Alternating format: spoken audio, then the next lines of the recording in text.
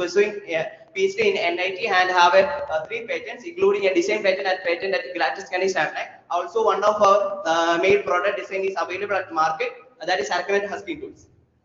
So thank you so much. This is about our project, and also if you guys have 12 lakhs, this will be the how we are going to spend it.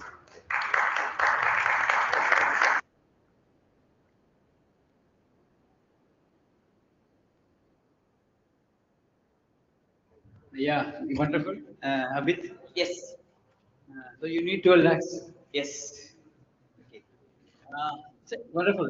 Actually, it is tested, improved, and second prototype. Yeah, actually, when we joined YAP, we made the first prototype of testing and all. So after winning the district and state level, we got the cash prize and we have built the second prototype that we shown now. So we are improving that also now. Good, good, good. And you said it's B2C marketing. Yeah, like business to consumers. Like, yeah, yeah. And have you associated at any point with the rubber board? Yeah, yeah, yeah. We are associated with the Rubber Board Society and small scale farmers around us, and we are also associated with Kerala Agriculture University. We are tested with the help of them. We were part of the one of their programs, and we tested with the help of the Kerala Agriculture University, Thrissur. And the present product that is of 30 liter capacity, right? Yeah, 30 liters. Is that the ideal one that you think will sell? The ideal capacity you propose to products of bigger size? Yeah, the mechanism will be same. For 30 liters, 300 liters, 3000 liters, mechanism will be same. Only the change will be about the motor and things. Because we do not need a high speed motor or high speed electronics. The circuit is same. We just have to have a microcontroller and 2 sensors. That's only change. Because we cannot so fastly and all. Small RPM motor is enough because we cannot lactose mix so fastly. We can create growth. So it can be cost value. Good, good. Thank you very much. Yeah. Any questions from audience? Okay, thank you. Thank you. So the next ideator is Muhammad Ashar. So his product name is Amy, an AI-powered receptionist robot that delivers 24 by 7 personalized service, faster response, and efficient multitasking to transform customer experience. Over to you, Muhammad Ashar.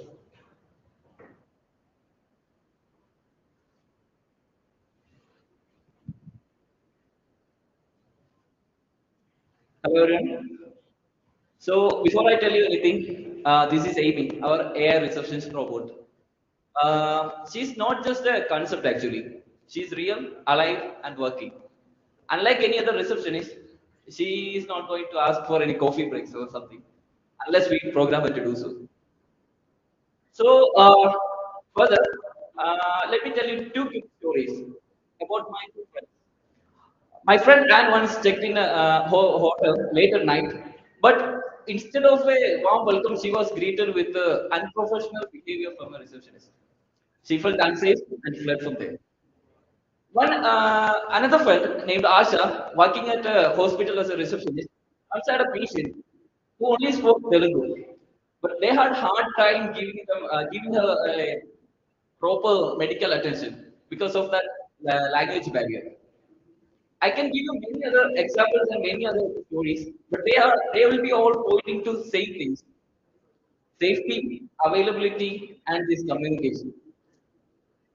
So the problems arising in reception desk nowadays are these long queues and all, this communication problem, the safety concern, and the information accessibility also. Some receptionists may not know anything about the institution or anything else. Also, they won't be available 24/7. So these problems, when we multiply in 5 million plus businesses in India, it's not just a small problem. It's a massive daily frustration. So the solution is what? A robot which can do which can greet the visitors all the time with the same emotion. There is no safety issues.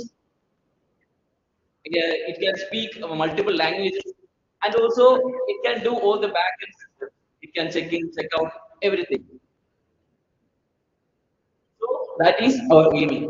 She's an AI humanoid receptionist robot.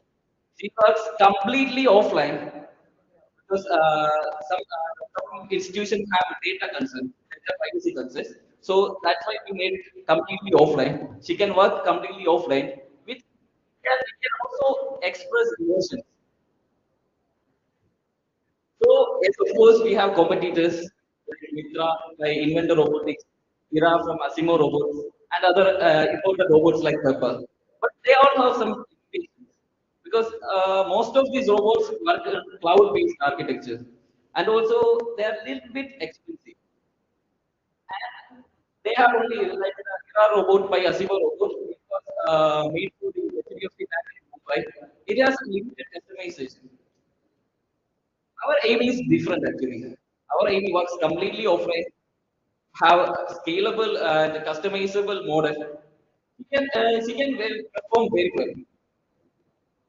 So this is our market size. The global market just hit about 4.2 billion as of now, and we'll be accessing about 250 million as a serviceable accessible market. And the slice we are going to, as of now, as a early target will be 5 million. So we can have three revenue models. The revenue will come from direct sales to businesses. We are planning to charge about around 5 lakhs as a unit price for the robot. And also we are planning to rent the robot to events like these and also expose them. And we are planning to put in the advertisement revenue. That's after some improvement we can show some region-based advertisements in the idle screen when the robot is moving. And to move from a prototype to a fully market-ready product, we need your support. So we are raising about 25 lakhs, and most of it goes to the product development and upgrade, and the quarter of it goes to the marketing and the rest to the operations. Okay. So within 3 years, we'll be having about we'll be going from 60 lakhs to 5.5 crores for the revenue, and the US will be having about 3 to 4x returns within 3 years, and also the break even within 2 years. So thank you. And Amy is not just a robot; she is the future of research and management in India. Okay, thank you.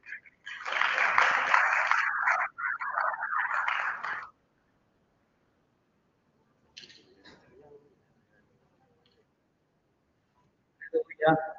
Um, I miss your name. What's your name? Muhammad Ashir. Muhammad Ashir, no?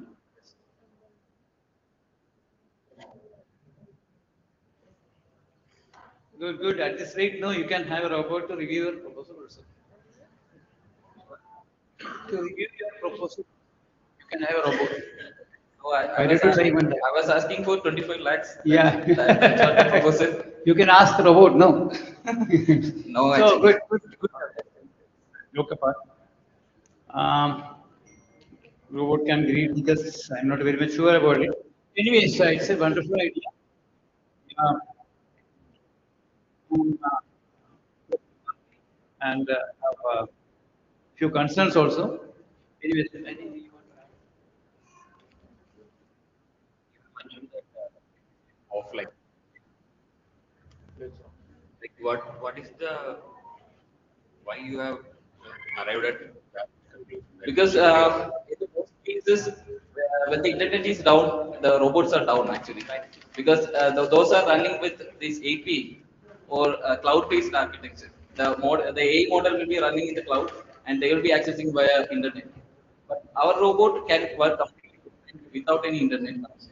And also, it needs a internet connection like to access or access what's the news or access like someone has how to go from here to there.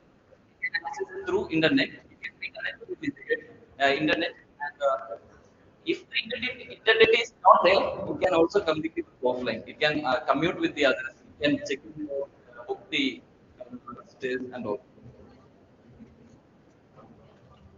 I have a where I have asked this because see, if somebody is coming to a new town, yeah, like you are doing guidance and programs, that's why I have come to input. So mostly I will be asking about how is it there, like what is the rush like, is there any new event that happened recently so that I need particularly. So these things should be available Ah, yeah. in the role. Good Or question, whether it is actually. a human being, he will be aware, he might have the paper, rules, but this only all out. These difference will happen. Okay, we also thought about that. So for that occasions, we can give them some information, like an event gathering. So, like I said, we are planning to do the rentals for the events, right? So on those cases, we will be giving some information about. Okay, so So that then it will be able to answer.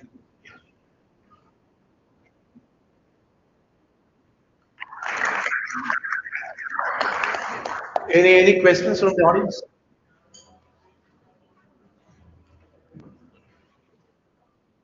Okay, thank you, Ashraf. The next ideator we have is Mohammed Nital, and he comes up with a very interesting product. It's an automatic solar cleaning system. Over to you, Nital.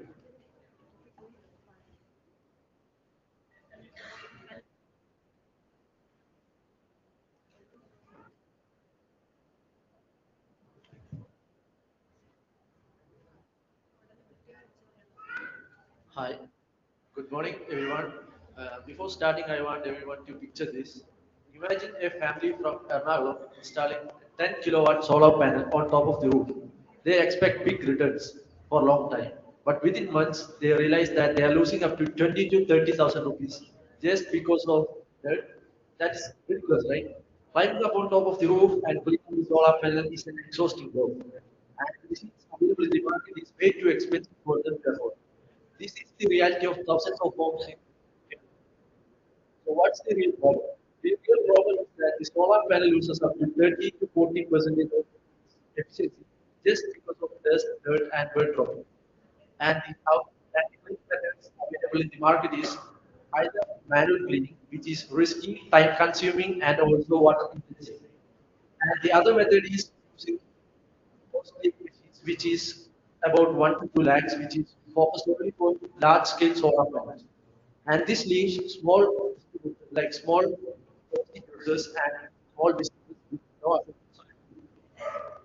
Our core conceptual aspect is to create compact, affordable, and IoT enabled tools, which makes it easy for anyone to use it from anywhere in the world. As you know, India is the third largest country in generating solar energy, and Kerala alone have 1,70,000 rooftop users.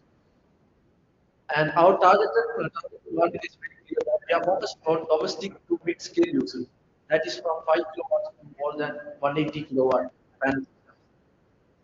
And what we are different from the competitors is that the competitors' product is cost around 1 to 2 lakhs, which is way too expensive for normal people to afford. And it is only scale, it is scale very large for large and it is big in size and it is not easy to carry. Where our solution comes is that we affordable solution which ensures safety and efficiency with all the facilities that is provided by land product. Our solution is aspects automatic solar panel cleaning system, which is smart, intelligent, and it is easy to use. It has AI, IoT enabled features. The image you see on the right side is the concept model. That tiny little board is gonna save a lot of power cost from the energy, solar energies. And this little board is gonna change the way of cleaning solars. Our key features are it is truly autonomous. And it has 12 modes of cleaning, which is wet and dry for saving water, and it has AI features including IoT also, which makes it easy to use for anyone. And main feature we consider is self-sustaining charging, which makes people don't even want to climb on top of that. this makes the product just install it and product like that. And the implementation challenges we faced was making it affordable for the people and addressing the misalignment panels and the weight and size of the units, which we overcome by focusing on cost optimized development. And we are at the prototype platform. And this is the financial report. We require an initial investment of 1.58 CR for completing come to market within 6 months timeline. And the ROI projection was is 0.18 times within 60 months of entering the market. And the financial breakdown is shown on the left. And the non-financial support we seek is this strategic partnership with manufacturers and also research and development research institution for R&D and evaluation. And the business models we are focusing on is B2C model and also LTMC model. Gives annual maintenance clean for normal people so that everyone can afford it. And this isn't about the money, this is about the impact. Actually, by 2026, Kerala alone will be having more than 3 lakh solar users, which who will require our solution. And we are ready to meet their needs. And our vision is very clear: value-driven solar care for small businesses and we are ready to join and invest because it's sustainable and thank you.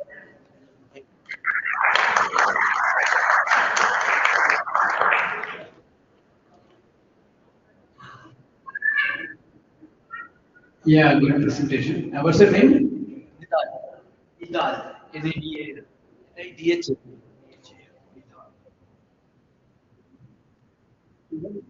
Good idea, because at the rate the solarization happening across India and we are focusing on the target group, mostly household and the Mid-scale. yeah, yeah, mid scale. Okay, now what will cost study? Anything of that kind? Product price? Yeah. Yeah, around stage is 20,000. 60,000 rupees. Now, what is the total cost for installing PV capacity? What is the cost of installation of generating 5 to 10 kV? No, it was to about 3 to 4 lakh. No? Sorry. Solarization. What is the cost for rooftop solarization? The solution it's like only big gigawatts of like that. So we got that there's solution in the market, and it's research about that. And there is in the recently we visited one mid-scale users who has an 80 kilowatt panel of around 160 panels. And they didn't have any solution. They are cleaning by manual. And manual cleaning, we saw that they are like cleaning regularly, but still they couldn't clean it properly, and it is becoming damaged. Oh, as of now, manual cleaning ആണ് നടക്കുന്നത് അല്ലേ? Mostly, അല്ലേ? അതൊക്കെ but I found this very interesting, very നന്നായിട്ട് only thing is that assessment risk of your product. Yeah, Okay, yeah. once you arrive at and what is it? Because the base that is ഞങ്ങൾ solar question and photovoltaic ഈ ഒരു മേഖലയിലുള്ള ഭയങ്കര ഒരു development ആണ്.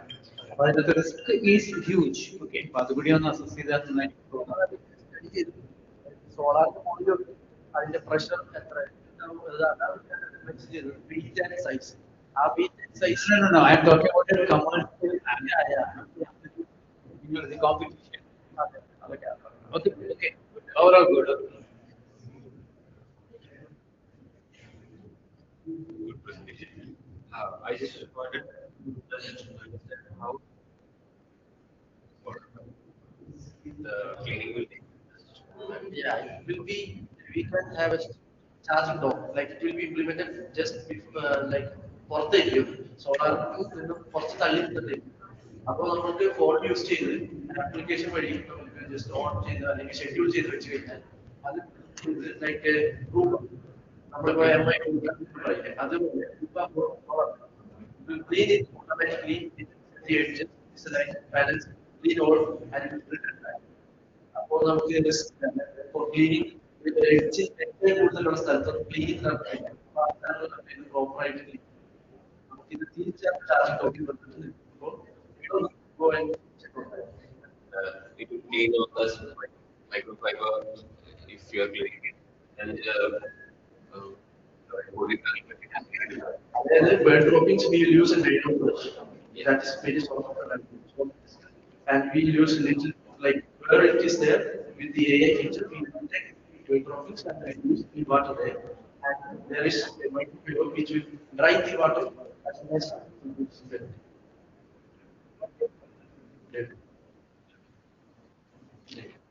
Thank you. Any other questions from the audience?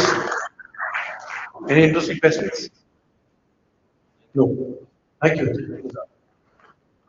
Next, I get on stage Sebin Saji, right? Sebin Saji.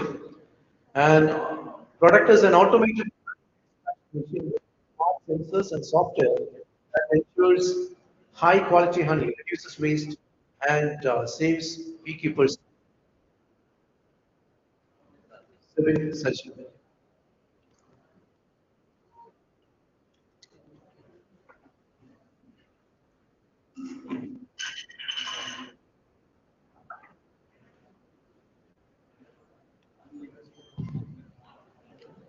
So, very good morning all. Myself, Derin, representing Team Highways.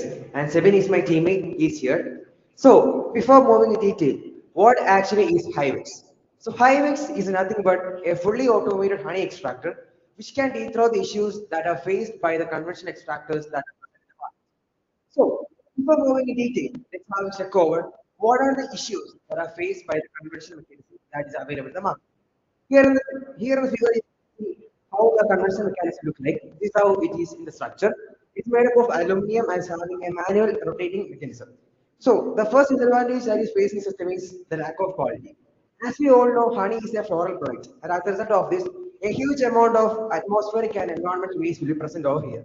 So in the conventional mechanism, the top is open and gradually the waste will be open. And second one is wastage. The conventional method is a three-container process. The first container is this. The farmer will place it in the power structure. He will be rotating it clockwise for 1.5 minutes and anti-clockwise for another 1.5 minutes, and the honey will be poured out. After finishing the process in the first container, he have to filter it through two other containers. The filters of varying. So what actually happens is, the surface of aluminum is pretty hard. So honey is more viscous and it will suck out the structure, and almost 20 to 30% of the honey will be lost there. So that's also an issue. And third one is the bee settlements are lost. The convection method is open at the top, and the bees will be tending to come back to settlement. They will try to come to the honeybee settlement, and as a result of this, they will be crushed, and that also decrement the quality. And the last one is the quality and the time requirement. So in the conventional method, if a farmer has to take 1 to 2 liters of honey, that's a task of an entire day. Because the conventional way of heating honey, we have to heat the honey. Honey will be having water content, but the water content would be less than 22 or 22 to 22.8%. That's a market requirement. So if the water content is above that, the honey quality will be reduced. So in order to sort out this, a farmer what is using is that he will be tending to put the honey in the sunlight. The honey will be poured over a rectangular structure over the sunlight, and he will be seeking help from sunlight to filter, take all the water. So that's all about the beekeeping.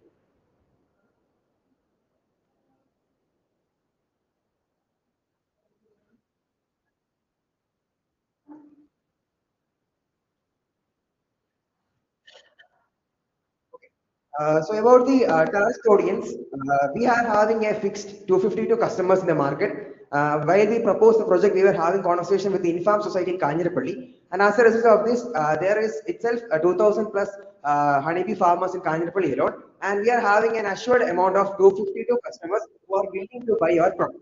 And speaking about our idea, the target audience will be small scale farmers and the people who are new into the apiculture, and also along with agricultural societies like Inform, Carnivore, and Horticulture, etc.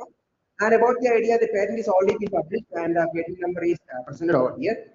And speaking detail about the idea, the entire mechanism is divided into three layers or the three stages. And the farmer can detach each of the layers and use accordingly. And the first one is the control unit, and the control unit will be equipped with a USB32 microcontroller, which will be performing the controlling operations. And what we are actually doing is The honeycomb will be of varying sizes. It can range from 500 grams to up to 1 kilogram. So what we are actually doing here is we are presenting a load gauge sensor. So this is how the load gauge looks like. Here is where the honeycombs are placed. These are structures and the combs will be placed over the structure. And below that, we will be keeping a load gauge sensor. While we place the honeycomb over the structure, the load gauge will be sensing what's the total weight of honeycomb that is placed over the structure. And as a result of this, there is a certain RPM. If 500 grams is the weight of honey, then the RPM required to rotate is 99 to 102. That's a preset. So we are training our model with that RPM, and as a result of this, the model will be based on the total weight. The model will be deciding what should be the speed to rotate. And the rotation is also in a periodic manner, 1.5 minutes clockwise and another 1.5 minutes anti-clockwise. So that's all about the honey bees. And the second one is the honeycomb carrier. About the control unit, we are also providing another machinery called the air pressure sensor. So in the bottommost region, you can see the honey collector. So what actually doing there is after the extraction, like the rotation, the honey will be poured into the structure to the collection container. And the collection container, we are providing an air pressure sensor so that the only task the farmer has to do is to keep the outlet container in the below the system. Like he doesn't have to check whether the container is filled or not. At the time when the bottom container is filled, it will be the flow will be automatically and what is the novelty of the idea? There is a semi-automatic machinery that is available in the market and its price is 12,500 to 15,000. Machinery is available in the market. So what we are doing extra? So the extra works is the first one is the two-layer filtration. So here you can see that. Yes, the first one is the normal metallic filter that will be filtering out the atmospheric particles present in the honey, and the second one is a heating filter. So what actually happens in the heating filter is we are providing an incandescent lamp support that will be heating out the water that is present in the honey. So I have said in the conventional method, the farmers depend sunlight for the heating process. So you So have 2 minutes. so that the farmer has to depend on the climate. So what we are doing here is we are providing the heating mechanism also. And what actually makes the idea more novel is we can provide the entire mechanism at a price of 30.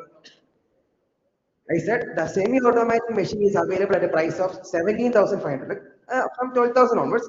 But we are providing the fully automatic machine with two layer of filtration, collection unit, all with a cost of 31,000 rupees.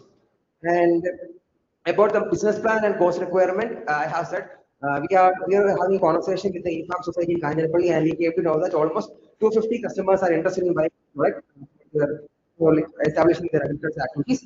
And this is about the target scale. We are planning to gain a sale of 75 lakhs in a year with an expected profit of 10 to 18%. And also about these are the cost incubating our college degree. So these are the incubation costs and all. And that's all about the product. Thank you. Over to evaluators. So good job. Thank you. So many ideas that we are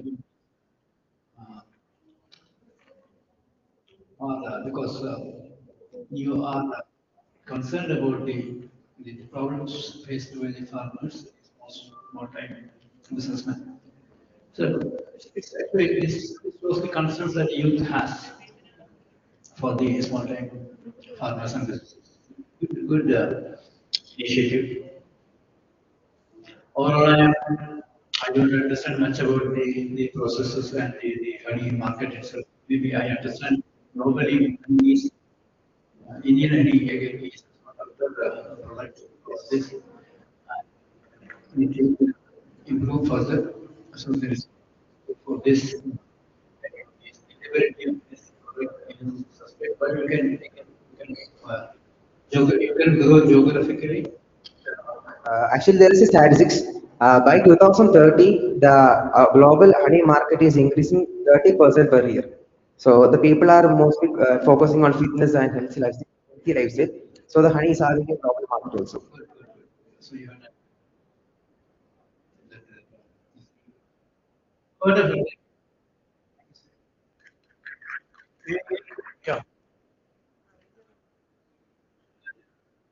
Limitation, that device, you don't have to keep it open in the sunlight. Uh, what is the impact that a farmer will be like, if he does not want to show it to the sunlight, keep it for 1 day or 2 days. Whether any impact will be there for his business, like Yes, obviously. For example, I will talk about the Malanar Society. We might be familiar about that. So, Malanar Society, my teammate Sebin, he is an apiculturist. So, in the Malanar Society, we only accept the honey that is having a water content between the range 22% to 0.8. So, water content is less or more, honey will not be taken. So, the farmer will be facing a huge economic crisis there itself. So, that's the issue with the water. And about the filtration, that's naturally we know the honey that having a huge amount of like a micro range of particles present inside it will not be accepted. So more than the filtration, the main content is water. If water is present, honey quality is totally lost. Cannot be sold. It is pour out of the line. Thank you. Okay, thank you. So next we have Dr. Shivadath, and he's coming up with a product called as Ecomorph.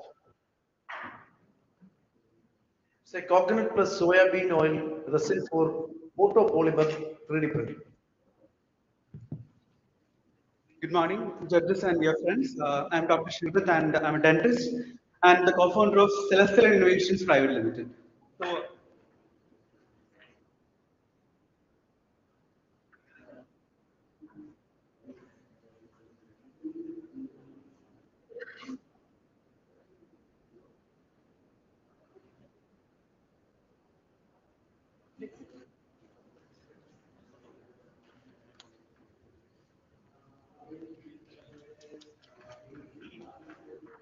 okay. So, I'm a dentist and the co-founder of Celestial Innovations Private Limited, and I'm here to talk about Ecomorph, which is a coconut and soybean oil-based bioresin for photopolymerization 3D printing. So in dentistry and medicine, we leverage the use of photopolymerization 3D printing, which is a precise mode of 3D printing. And the current bioresins, the resins that we use currently are toxic and cytotoxic, multi-organic compounds like BP. BP, as we know, is a non-carcinogen too. So there are existing solutions, but they are really expensive and it limits its adoption. So we have a great opportunity right here because the global 3D printing in the industry market is expected to jump from 3.1 billion in 2023 to 15 billion by 2030 coming to India. So we make use of this particular resin printing technology for clear aligners, making clear aligners. So when we look at the market of clear aligners, so in India itself, the market size is about is coming from 168 million to 1.05 billion by 2030. And when we talk about the market in Kerala and Tamil Nadu, we have a population of 120 million, and the addressable aligner patients are in the range of 5 to 7 lakhs. So we have a critical gap where we can supply bioresins to lower. So our product is Ecomorph, which is bioresin, which is a dual oil-based bioresin between coconut oil and soybean oil. So which is non-cytotoxic, non-genotoxic, BPA-free, and it is drop-in compatible. More importantly, it is drop-in compatible. All printers available in the market. So the value proposition, it is safe, sustainable, and par with standard resin. So as you can see here, a standard resin cost is 7,500 rupees. A bio-resin will cost in the range of 18,000, and our resin costs just around 7,000, which is in the range of a standard resin. So the prototype achievements, so we validated the print accuracy, the smooth finish, green strength, and it is compatible with all XLA and DLP printers. So talking about the roadmap, we did the alpha batches and we used it in our own Alina company, which is Celestial Innovations Private Limited. So Alina's prove Ecomos real world adaptability. If it is working in the most precision demanding dental application, it can scale to all dental, medical, industrial, and consumer uses. So, these are a few of the recognitions that we received at national and international both. We also won the idea grant by Kerala Startup Mission, Ignite grant, by 6.0, the ISDR Society, etc. So the key are, we are asking for an investment of 1.75 crores, equity or convertible. So the use of funds will be scaling up productions, verifications and compliance in the capital stage, etc. Why should you invest in Celestial? So we have generated almost 2 lakhs per month in the last 3 months, pre-launch limited number of clinics. So we have 4 patents pending in innovative area technologies inclusive of negative indentations, which is first time in India, and it is backed by 37-year-old Dentec Dental Lab, which is the first dental lab in Japan. And the integrated notice, we have the in-house bio-resin and the aligner. So the cost is lower, we have higher margins, and the target revenue is in the range of 12 to 15 crores in the next 3 to 4 years, with 200 plus 20 converted. Really conservative uh, projections. So the EBITDA margins are in the range of 20 to 25 to 30%, which is much higher than the industry average. And the ROI potential is in the range of 4 to 6 times in the 5 years by growth of strategic. So this is our team, including of myself, Dr. Sheridan, Adish, who is our maxillofacial surgeon and implantologist, and my brother, David, who is an MBA student. So we are into research, first research-backed aligner company in India. Thank you.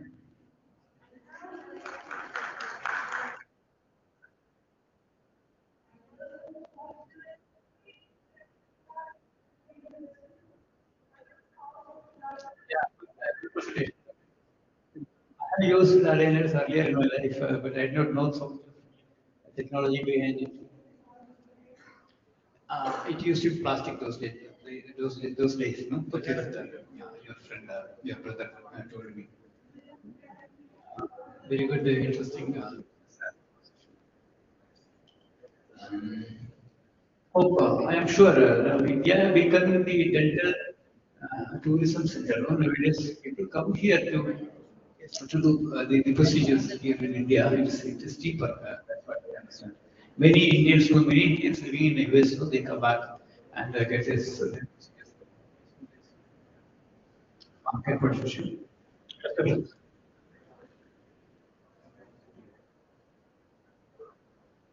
Thank you.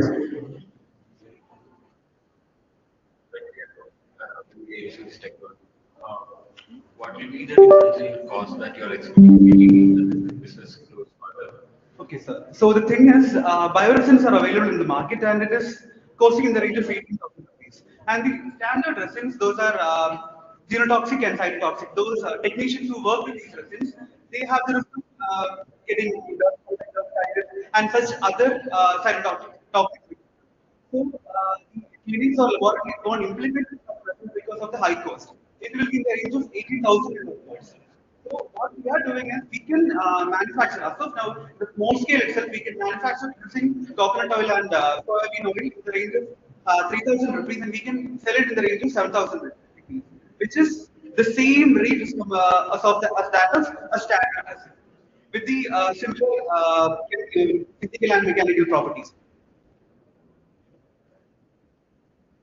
We can give a bioresin with the rate of a standard resin, but ours is sustainable, non-toxic, non-cytotoxic. It is also biodegradable too. It too, in humus soil, it will undergo 75% weight reduction in 2 years. So that is also there.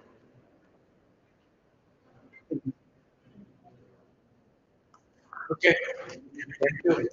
Next is from an Ayurveda team. We have Dr. Arun, who will be presenting a product called Thumayantra. Dr. Arun on stage.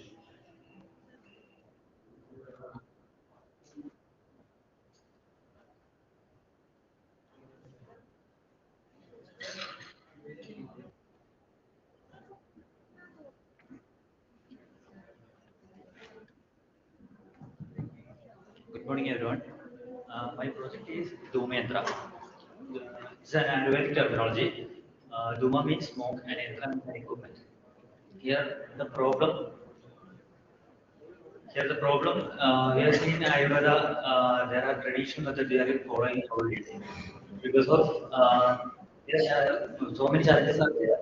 First, lack of standardization improvements in the combustion of that. We are using the charcoal heated so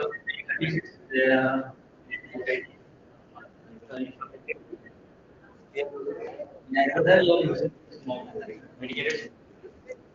Of course, here main challenges is the lack of standardization of technology.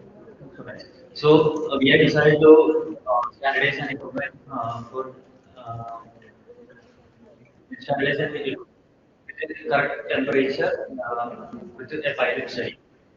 So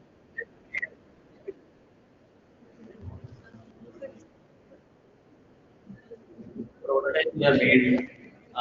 This is only a simple mechanism we have done with a heating coil and generate smoke and purify with a solvent and it we use as medical purpose.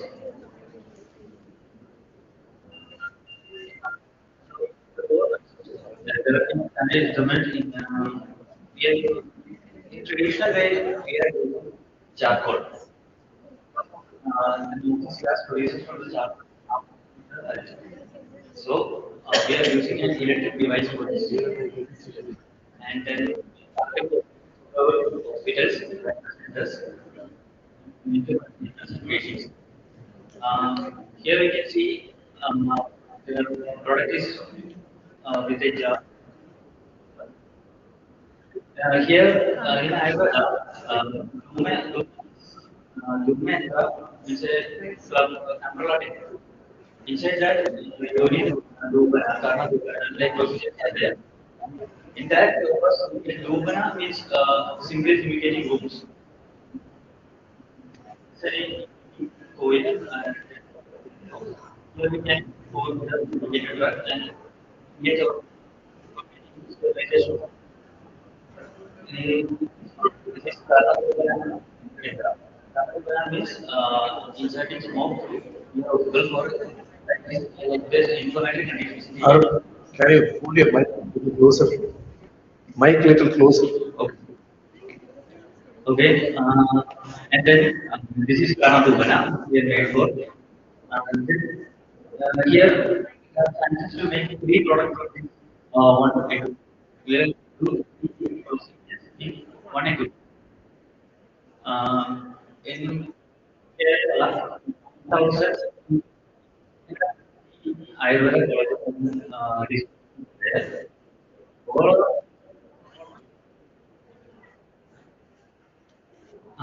they're always making traditional. So, by chance, we are introducing this to all these dispensaries. We can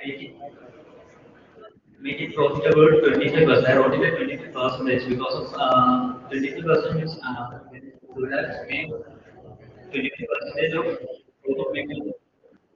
So the product will runs within 6 months because it is a simple mechanism and the yeah, we are using simply availability, but it will be upgraded to steel and glass. Because it is easy separation. And the initial investment is 2 lakh. For we are already producing that prototype already. We want support because of engineering support and compact design we need. Then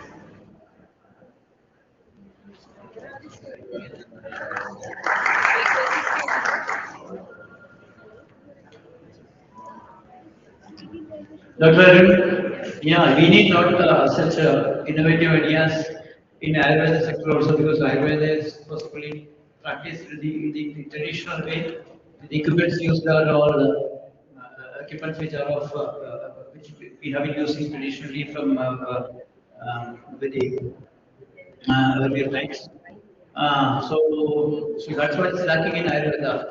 Maybe with that we should be able to embrace the new technology to Ayurveda so that Ayurveda is the is our own India's traditional wealth. So we should be able to do that. We appreciate the efforts put in by you. We expect more such ideas. I'm not very much sure whether this Karna Yantra will be of great success economic financially. Viability part is a little bit suspect according to my assessment, the review assessment. Still, now I want to encourage you to keep on innovating on various. There are plenty of opportunities, plenty of uh, issues faced by the Ayurveda sector. So we need to improve that, technologically improve that. So best of luck. Please keep innovating. Please keep thinking of new ideas. Thank you. Thank you, sir.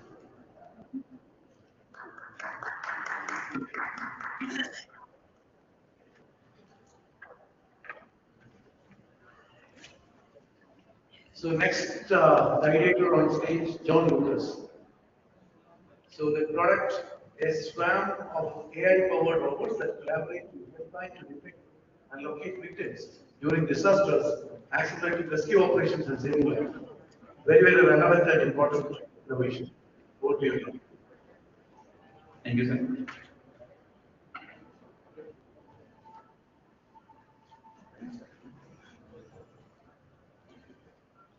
Good morning to one and all present here. My name is John Lopez, and my teammates Adarsh and Ikla present here with me.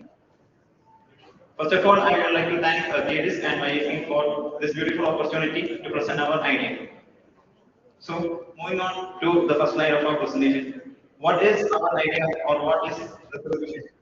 And what is this a solution to? Search and rescue operations. It's a race against time. As you all know, search and rescue currently involves human teams and so human teams covering large areas and disaster hit areas. It requires slow coverage, large scale disasters will overwhelm the teams, and it's a lot of pressure on the organizations that handle this situation. The present reality is this manual teams, they might also include rescue dog teams. Maybe drones are also used, but these are not as good idea because drones have short runtime. Dogs also are limited in their capability. Humans, it will be more exposure to the disaster.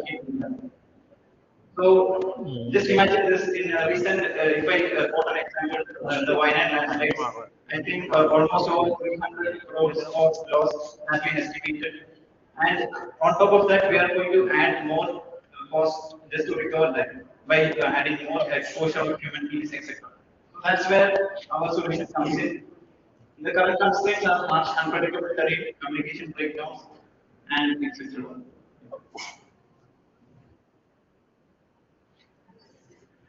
Avenger, so this is our solution. Swarm rescue robots. We plan to implement a swarm of low-cost hybrid mobile robots that will be communicating along with each other and to a base station which will be nearby to the disaster hit area. What we do is the robot will be deployed in the disaster hit area to detect humans using surface images and AI algorithms to detect humans and to send that information back to the base station. That's the basic working of our solution. Who is our audience? That's our buyers. Primary audience will definitely be the national disaster response force or the state disaster response force organizations who will handle these kind of disasters. Also, we might also approach private organizations or other people who are interested in similar products. Value proposition, what our product proposes to the value, what it adds to the value is faster coverage of large complex areas. As I told, we are using strong technology and we can deploy this in multiple units across a large area to communicate and send the data back to the reliable detection and communication modules will be also we can scalable and cost effective compared to the current alternatives. So if I want to, if I need to explain it, the network independent communication, as you all know, it can also in the disaster hit area, the cellular technology or others may fail. So we have also accounted for that using private communication using Wi-Fi mesh technology. That is the robots. If the nearest robot to the base station will act as a link to the robots partner away from the base station. So that is like a mesh network. That's for the communication. And next is real-time monitoring and victim detection, as I do. We are using server camera detection for the humans. As vision might not always be good in disaster areas, it might also for humans it might be difficult to see if it's a human or not. The scene is completely different. It's not like a normal vision. So we need to this is a great regarding the technology wise. And as low cost and scalable, we can deploy multiple units as a area-based structure. So the components of the product of a single unit, a 3D depth camera, that's what that's what the normal vision for the base station. And below that we have thermal camera that will be doing the human detection of the humans. And gear is brushless motors with the gear for good torque and low head and good efficiency. Then we have the control motors. If the robot is get stuck, we will actuate the legs of the robot to give a climbing ability. It's 360-degree rotatable capability. That's what we are planning. Then communication modules and processor inside. How it works, base station, as I told, it will be talking with the mesh You have network, 1 minute remaining. with the mesh network robots, they have an environment and it will be and sending the simple workflow. So it's a short video. That's what we have our previous project.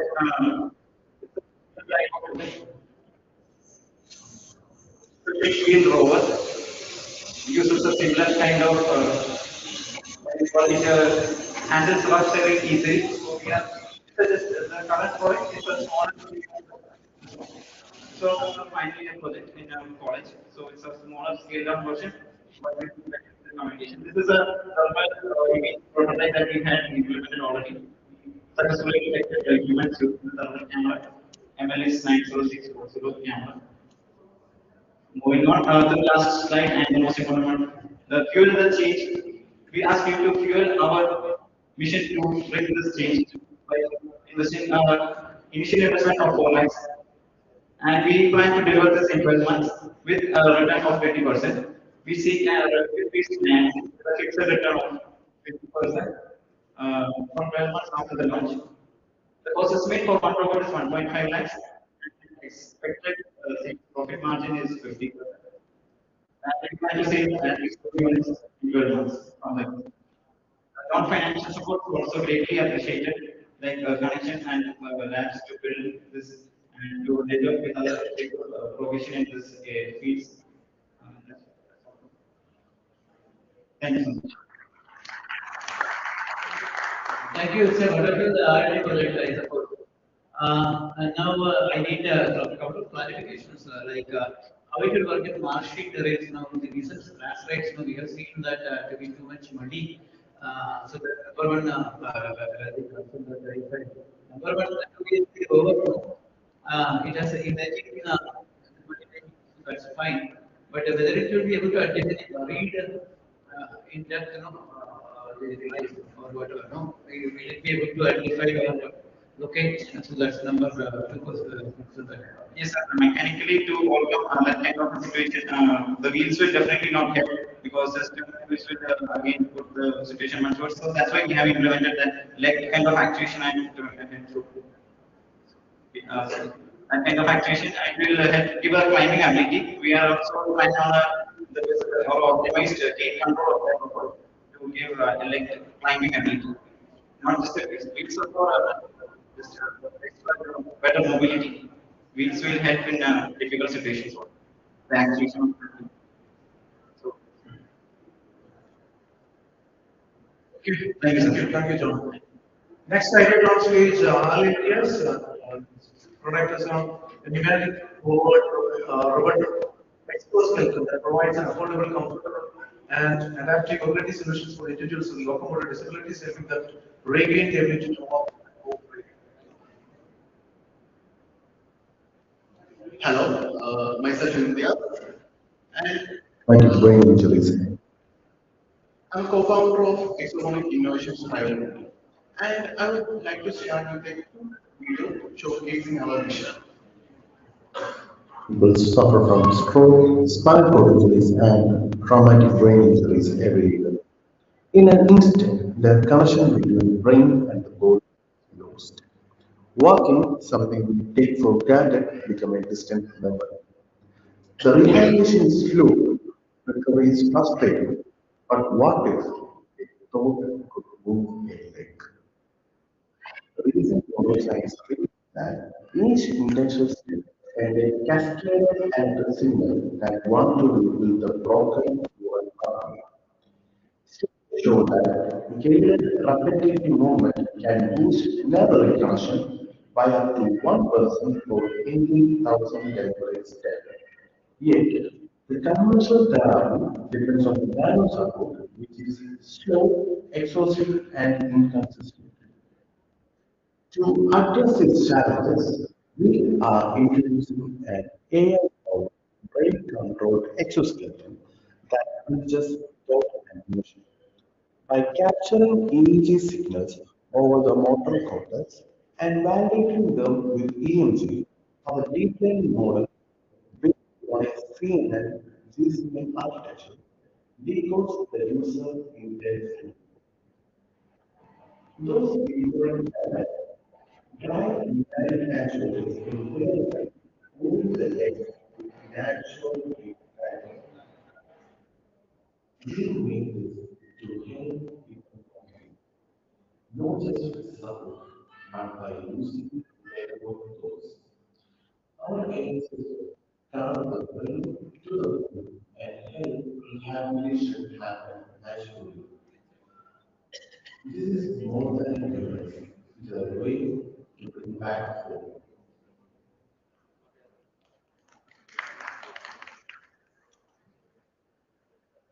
Now, as you have seen the video, now let me just explain what's this. Imagine this.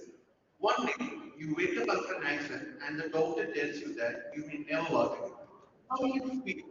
Helpless, dependent, stripped of freedom once you took for granted. Unfortunately, for millions of people, that's their reality. And we are dealing with gait rehabilitation for stroke, spinal cord injury, traumatic brain injury patients. And conversely, this process is slow and inconsistent. Therapists have to create each step over and over, and simply it just won't work. But the main issue is neural. After an accident, the neural connection between the brain and the muscle gets delayed, and the patient needs high repetition weight training to rebuild the neural pathway. Without that, the entire rehabilitation process is not. To address these challenges, we developed a pneumatic powered robotic exoskeleton, which adapts to each person's rehabilitation patterns with a customizable feedback and reduce the workload of therapists.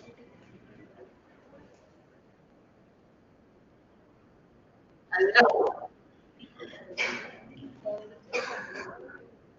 now we are currently incubated under Mega Village Kochi, and we have a strong backing from a leading Indian institute, and we have a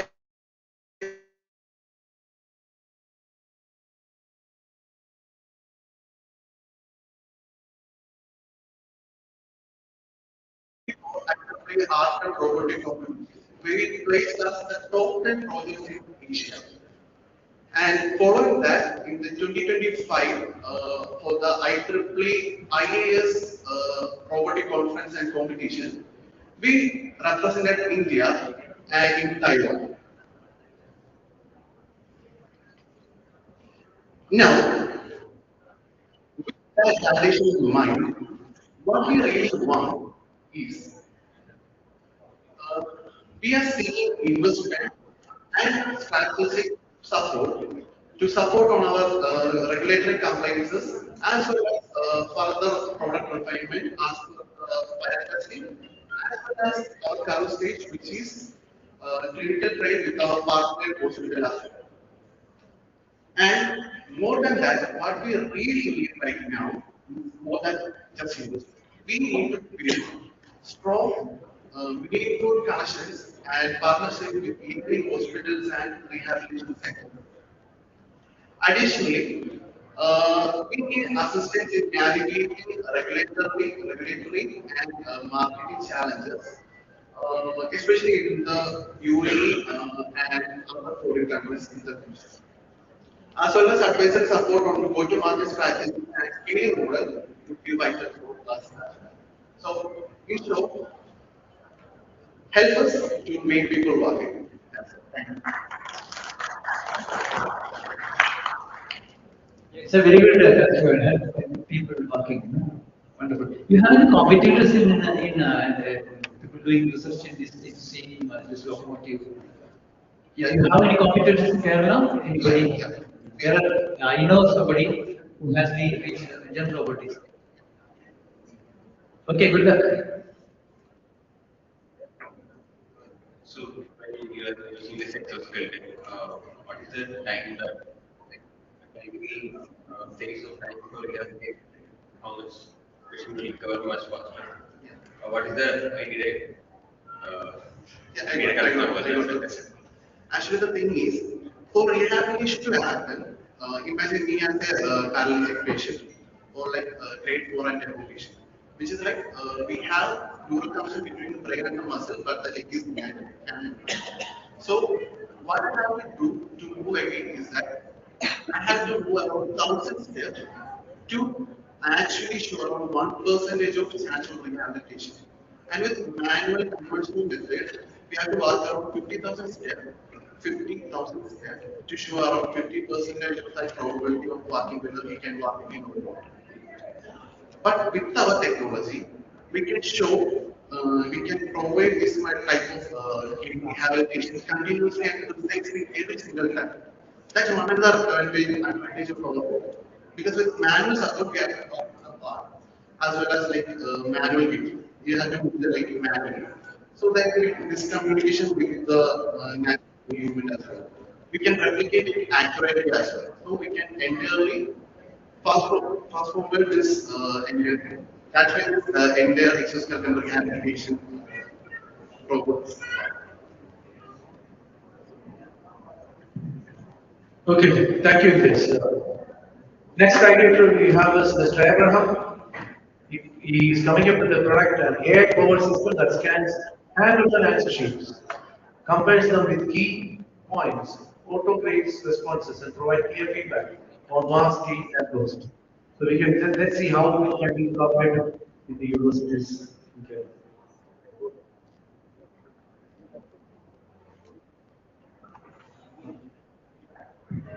Thank you for the welcome. Good morning, ladies and gentlemen. My name is Givargi Saji. I'm a final year student at Rajagiri School of Engineering and Technology. I am here with a very simple solution applied to a niche market. Education is a market where innovation is coming the last. For example, online video call meetings were came back way back in 2010s and 15s. But then education applied only when a need of the COVID-19. So we are here to show you that there is a need of the system, and we are here with a simple solution for that. Because teaching has evolved, and we have a successful example of a good teacher community here. We have just a participant. He's a school student, and he came all the way here, competing with professionals and staying up to date. He's giving up a good presentation as well. So that is a successful teaching comes up. And the teachers no longer just help the students memorize. They help them mold. They create new personas for the students. And that's where we provide our solution statements. That is where we identify the problem that teachers have a lot of things to do. They don't just teach, they correct answer sheets, they provide lesson plans, they conduct activities around the school, and we help them to aid in the most boring task they can handle. That is where my mother, I asked her ideas, which is the most boring thing a teacher is doing. And she uses it correcting answer sheets does get hectic boring. Creating or preparing lesson plans will get boring and creating. So what we devised was, why not make AI do the same thing? AI is as good as a human engineering. So why not let AI help the teacher do this thing? So our final solution is an AI Swiss Army knife that the teachers can use to prepare presentations, to create class notes, and to ultimately correct answer sheets. Hi everyone, and myself Abraham. Yeah, I'll just quickly introduce our concept. As Georg has mentioned, what we are is that we are providing an AI platform to first of all digitalize your handwritten answer, then most importantly give you feedback, valuable feedback based on which you improve yourself. Coming to our target audience, our primary audience are teachers and institutes. We are focusing on them mainly, but we're going to get the benefit from that from students, which are our secondary audience. Again, market potential in a country like India just has huge potential where we focus a lot on education. Coming to the value we provide for teachers, as he mentioned, we are reducing a lot of repetitive tasks. For students, they are getting feedback, which is something when you come to like higher level of education, like colleges or like you feel somewhat hesitant to ask for feedback from teachers because of the societal label your peers might put on you. So this is that. Overall, it's going to increase the transparency in education, also provide more feedback, conduct more tests, etc. Just a quick overview of the system you're proposing. So, given an answer set, scanned answer set, we have a digitizing it. So, we are using a mixture of both traditional OCR methods and there are new multi-model large language models. Because one, LLMs are kind of slower and expensive, while OCR is not precise enough. So, we use a smart mixture of both. Once we have this extracted text, we map it with questions and answer script, and we evaluate it against answer script again using an LLM. We give feedback, and you can evaluate that score. So that's just a quick technical overview. Right now, what we have is a proof of concept prototype because the solution we proposed already exists. Google Classroom is there to help teachers manage. We have AI solutions. What we have is a unique selling point that encourages that we can grade AI papers effectively. We did a market survey. We contacted Choice School. We contacted my own alma mater. All of them were happy to adopt a solution like this. In fact, in Ernakulam, Choice School tried redefining education by implying OMR right to examination, but they tell us it's not enough to assess the student. What we propose, students write exam papers as is, and we use the AI to grade it, and that is where we come to the final stage of this presentation, second last stage, where we have a validation, voice of stakeholder survey, where this was done during 2022. ChatGPT was not yet widespread. People did not trust in AI yet. But if we did the same survey right now, almost 80 to 90% of the teachers are currently using AI to prepare presentations, currently using AI to solve their homework. And students, as a college student myself, I make AI do half of my work. Even as a worker, I make it do. So coming to the final point, we don't require funding because this is a SaaS product, a software as a service, and almost every platform gives you a free file. And what we could leverage is that to onboard a few schools into us, we will have zero cost as a company. We can only take a little amount of money for them, which we can which we can pay for marketing so that we can reach a wider audience. So our return graph would be a good revenue. Then once we take over a lot of students and our free trial is over, we'll have a small cost to pay for the services that we use. And after we onboard a lot of schools into it, we can finally get back into a profit. So that is one place that we are different from most of the other ideas. And secondly is that apart from financial support, we need the support of teachers, students, and officials who are ready to trust the solution and give this a chance or give this a shot to prove that this is actually not a waste of time because AI is the next big thing. We have to tell teachers that yes, you don't no longer have to worry about our business because our aim is to completely revamp education by making AI correct the papers overall, but that's not exactly required. We can assist the teachers in correction. Maybe you can correct answers that AI will provide a reason as to why did you provide 5 marks. Those type of questions will be answered by the product, and I hope all our product very easily will be thank you. Yeah, you're right. You should be given a chance. Okay, this is a wonderful idea. As you mentioned towards the end, it could there could be legal issues also, like people might challenge the release. So there could be legal if you want to extend it beyond schools to the larger scale. Okay, so you have to address that also. Those risks you're going to be. Overall, no, it look impressive. So usually right now for our KTU or any CBSE exam, once we get the result, we give them money to get their answer sheets back. Then when we ask for more marks, we have to provide a reason why the student we added more marks. Our AI model will already answer that question. So most of the legal issues could be solved there as a factory. So what happens next will be the very rare cases of AI hallucinations and wrong things happening. To an extent, we will be able to fight that legal case saying that this is the reason why this child was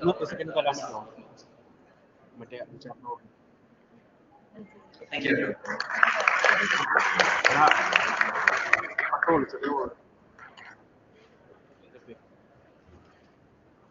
Second. Why mate leave.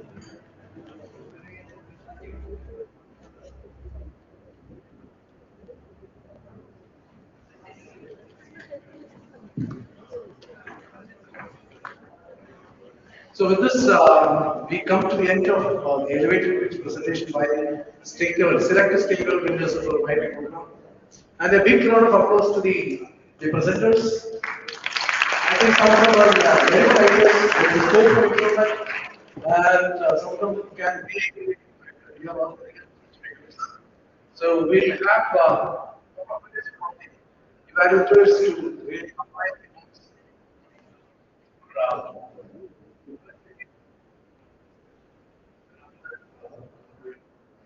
silence.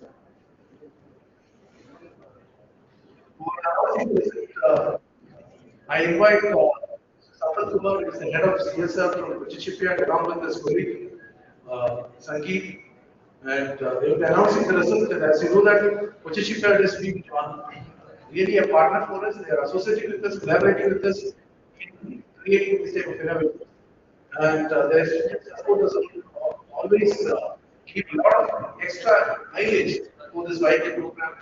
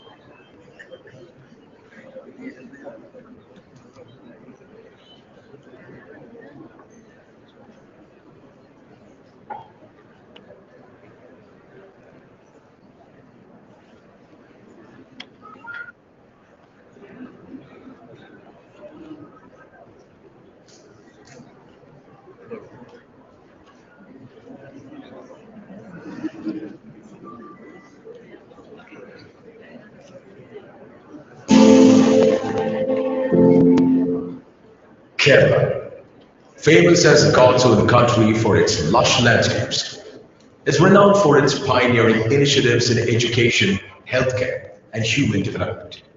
This southern Indian state has also set new benchmarks in democratic. So I invite Sapat Kumar,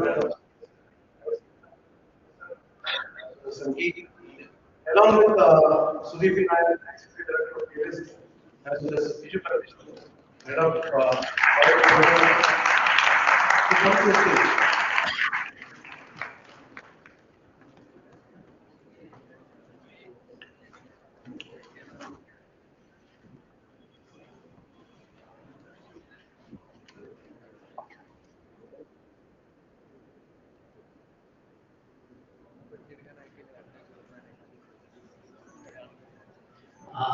Good afternoon, good morning.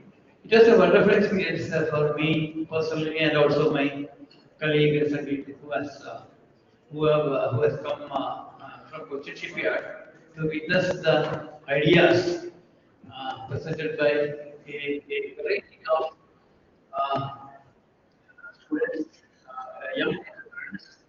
Uh, we got a flavor of from agriculture, basic agriculture ideas to the dentistry, from medical to Ayurveda and to education, all sectors we have covered. And the beauty of it, isn't it? So business and the technology, the innovation has got a huge opportunity for the young minds to work on. So we have arrived at uh, most of it. Actually, all the 10 are excellent ideas, but we have been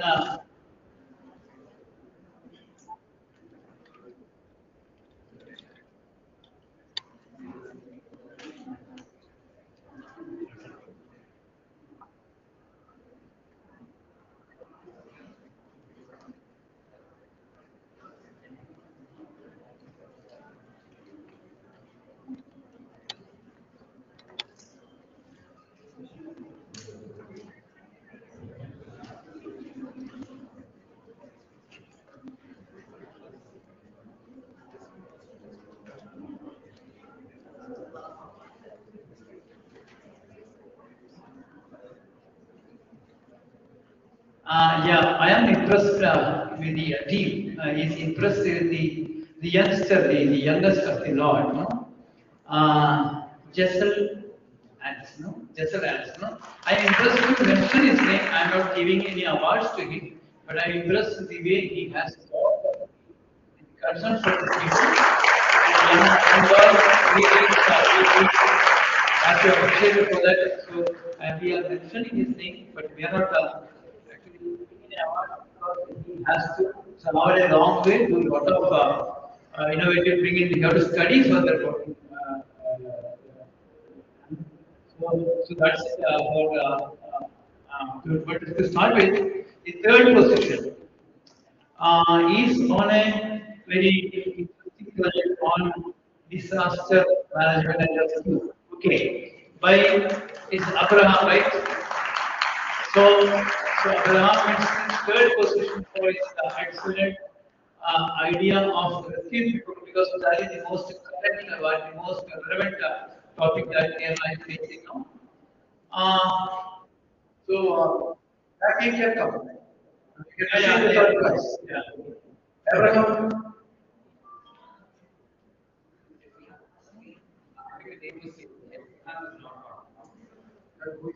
So is that the person who has presented a yeah, let me see, I noted it.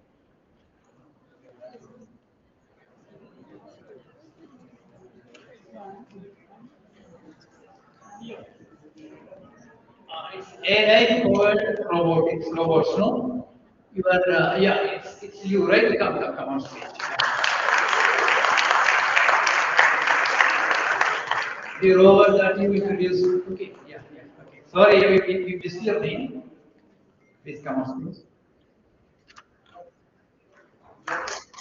Sean Lopez is his name.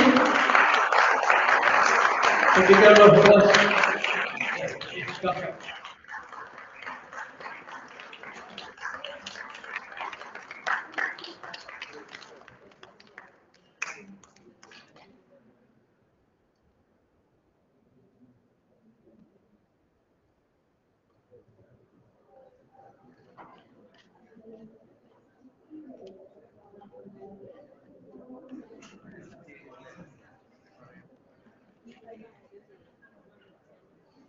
I think price worth 20,000, no check for 20,000 rupees, isn't it?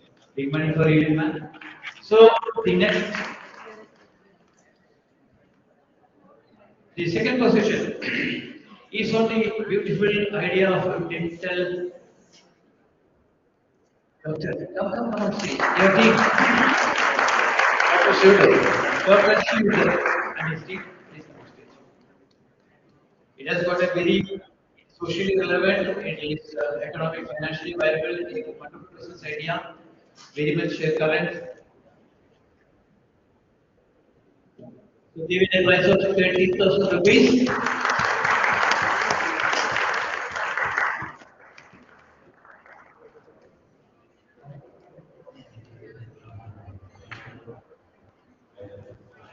And the first position, first prize is, I think I shouldn't misspell the name, no? So instead, no, I will go to the idea. Is it a bit?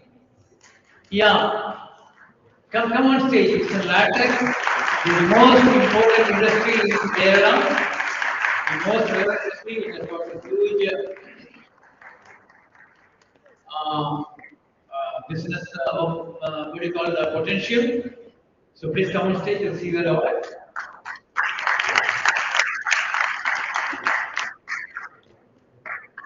So they are getting 15,000 rupees. So check.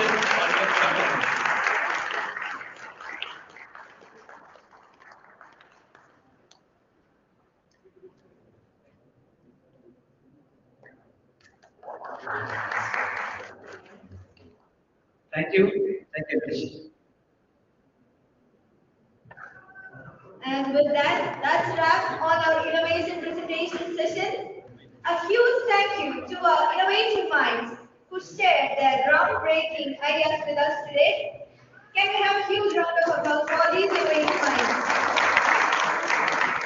To our young innovators, thank you for inspiring us with your vision.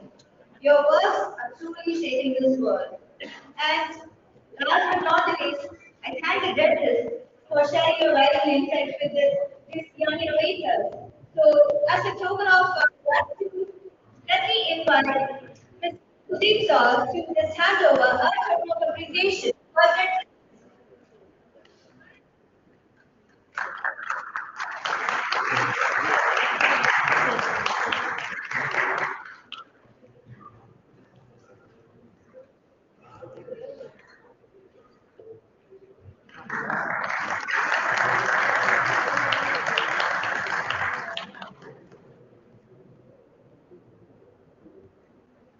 And to our audience, thank you for your engagement and enthusiasm. Your participation makes events like this truly special.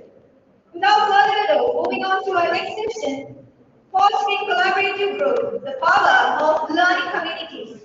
The session will be moderated by Mr. Ganesh Gopal, co-founder CDI.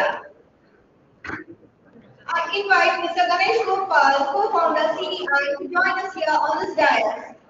In the meantime, let me invite the fellow panelists, Mr. Biju Paiteshwaran, Program Head, YIT KDIS, Meher M, Co-founder, Thinker Hub, Shyama Subbar, Senior Program Manager, KDIS. I invite the panelists to please join us here on this dais.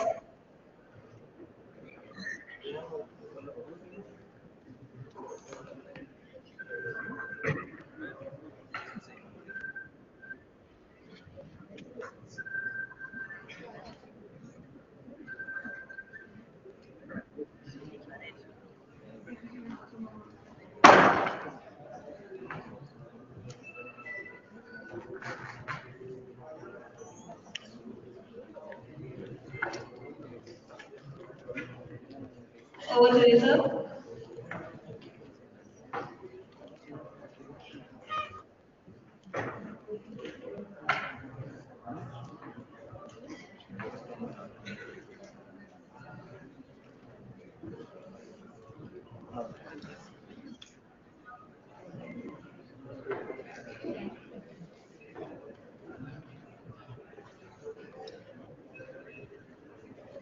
Good morning, everyone. It's a pleasure to welcome you today to this very youthful, vibrant, and illustrious panel that we have with us on fostering collaborative growth and looking at the power of learning communities. Today we have a diverse panel with us here today. Start with Ms. Shayama Subed. She's a senior program manager at ADIS, and she's leading the Knowledge Mission initiatives under the skills employment vertical. And then we also have with us Mr. Viju Parmeshwar, who is the program head of the flagship Young Innovators program of the KDISC. As you might have seen, the last panel here also had showcased a few of the smart, bright young minds with the Young Innovators program. In the last 5-6 years, the program has grown into a very scaled up and flagship property, I would say, of the Kerala government, not just of KS, but of the Kerala government. So I think we'll have a deeper dive and a discussion on that as well. And last but not the least, my dear friend and co-founder of Tinker Hub Foundation, Mr. Musa Meher, so who also brings in a very wide and varied experience, starting with Kerala Startup Mission, and now leading one of the arguably the biggest tech skilling community in Kerala, which is Tinker Hub. Has around 21,000 members across various policy states. So, without further ado, I welcome everyone on this panel and start the discussion.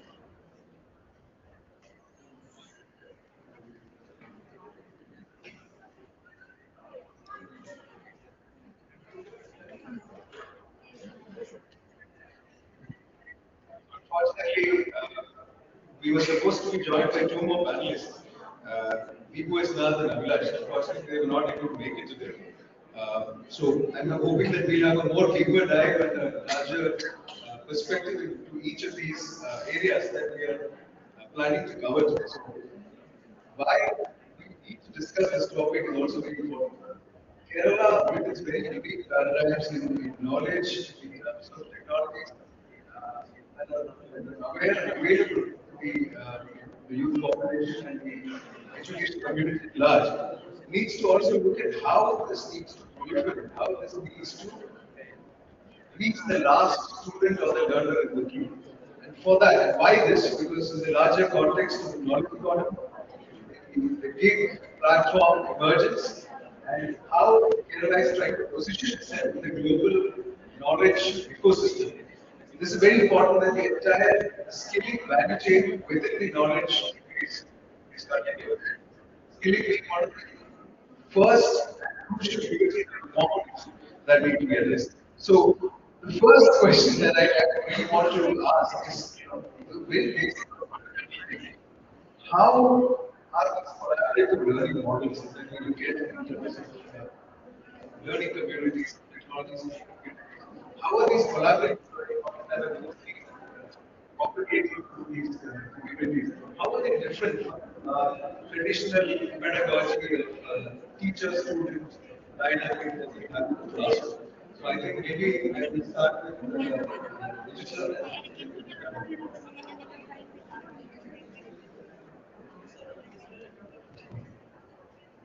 Thank you, Ganesh. Good morning, all of you. Yeah, it's very interesting, the topic of collaboration, collaborative peer learning. And as you all know, he mentioned about the Young Innovators program. YAP is all about collaboration and if you look at the progress from the past 7-8 cohorts, we started in 2018. It was individual ideas. So, and then we had a realization pretty soon that innovation is a team activity. This is a proven fact that innovation happens better as teams.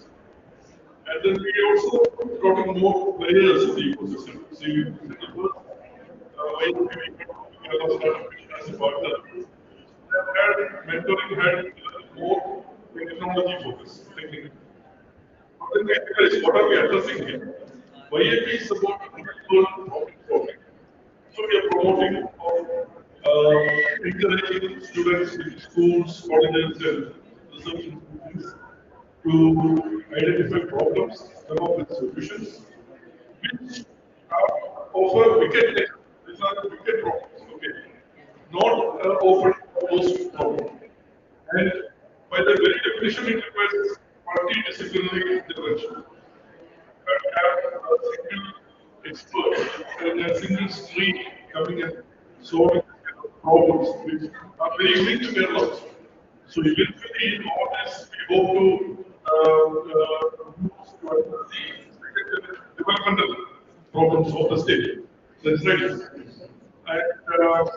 And then we bring in a collaboration between students, even between disciplines, because we have the references. If you look at how engineering motivating students more confidence, more conversant with technology, with the platform or with ideas of vision, which the arts student may not humanities because of their. So when they collaborate as a team, there's a lot of synergy happening. There is the students. Then we have domain institutions like Agricultural University, UFOs, experts being given to the students. So that brings in another dimension. And so we have the academy, which is where all the students are coming, the academic institutions. And like the facilitators, there are wide coordinators in all these schools and colleges who we train also on design thinking topics and all of this. So that, and then we have the industry, academic, and government, which is us who will be increasing. So this is a good thing. And then you bring another level of the local bodies, because many of the problems are also hyper-local. We try to bring in grassroots level intervention and government. So that makes it a quarter place. So these are all proven successful across the world. Silicon Valley from this scale. China, for example, was, and exactly what we are trying to create here also. And there are activities of experts, the community of practice, which is expertise pulled up and people giving back to society by way of they have what we call tacit understanding. You can't Google it or get it from your person. So that is a tacit learning is also important to these students and teachers, and so the whole ecosystem is necessary steps of how this community connect happens in the way I hope I know. Great. Thank you, Mr. This is very important. I'm glad you brought up the feelings in the newer model, which the 21st century problems are embraced with modern feelings, looking at the universities, government, industry, and now the civil society also. It's also important how non-traditional classroom models or these collaborative learning models eventually add or plug into this important aspect and then lead to the specific end of positioning and being having them readily extremely knowledgeable. So that, I would like you to address that specific aspect. How all of this links to the larger knowledge economy and starting with the big points that non-traditional classroom learning models. And how does this eventually fit into the larger scheme of things, the largest canvas, where Kerala sees itself to be positioned in global knowledge economy space.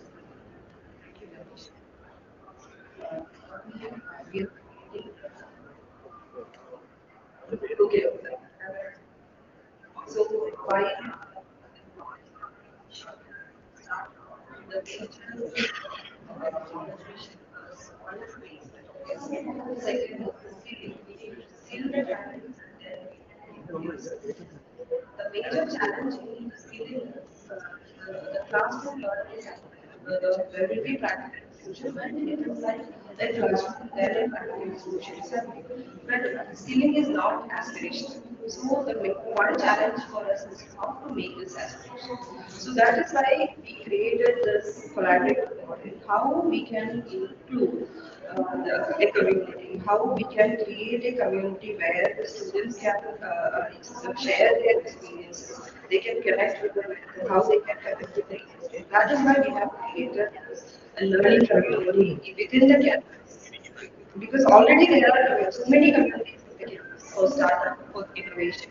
Then Google Spaces, there, Amazon. There are so many communities are already in the campus. But it is not like those who want to get job.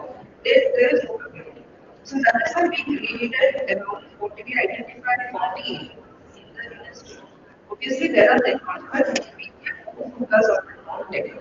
So these non-tech areas, we need to create communities within the campus so that these communities will, over the period, create the learning hubs within the campus, and these will be the talent hubs for we can shout it. So that is why we created this community. So we created two programs within the campus. One is talent accelerator where the students from the campus who are interested in it will come together with the help of a faculty as a mentor.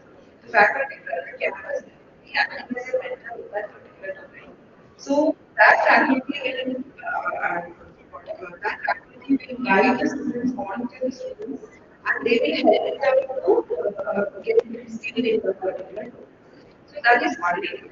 This is a 3-month program where there is a collaboration of the industry as well. In between the session, there are two, they can interact with two industry sessions so that they can have a clear idea of the industry perspective as well. So that is one. Then second one is the learning consultancy, where obviously we know that even it is a faculty, there are so many internet for reason. So that is why we created a peer group. So that they are more, nowadays the students are more fluent in so that is why we created this peer learning circle with a peer meditation. So that other, their ability acting as for that particular community. They will collaborate and they will share their knowledge, they will share their experiences. In academy where we are saying there can be some CEOs of the companies, there are some managers of the companies, everybody is there. So they can give their ideas, they can share their experiences, and they will be knowing, okay, when you are grabbing the skill, it's very essential for me to get into a wider community of you know, that is why we created these two models. Obviously, this collaborative learning model is creating so many impacts in the campus. And not only the technological we are trying more on the non-technical domain, especially finance. Those areas there are no critical right now. So within the campus, so in each campus we are trying to create communities in all the domains that particular campus. So that it will ultimately will contribute to the overall knowledge of the body and will be the basis.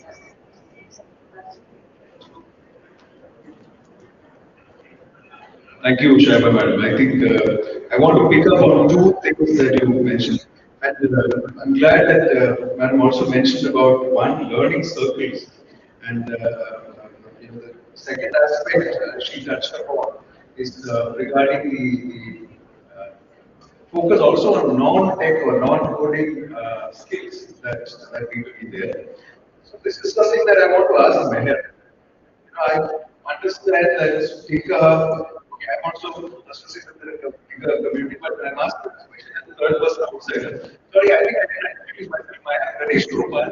I am the co-founder of a small non-profit based out of CEI, Center for Development Initiatives. Also co-founder of Tikal Foundation, and I work with the ICAP in New Delhi. So, I've been tasked to ask the tough questions today and kind of have a brainstorming on these emerging issues that we face here in learning field today, and not just in Kerala, but across the world. When we really deluge of technology changes, AI, and all of these things that we've started to face with So in this context, what I want to ask is, one, I also mentioned about learning circles, data and model. So I also mentioned about there being a power dynamic of access of students to teachers. So your teachers go to be your mentors, and then they are not going to be as accessible. Not talking about cadence or plans or any of these schemes, but overall throughout the world, that is a difference because there is a dynamic. Somebody stands on a platform and a podium and speaks to you, and you sit down as a learner. So there is pedagogy involved. How does learning circles or think about model, how is it different in this particular aspect?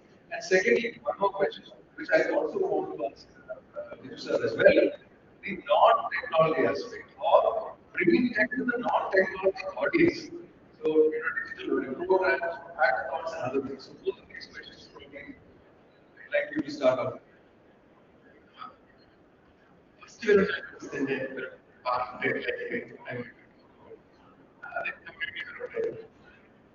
circles and how non-pedagogy, non-dynamic teacher-student program through communities like Giga. Anyway, we have നമ്മുടെ decade മുമ്പ് കോളേജിൽ പഠിക്കുന്ന സമയത്ത് ഒരു ചെറിയ lady club പോലെ തുടങ്ങിയതാണ് teacher. അപ്പോ ആ കാലഘട്ടത്തിൽ ഇത്രയും ലാസ്റ്റ് 10 വർഷത്തിൽ ഒരു ഭയങ്കര വിസിബിൾ ചേഞ്ച് ഉണ്ടെങ്കിൽ നമ്മള് പേഷ്യൻസ് ഒരു ഒരു മാനമുണ്ട് ഒരു ചാപ്റ്റർ ട്രെയിനിങ് പദ്ധതിയുടെ ഭാഗമായിട്ട് എക്സ്പീരിയൻസ് ആയ അടിപൊളി ആൾക്കാരുണ്ട്.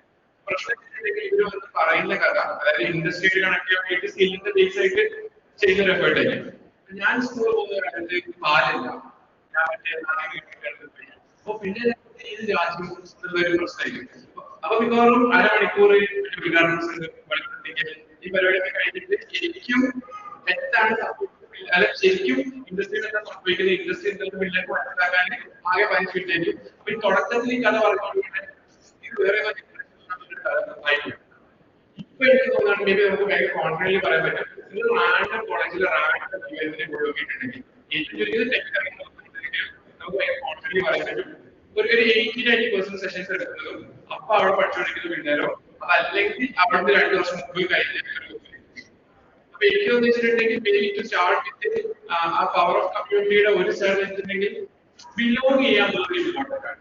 എന്നുവെച്ചാൽ ആൾക്കാർക്ക് നമ്മൾ ഇങ്ങനെ ഒരാൾ വന്നിട്ട് എന്തൊക്കെയോ പറയുന്ന പോലെക്കാട്ടിലും റിലേറ്റീവിറ്റി ഒരു ഓവർ പ്രശ്നമാണ്. എന്ന് വെച്ചാൽ ഞാൻ ഇപ്പൊ പറയും യുഎസിന്റെ പശുമാണായത് ഭയങ്കര ഭീകര പവർഫുൾ റോളാണ്. നമുക്കറിയുന്ന കേരളത്തിൽ നിന്നുള്ള അത്ര പ്രിവിലേജ് അല്ലാതെ IAS മൊത്തത്തിൽ വായിക്കുമ്പോൾ നമുക്ക് ഏറ്റവും ശതമാനം പവർ IAS പവർ ഭയങ്കര ഡിഫറെന്റ് ആണ്. നമ്മുടെ കോളേജിൽ പഠിക്കുന്ന നമ്മുടെ ക്ലാസ് പഠിക്കുന്ന പിള്ളേര് നമുക്ക് അത്ര പെട്ടെന്ന് ചെയ്യാൻ പറ്റുന്ന സാധനങ്ങളൊക്കെ നമുക്ക് തോന്നുന്നുണ്ടാവാം.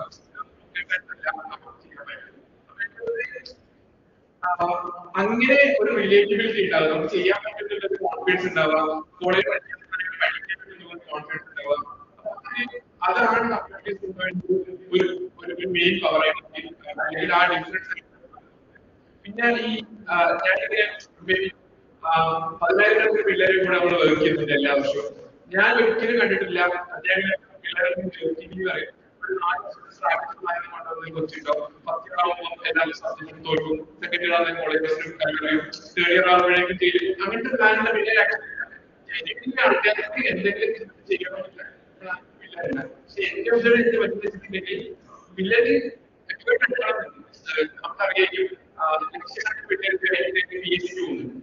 അത്ര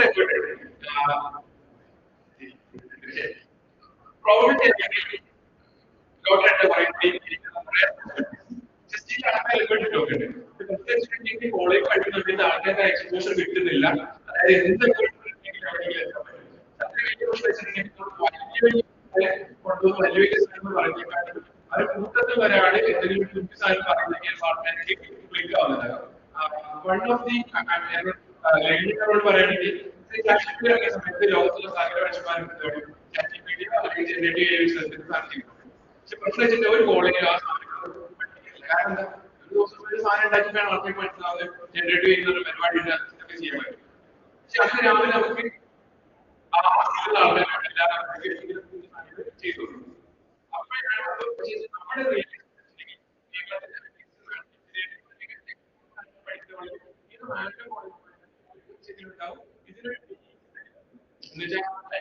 LLMs ഉള്ള സാധനമുണ്ട്, ട്രാൻസ്ഫോർമേഷൻ സാധനമുണ്ട്, ഇത് അവർ വെച്ചിട്ടുണ്ട്. ഓരോ വെച്ചിട്ടുണ്ട് ഒരു കഥയാണ്.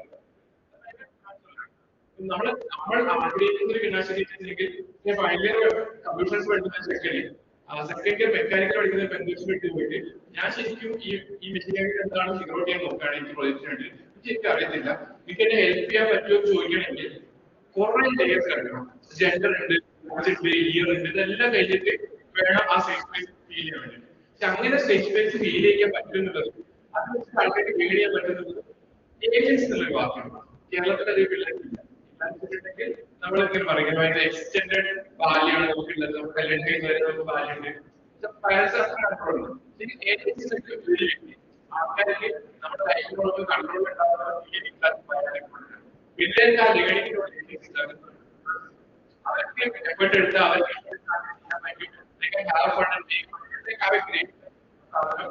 അവർ കൂട്ടത്തിൽ ഏതെങ്കിലും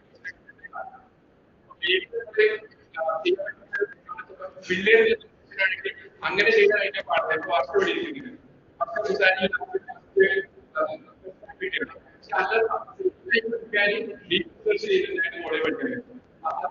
ഞാൻ കോളേജ് എനിക്ക് സെക്കൻഡ് ഇയർ പഠിക്കുന്ന അപ്പൊ അത് കാണുമ്പോൾ വളരെ മനസ്സിലാകുന്നത്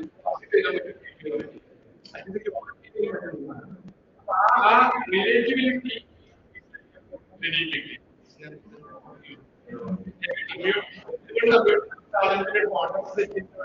ബാക്കി പറയാനുള്ള I'm glad that you brought up this. Malayalam ഭൂരിഭാഗം ആൾക്കാർക്ക് മലയാളത്തിൽ സോ രണ്ട് കാര്യങ്ങൾ. ഒന്ന് റിലേറ്റബിലിറ്റി. നമ്മൾ ആ ഒരു power dynamic teacher student model break ചെയ്ത് നമുക്ക് റിലേറ്റബിൾ ആയിട്ടുള്ള നമ്മുടെ student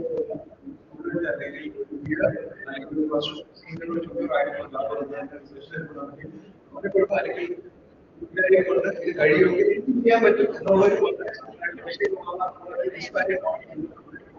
This is probably more powerful than an example. രണ്ടായിരം ഏജൻസി ആൻഡ് വളരെ സ്പെസിഫിക് ആയിട്ടുള്ള ടിക്കറിലാണെങ്കിൽ മലബാർ ഒരുപാട് പെൺകുട്ടികൾ ജീവിതത്തിൽ കണ്ടിട്ടുള്ള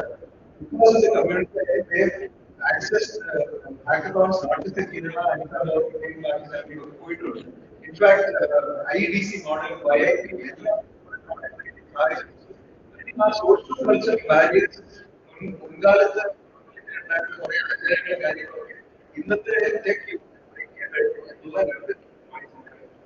I think Mr. wants to add on to this also, and then we want to come to the also. I will come after this.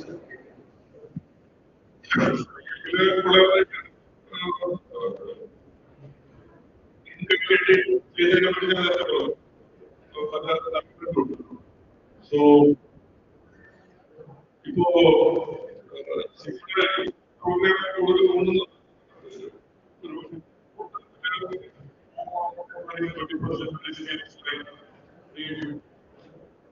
communication, critical thinking, and problem solving. When it comes to it's more of skilling towards better employment and organization. Pressure come up with a research solution or program trying now what we say was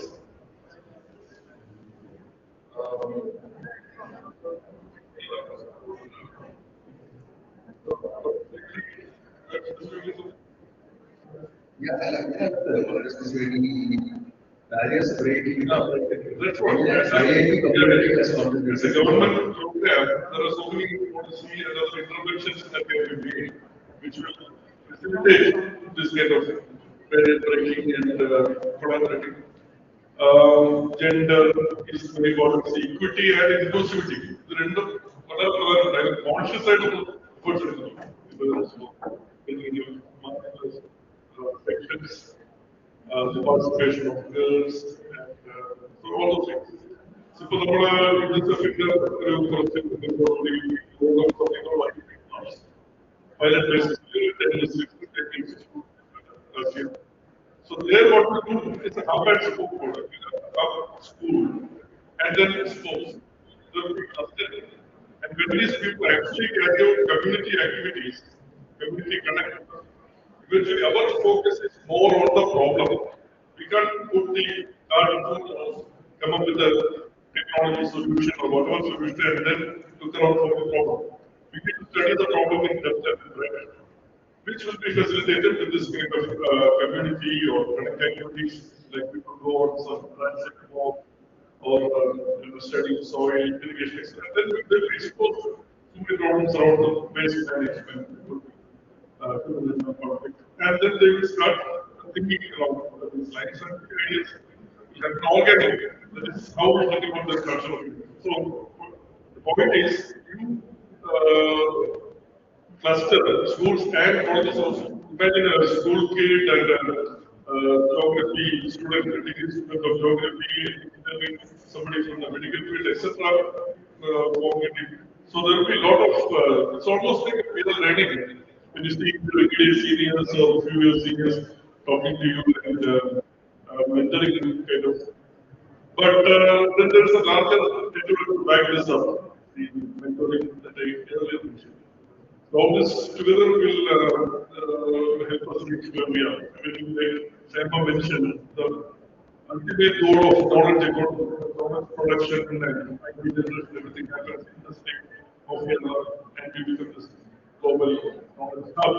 So these are like one of the strategies that we're going to be looking at culture or ecosystem of innovation. Right? This feeds into the. So അതിനകത്ത് നമ്മളിപ്പോൾ സർവസാനം പറഞ്ഞ ഭാഗം നമ്മൾ എത്തേണ്ട ക്ലാസ്സിൽ നമുക്ക് വളരെ clear ആണ്. ഒരു ഭാഗത്ത് സാർ പറഞ്ഞത് മറ്റേ വൈഎപി എങ്ങനെ correctly covered, and I think given us an idea about how YAP specific program is nurturing such communities. But I want to ask two questions, but സമയ പരിമിതി കാരണം ഞാൻ അത് ഒരുമിച്ച് ചോദിക്കുകയാണ്. ഒന്ന്, I think most of the world is still clueless as to what the future of work is going to be. AI revolution, Gen AI, I think everybody wants to be part of it, but nobody's really clear as to which direction it's going. I mean, the sense of direction is there, but everything is linked. What is a futile exercise? I think question this is one thing. So, what is the future of skills, the future of work going to be, and the future of the workplace overall? Overall, where the concerns, but I'm not getting to that. So this, and secondly, how do we in Kerala or communities through tech communities, how do we bring out a vision for building, a culture of collaborative learning that specifically addresses these concerns regarding the future of work? So, Shaiba madam, I'd like you to start and probably after.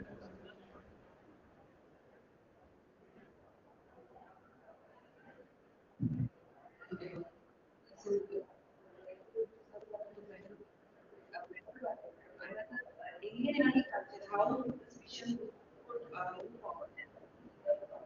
One is, as you mentioned, there is a change in the industry, like industry 2.0, and now it is education also.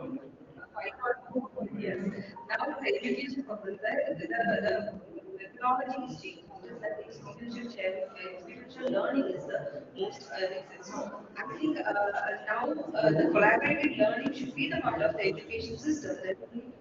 Within the campus, there is a learning community, there is a learning content.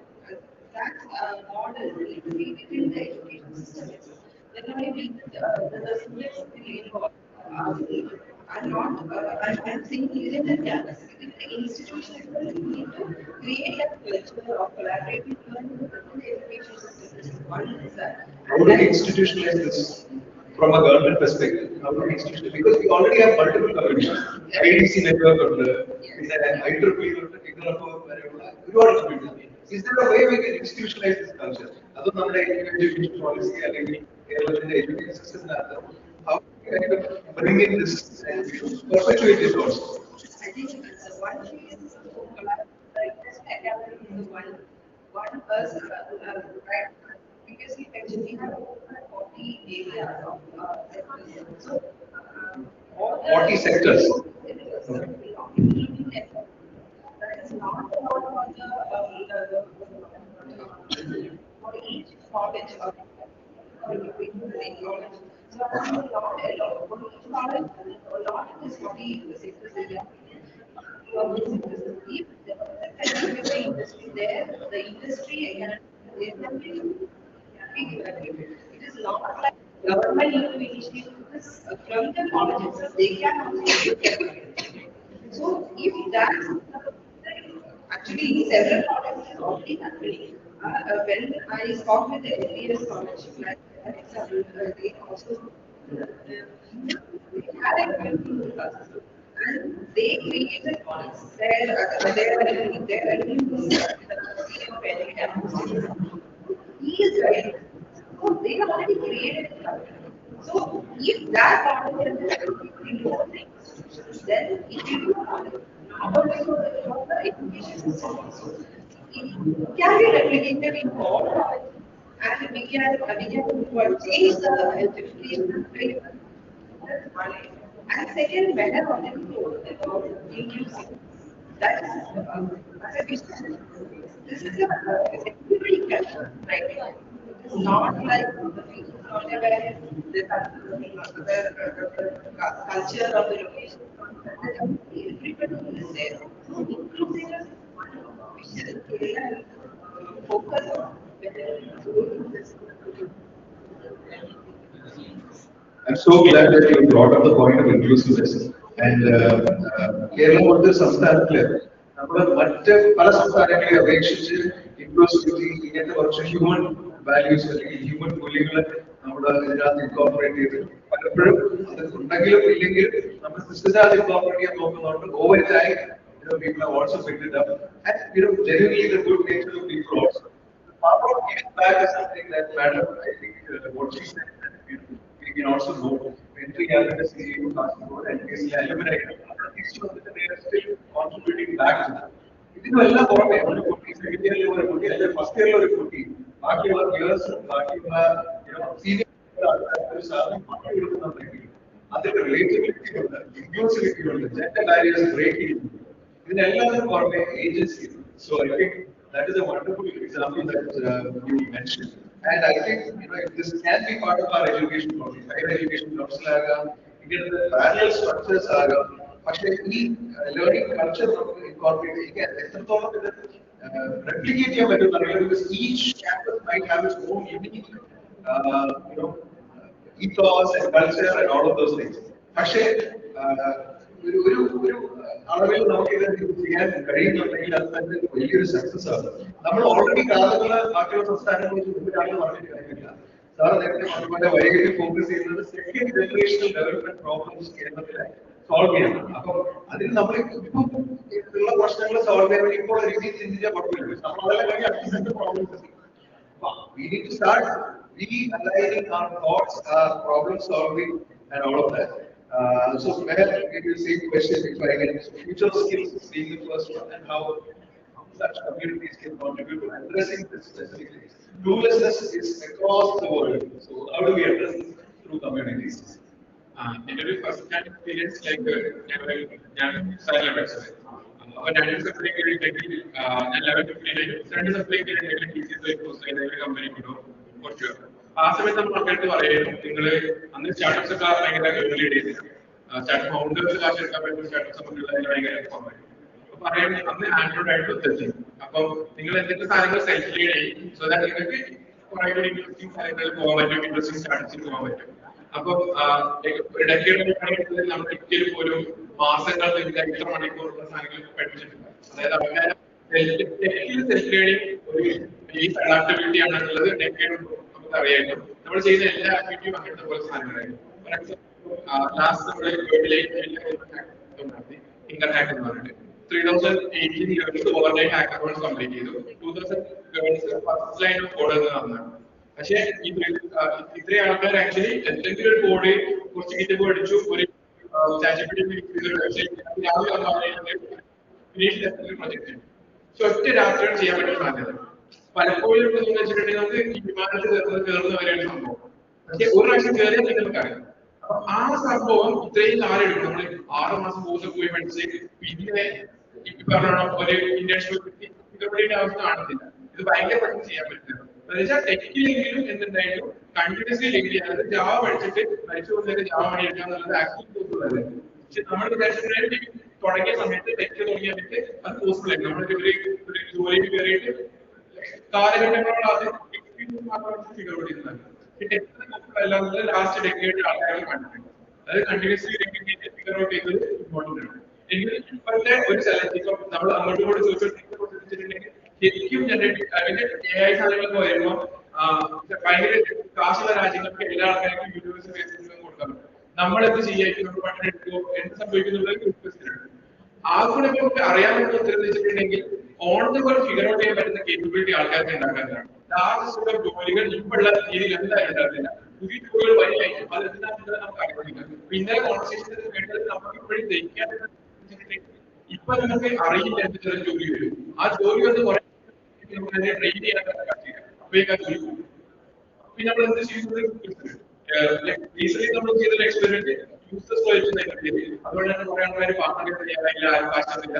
പക്ഷേ പിന്നീട് 3000 പിള്ളേർ last പാടുന്നുണ്ട്. നിങ്ങളെ പോയിട്ട് എന്തെങ്കിലും ഒരു interest product കഴിയും. അത് മെറ്റീരിയലിലാവാം, വെൽബീങ്ങിലാവാം, കൃഷിയിലാവാം, and try to build something. അപ്പോൾ നിങ്ങൾക്ക് ടെക്നിക്കലിയാണ് കപ്പാസിറ്റി വേണം. നിങ്ങൾക്ക് വേറെ ഏതെങ്കിലും ഡൊമൈനിൽ പോയിട്ട് പ്രൊഫഷണലി കണ്ടുപിടിച്ച് സോൾവ് ചെയ്യാനുള്ള കേപ്പബിലിറ്റി വേണം. ഒരു ഓണ്ടർപ്രണറിയൽ ആസ്പെക്ട് ആക്ച്വലി ഉണ്ട്. പക്ഷെ ഹൈ ഏജൻസി ആൾക്കാർക്ക് മാത്രമേ ചെയ്യാൻ പറ്റുന്നുണ്ടാവുള്ളൂ. പക്ഷെ അങ്ങനെയാണെങ്കിൽ എങ്ങനെ നമുക്ക് ആൾക്കാർക്ക് ഈ ഹൈ ഏജൻസി കൊടുക്കാം എന്നുള്ളൊരു പ്രശ്നമാണ്. അപ്പൊ ഓണസ്റ്റ്ലി എനിക്ക് അറിയത്തില്ല, ഭയങ്കര ക്ലാരിറ്റി എനിക്ക് ഫ്യൂച്ചർ അറിയാന്ന് പറയുന്ന ആൾക്കാർക്ക് വലിയ പ്രോബ്ലം. അവർക്ക് എന്തെങ്കിലും GPU വിൽക്കാനോ അങ്ങനെ എന്തെങ്കിലും പരിപാടി. പക്ഷെ ആർക്കും അറിയത്തില്ല. കൺസൾട്ടേഷൻ ഉണ്ടെങ്കിൽ നമ്മളും നമ്മുടെ അടുത്ത തലമുറ വരുമ്പോൾ എന്ത് സംഭവിക്കുന്നുള്ളത് ഒരു ഭയങ്കര ക്വസ്റ്റ്യൻ വേണം. അവർക്ക് ജോലി ഉണ്ടാവോ, എന്ത് തരം ജോലിക്ക് ആൾക്കാർ കേപ്പബിൾ ആകാൻ പറ്റുന്നത്. അപ്പൊ എനിക്ക് തോന്നുന്നത് on the world figure out ചെയ്യാനുള്ള ഒരു കേപ്പബിലിറ്റി ആൾക്കാർക്ക് കൊടുക്കാൻ പറ്റുന്നതാണ് നമുക്ക് നമ്മൾ ഫിഗർ ഔട്ട് ചെയ്തിട്ടുണ്ട്. പക്ഷെ അത് വെച്ചിട്ടുണ്ടെങ്കിൽ കുറെ ആക്ടിവിറ്റീസ് നമ്മൾ കൊടുക്കേണ്ടത് ഭയങ്കര ഇമ്പോർട്ടൻ്റ് ആണ്. പക്ഷെ നമ്മൾ അല്ലെങ്കിൽ കുറെ കൂടി സ്കൂൾ ലെവലിൽ എന്തായിരിക്കും, അതായത് ഈ കുറച്ച് ഇന്നോവേറ്റ് പറ്റുന്ന അവസ്ഥയൊക്കെ നമുക്ക് അറിയാം, ഫിഗർ ഔട്ട് ചെയ്തിട്ടുണ്ട്. പക്ഷെ അതിന് മുമ്പ് നടത്തുന്നത് ഭയങ്കര ഇമ്പോർട്ടൻ്റ് ആയ പ്രശ്നമാണ്. കാരണം കുറെ കൂടി ഇപ്പൊ ഇന്നലെ ചോദിച്ചിട്ടുണ്ടെങ്കിൽ ഡീസിക്ക് ഉണ്ടാക്കുന്നത്. പക്ഷെ പ്രശ്നം ഡീപ്ലി മാത്തിൽ പോകാൻ ആവേശം ഉണ്ടാക്കാൻ എടുക്കുന്നുണ്ട് എന്നുള്ളൊരു ക്വസ്റ്റ്യൻ. അപ്പൊ എനിക്ക് തോന്നുന്നത് ആ ഡെപ്ത് ഓഫ് സംഭവങ്ങൾ ഇവൻച്വലി എന്തായാലും പ്രശ്നം. അതായത് ഇത് ശരിക്കും ഇത് ശരിക്കും ചെയ്യണമെന്നാണ് നിങ്ങൾക്ക് ആക്ച്വലി ഫിഗർ ഔട്ട് ചെയ്യാൻ പറ്റും. അപ്പൊ പക്ഷെ നമ്മളിപ്പോ കൂടെ എക്സ്പ്ലോർ ചെയ്തെന്ന് വെച്ചാൽ പല ഡൊമൈൻസ് പോയിട്ട് അവിടെ ഉള്ള പ്രോബ്ലം സ്റ്റേറ്റ്മെന്റ് കണ്ടുപിടിച്ച് സോൾവ് ചെയ്ത്, പക്ഷെ അതിനൊരു ഇവന്റെ ഒരു ആവേശം ഒരു ഫണ്ടില്ലെങ്കിൽ അത് ചെയ്യാൻ പറ്റത്തില്ല. പക്ഷെ എനിക്കത് കേരളത്തിലെ ഒരു ബിഗ്ഗസ്റ്റ് ഗുഡ് തിങ് ആയിട്ട് തോന്നുന്നത് ആയിരക്കണക്കിന് ആൾക്കാർ out really want to order. നമ്മുടെ ഫസ്റ്റ് എക്സ്പീരിയൻസ് നമ്മൾ ഒന്നും അറിയുന്നില്ല എന്ന് പറഞ്ഞാൽ ആക്ച്വലി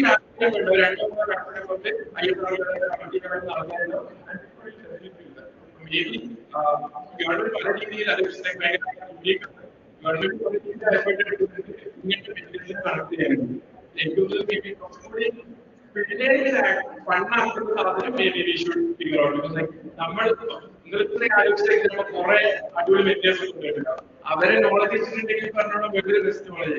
പക്ഷെ അത് ആക്സസിബിൾ ആക്കാൻ വേണ്ടിയിട്ട്, അതായത് വില്ലേജിന് ചെയ്യേണ്ടത്. അപ്പൊ ഇന്ന് ഏജൻസി പാർട്ടി ഫിഗർ ഔട്ട് ചെയ്തിട്ടുണ്ട്.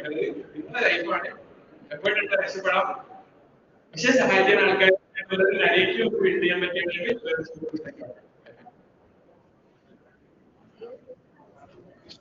much Meher for hitting the nail right on the head.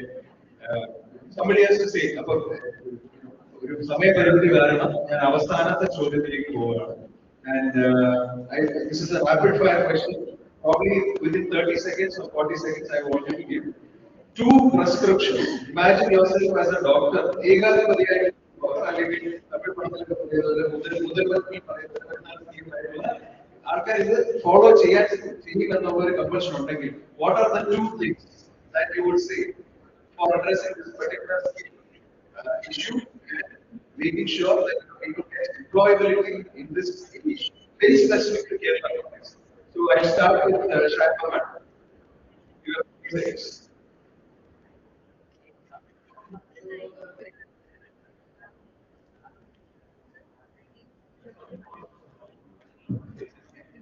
Okay, Kerala University is only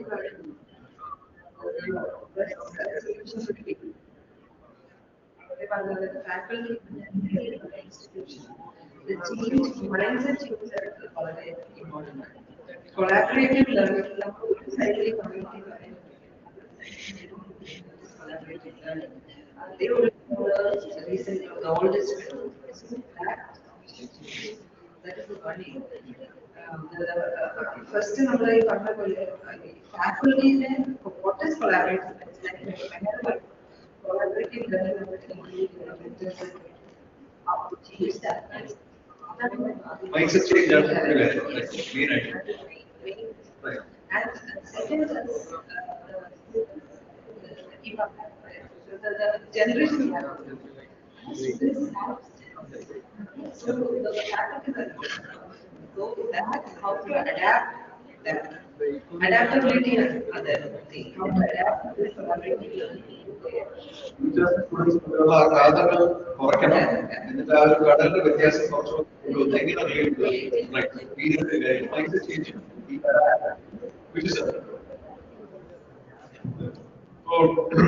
അധ്യാപകനും അല്ലെങ്കിൽ അധ്യാപികയും കുട്ടികളും തമ്മിലുള്ള ചേർന്നുള്ള ഒരു കോ ക്രിയേഷൻ തന്നെയാണ് കൺസ്ട്രക്റ്റീവ്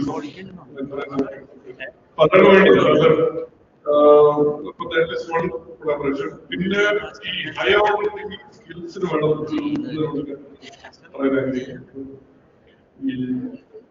സോ ഹിയർ സ്കില്ലിലേക്ക് ഈ ലേണിംഗ് പ്രോസസ്സിന് നമ്മൾ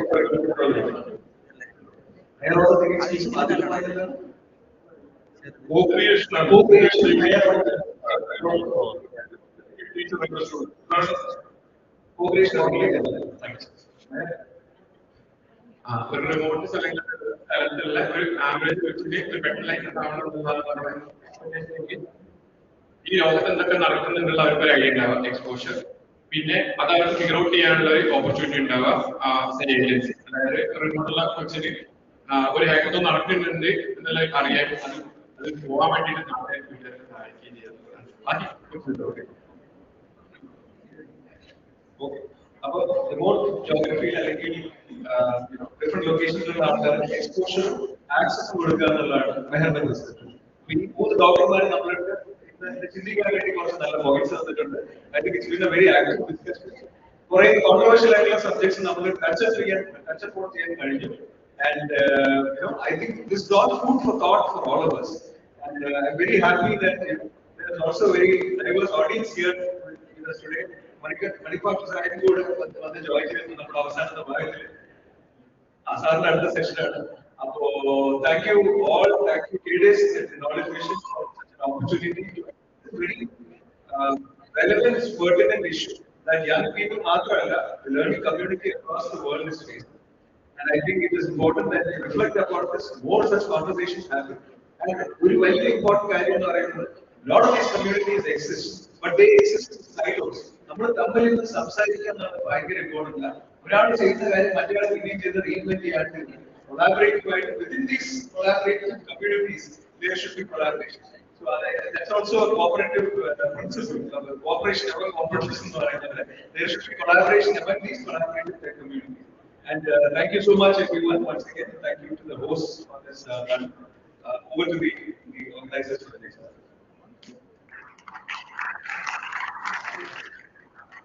Thank you, speakers, for sharing your valuable insights. We are done with the session on fostering collaborative growth, the power of learning communities. Now, to honor our moderator, Mr. Ganesh Gopal, co-founder, CV, I invite Dr. Anupa, Senior Program Manager of CADIS, to present him with our token of appreciation.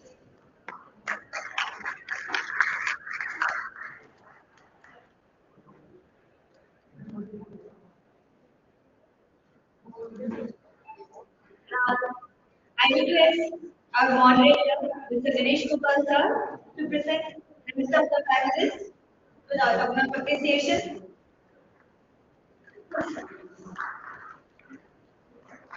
Starting with Megha and co-founder, Speaker Hub.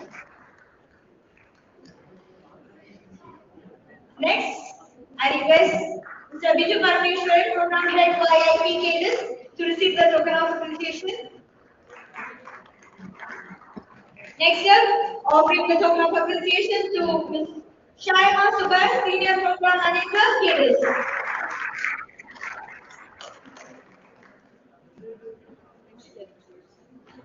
Thank you so much.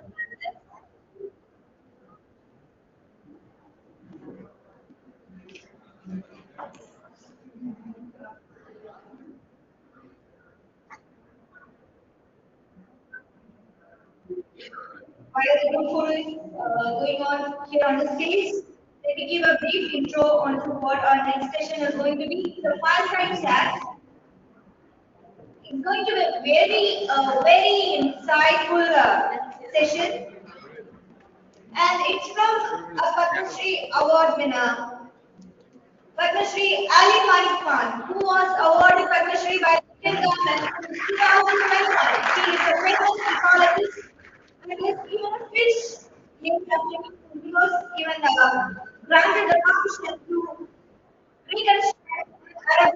So let's welcome Padma Shri Ali Malik Khan. So this fireside chat, Padma Shri Ali Malik Khan is going to be conversing with Mr. Vidhu Parmeshwaran.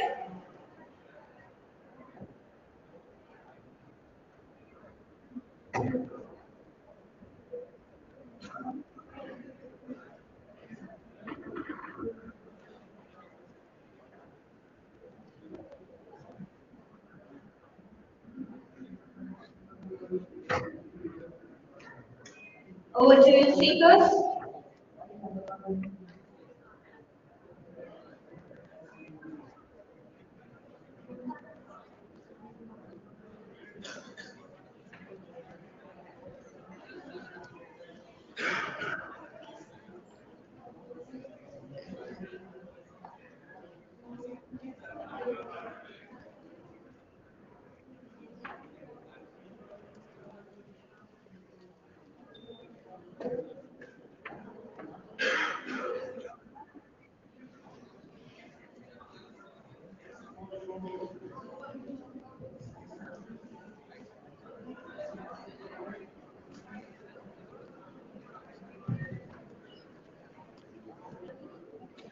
Good afternoon, everyone. So, very happy to introduce you to luminary. We have a person who has come all the way from Kozhikode, Padma Shri Ali Manikfan, a very dynamic, multi-talented innovator, and he knows many languages. So, what do you call it? Polyglot. And if you just Google and find out something about him, you will not be sure what is his major areas because he's an expert in so many things. Like he hails from Lakshadweep, Minicoy Island, and he is excellent in marine biology, shipbuilding. He has got patents making a moped. It all comes from need. Very interesting how he does his inventions and innovations. He had the need to travel, to drive, so he studied in detail for 1 year about automobile technology and how it works going inside. I mean, it's a very good example of tinkering and quest for knowledge. Which we had our Young Innovators program. It's a major governmental program for promoting school and college innovation. So those winners were there. I hope some of them are still there. We had a session with them. So they could learn a lot of lessons. One of them is listening to you. That was my university. Because innovation is a word very much used nowadays, and even the state realized that for its development, innovation because of the unique challenges that people have. We can have large manufacturing plants, we cannot have ecological reasons, we cannot have so many things, we are not very rich in mineral resources. So that is why this innovation is being promoted at the school level by EPs. Anyway, I want, because people are waiting to hear from you. Maybe I will start asking you which is your favorite, do you have a favorite area among your the subjects that you are traveling? Let's start with marine biology and fish around the actually ocean that was named after you. One person of marine fisheries.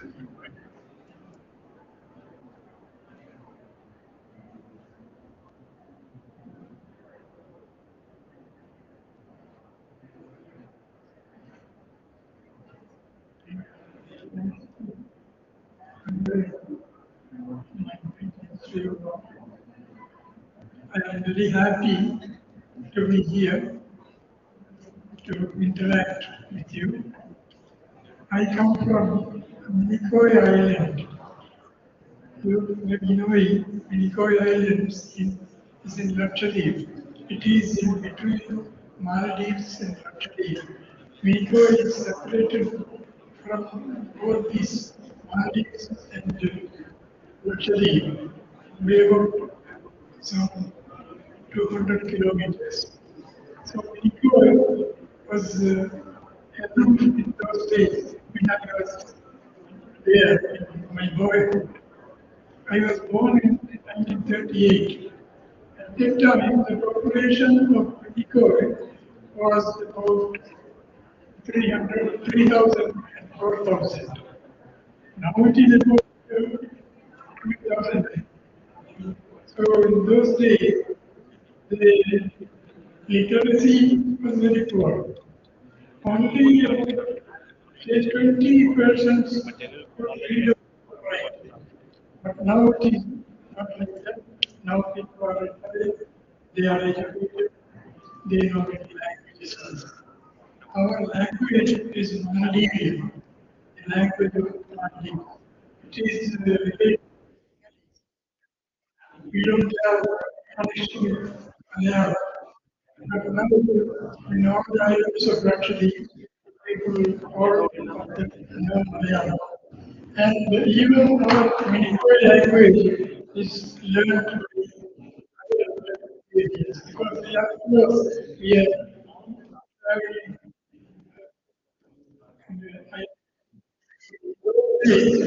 Minicoy was not connected. I remember in my boyhood, some of the boats straight from Lakshadweep and using the way they reach Minicoy because Minicoy is a lighthouse, it's seen, the edge of it is seen 40 miles. So they used to come and remain with us. Their language, their culture, even because it's entirely different. We belong to Maldives, but we are not Maldivian. We were separated from the, I don't know, many thousands of years. We were separated from the islands. So, we are included in luxury of the island that is in 1950s when the states of Kerala was raised at the time. Our luxury also is all decided. We are entering the populated islands. Actually, about 36 islands, of which only 10 islands are populated. So it is like that we are living separately according to our culture and government wants to protect our culture, our language and everything. So we are disturbed at all. We are very happy we will be there. And Minicoy is the only island in Lakshadweep who will catch the tuna. Tuna fishery is a very interesting type of fishery. I think it is developed by the Maldivians because I know that during the time of Raman, they he wanted Nico Island to train to catch tuna fish. So he brought from tuna fishing express Java. But when they went, our Nicoy people could catch tuna. The Nicoy people could catch 10 tuna when these people could catch only one.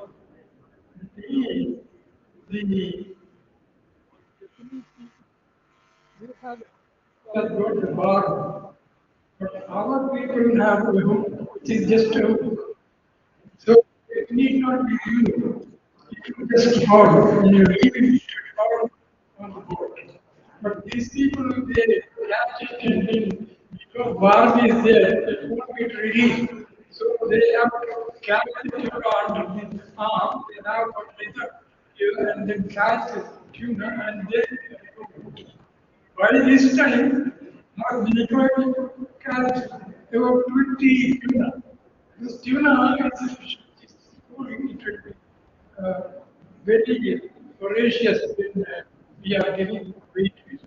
Tuna fishing is very interesting. You can see it in very interesting type of fishery.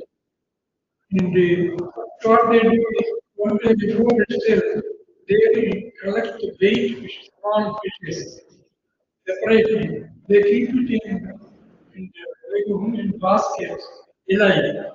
The next day when they are going for fishing, they will transfer it to the boat. The boat has got arrangement,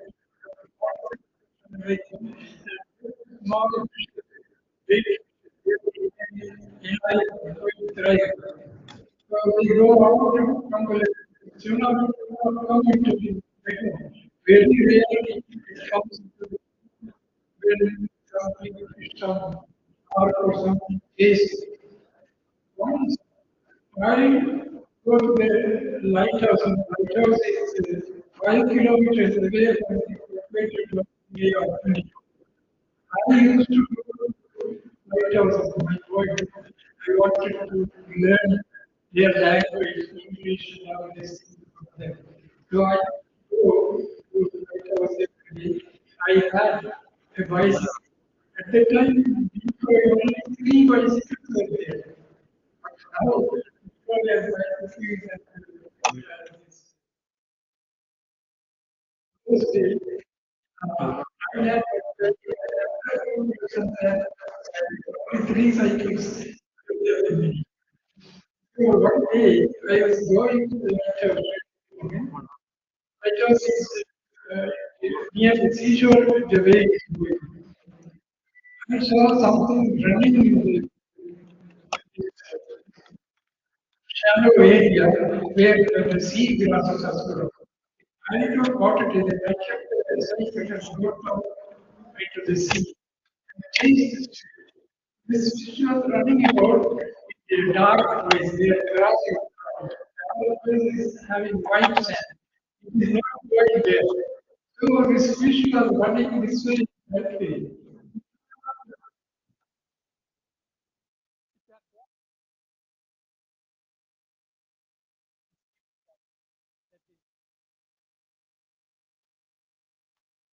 Thank you.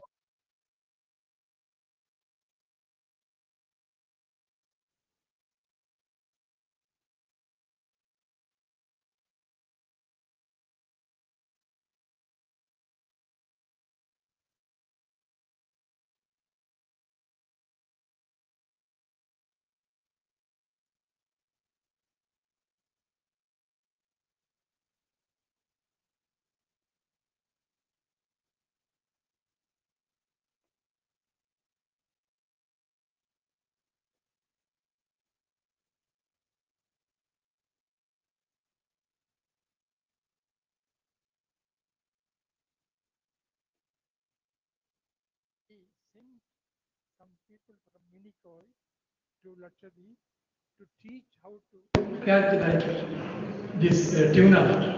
Tuna caught in their boats is a separate type of boat. Their boat is built in the way that is tying the plant to square road, and they apply the fish oil in that. So they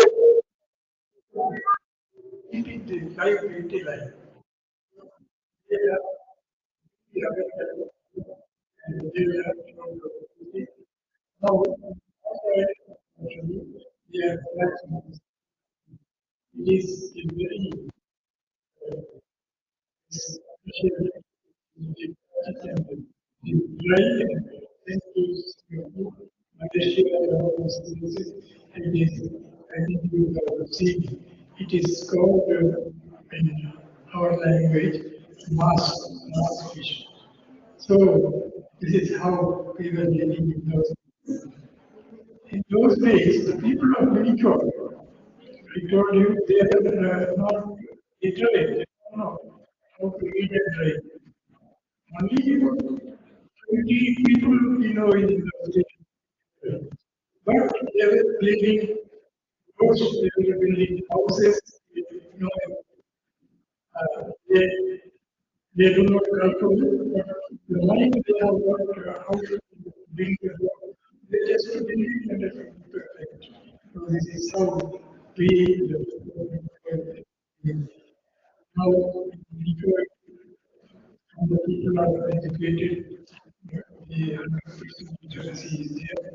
They know Malayalam, English, Hindi, and other languages, Nigerian language. That is how our life was going. So this is I would like to come. Thank you. Okay. Yeah. So, we got an insight into how curiosity led to learning so many things. Shipbuilding also you mentioned, and we actually built a ship, provide some technology from online.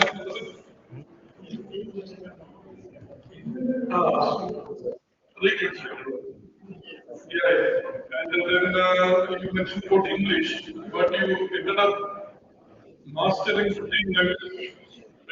You can read and write in all those languages. You can read and write in 15 languages.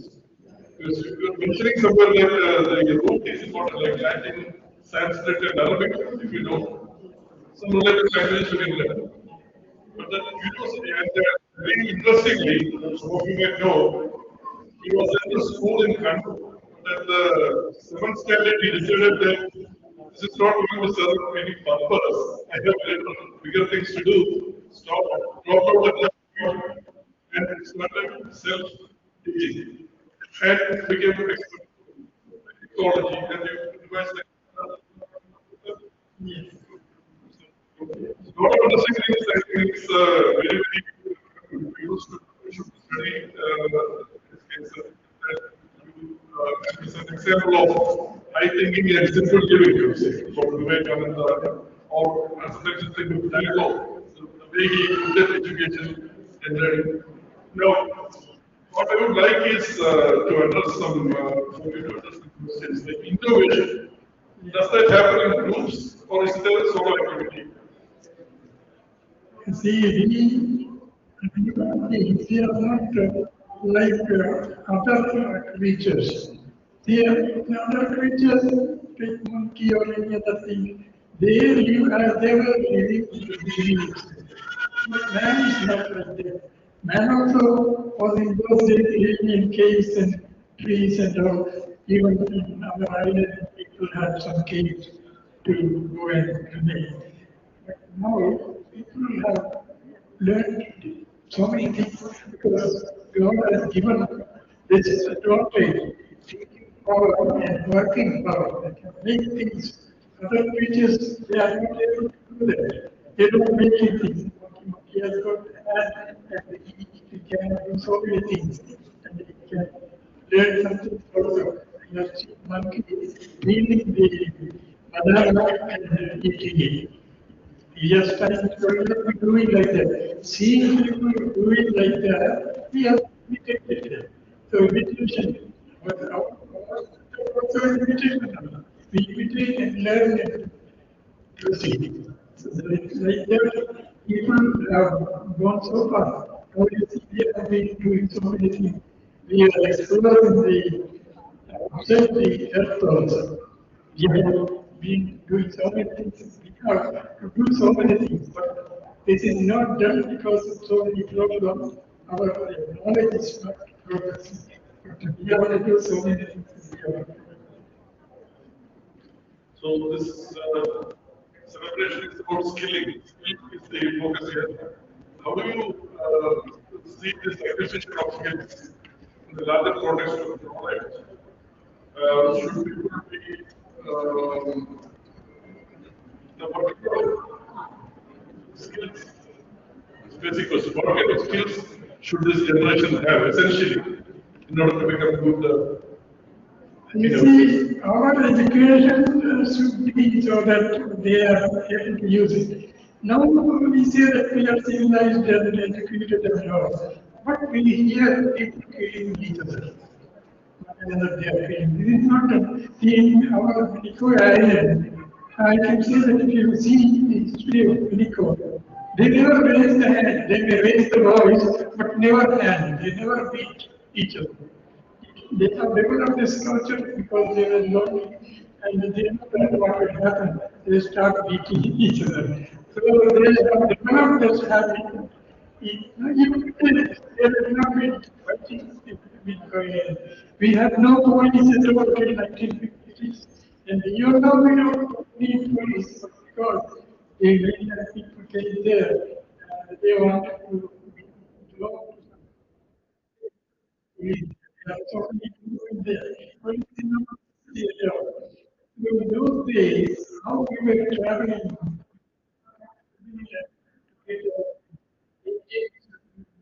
use the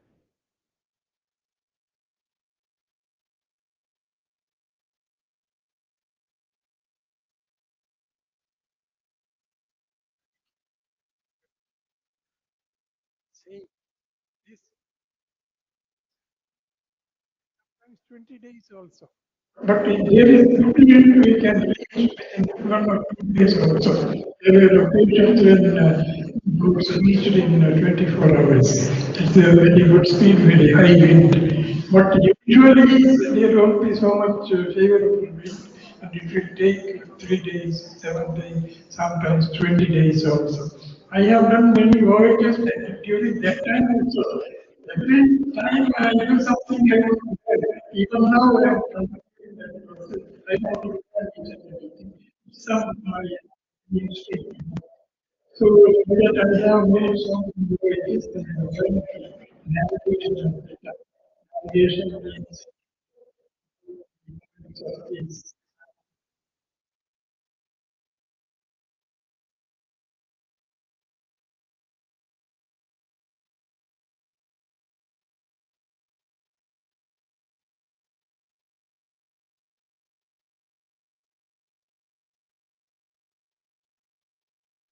you can see the skeleton very in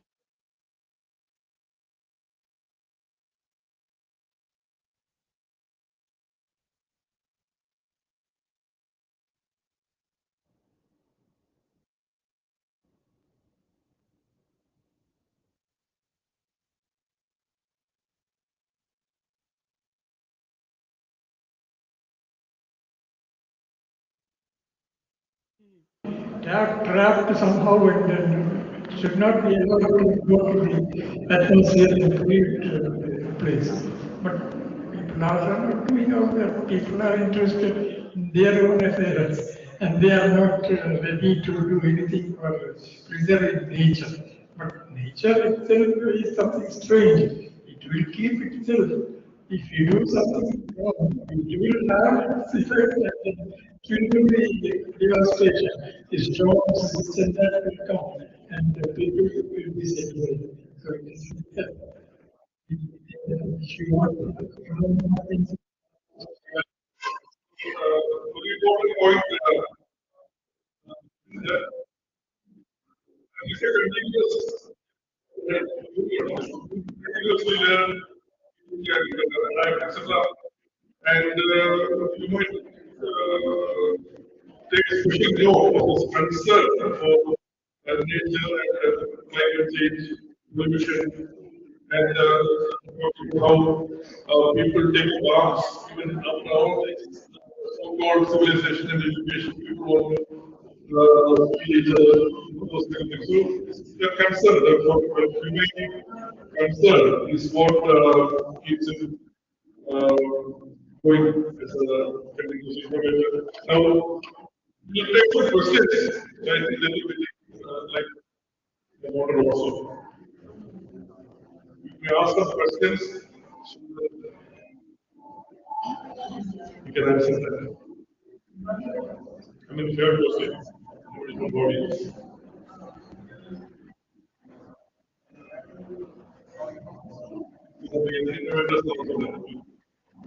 You are from the earlier session. Six youngsters. Hello, sir. Yeah. You can answer. It's nice to have you, sir, here. This is nothing about innovations. Since you have got a much experience with water, I'm just asking out of curiosity. And I'm also working on water and how human beings are interacting with water. So that's what actually the area that I'm working on in my PhD thesis. So out of curiosity, I'm asking this question, sir. Since you have got connection with seawater and seawater life, I just want to know your take on how people, those who are living in islands, connected with seawater. How people in the island connected with what? Seawater. Seawater. Just to know his take also. Doing research on seawater. Your take on how people in the island actually Any island. How they connected with water. How do you define? You see, actually, the islands are surrounded by sea. Island is very small. But you see, the nature is so kind that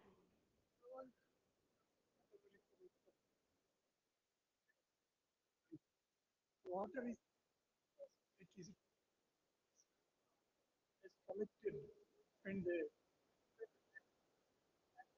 will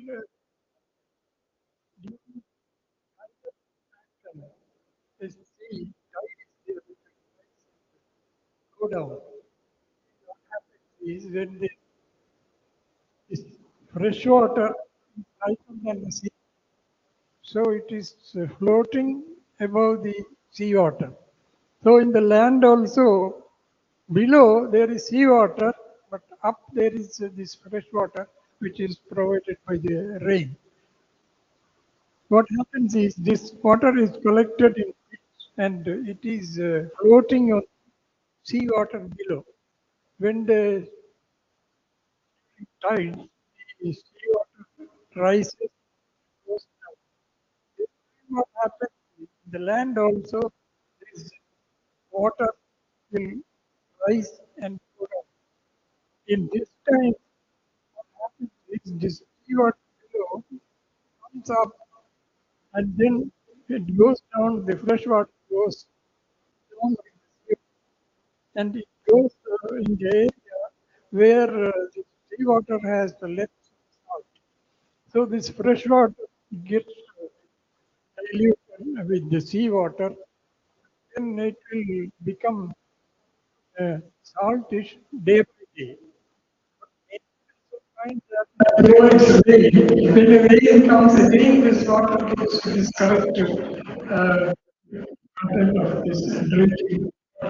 So the island is there is no problem at all. We can manage without any seawater, saline water making to sea fresh water. That type of thing is not necessarily the requirement of the people. They know how to manage. So, can I ask the notes? In connection with that, I'm just asking you, do you have any traditional, culturally connected traditional methodology for saving water? Any traditional method, indigenous method of seawater purification? So saving water. He told that there's a means saving water means rainwater. So I just want to help you that is going to change the way it is. No, there is that if you make this about 2 feet, not more than 2 feet, in the after sea level, that is the water level. If you make like that, this water which is provided by rain will keep the fresh water always. But if you don't have these pits, and then this fresh water will not be there. I have seen some islands where there are no pits and fresh water is not available. That's a very far, etc. There is no fresh water because there are no pits there. If you make it deep and make the pits, this water will be collected, fresh water will be collected when it rains. And then this fresh water is always available. There is no need for us to make fresh water. There is no other methods introduced recently. Because people who come from mainland, they don't know about their environment. They are living in the mainland. It's quite different. They are coming from northern side. They have never seen this. Such people are coming there as administrators, officers. They don't know the island this uh, conditions. So they think that island is not have but we will have to restore sometime. When I was there in Mexico, I was working as a clerk at the time. At the time, some health inspectors came, and there were so many pits there. These pits were made for soaking this coconut husk. And there were so many ponds for the necessity of the people for bathing and for the usage. He told that these open waters breeding mosquitoes, so you have to close. So in some islands, so many it's closed and fresh water content was reduced because there is no storage. When there is no pit, when rains, the water flow back into the sea above the sea level. So it will go to the sea, it won't remain. But if you make these pits, enough pits and you make the ponds, there will be fresh water. We need not make fresh water. Yes, sir, thank you. So, since you said that you've been to many voyages, can I ask you about a journey? A journey in which you travel on the bicycle, that is a motorcycle or a bicycle, with your son from Tamil Nadu to New Delhi. Can you share with us what made you make such a motorcycle? It was my son who wanted a motorbike. I said motorbike is very difficult to get it and you don't have good roads over here. So I will do something, I will fit on engine for your cycle so that you can drive it. So I purchased one small engine, that is the engine which is used in for spraying the chemicals in the fields. There is a small engine which is kept on the back and is spraying in the field. So I bought such an engine and made the roller drive cycle. That is, we attach a roller on that engine and then it is connected directly to the tire. Just as the dynamo is rotated when it is cycled, here this motor is rotating this rotator. It rotates the wheel. So we wanted to experiment how efficient it is. So simply right here and wasting the petrol, I did not use the petrol. So I thought we will plan avoid the car. We will go bicycle, this cycle will go. But you see, when we wanted to go, the way was not clear on this thing. We have to cross Pakistan. Pakistan drivers were not allowing from India to enter. They wrote to them, they said, you will let you enter, but you have to go to the same way you come in. So that means, so I got the idea son both traveled in the cycle, and we did it in. It was not traveling always, going about some 4 hours in the evening for like that. Slowly going seeing the places and village life and all these things. So it took about 45 days to go to Delhi and return back. Returning, we returned through Bombay. We could come up to Bombay on by the time this train has started, and then from there we took the cycle in the train and then by train. This this was in 82. I did another work. There was a traveler doing voyage and writing. His name is no more. He is Tim Severin. So he did one voyage first. That was the Brendan voyage. Then Brendan, those days before Columbus reached America, is Brendan went to America. We did that boat. There was a story in which is Tim Severin and learning employees. So people were not believing that. They were telling that how can this skin is provided, is will remain in the tea water for such a long time. Disintegrate and so they were not believing it. But these things are going to experiment and find out the truth about it. So he and his fellows together, they made this kingdom, they made the with the wood and covered it with the skin, this coconut, this cowhide, and then they traveled to America from Vietnam. So he proved that this skin can be made of it. Then printed when it was real.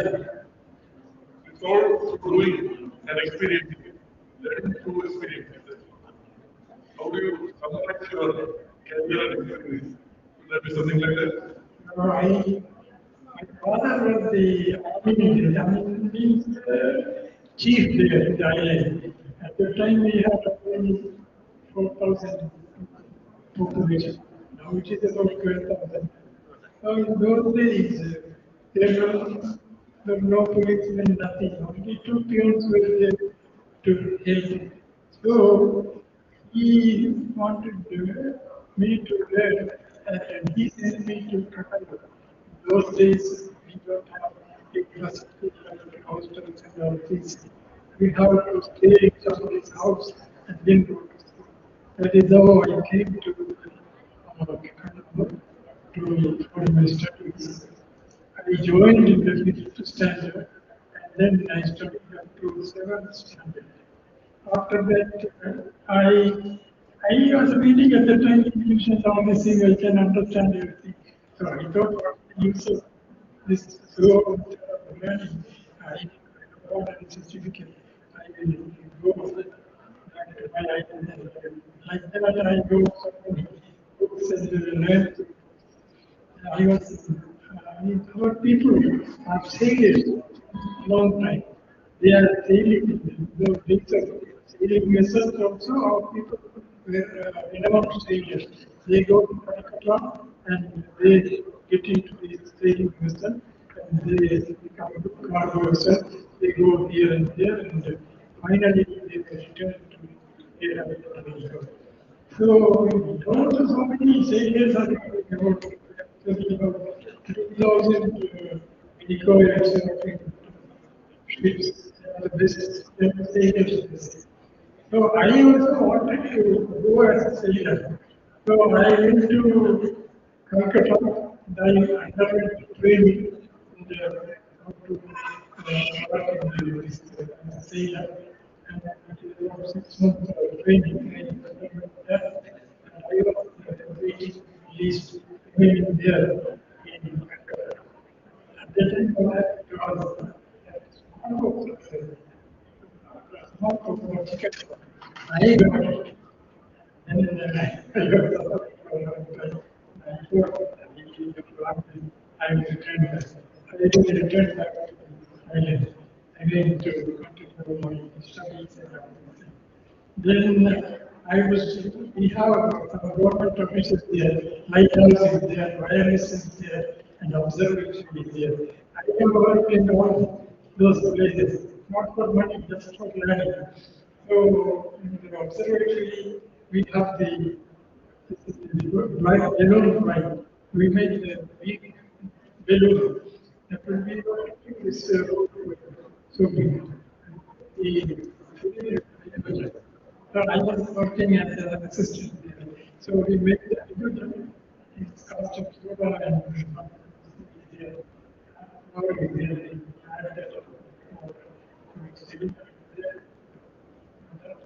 Also to shape this hydrogen generator. And below is hydrogen, and the below is below the left observer here working through the theodolite. They look through that and then see where all this balloon is going. You see the balloon when you go at certain level, at certain horizontal states. Sometimes it will go straight up and then it will go in one direction, then another direction. They take the reading towards and then this message is translated to this then weather forecasting. So all this is done by observing these weather patterns and looking. This is done in the observatory. There was an observatory there in Mexico. I worked there also. I mentioned something about it. Some courses, some training very specifically to your need trust areas. Even though the formal education was left at some center. I have the books and I have the people also teach. In those days, I learned the stars when I was when I read about the stars. So I know my stars and today we cannot see the stars. We can see it in the moment of the stars. So, yeah, I mean, any other questions? Please. Can you be audible?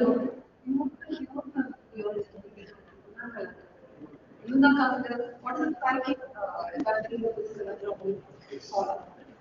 Specifically about the lunar calendar that you devised, and what is the advantage of that over the other calendar?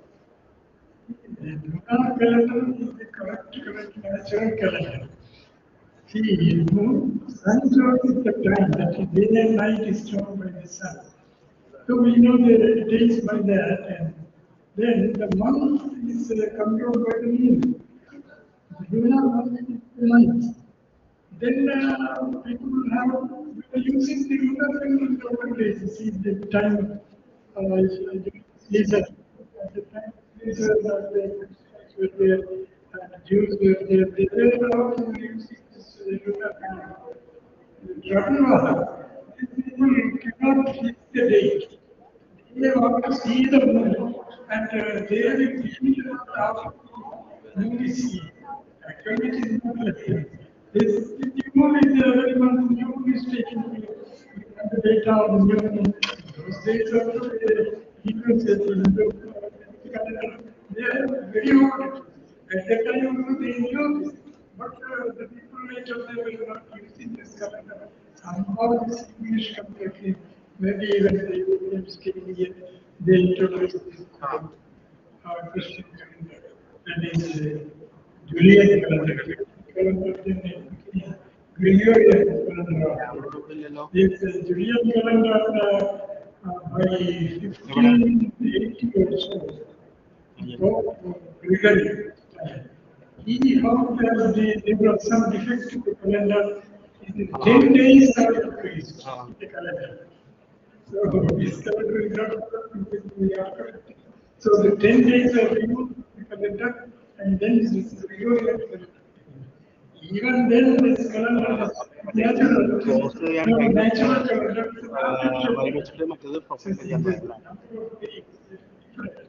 is is 365 quarter. We are 365.25. Actually, 2.5 is not there. It is 2.4. Balance there. So it gets accumulated and then is many years, it becomes many days. Now it is increasing. So it's not a correct calendar. Correct calendar is the lunar calendar. In lunar calendar, if you take a date and calculate, you will see that when you get the correct number of days. See, events are there in history. There was a solar eclipse on 27/1/632 AD. And calculate the number of days from that calendar to this day, you will not get the correct number of days. So this calendar we are using is not correct. You see it. It's not according to. Yeah, we are conditioned to living with this erroneous calendar. Hopefully you take it. So, any other questions? So, you're okay with that? So,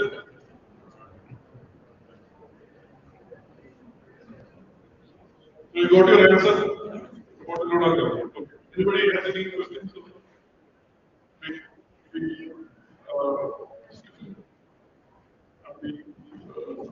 Hearing the session. Already there was a bit of a delay. Apologies for that. Kept you waiting. Yes.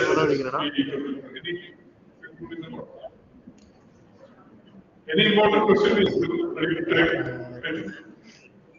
That's it. We have questions, so that's it.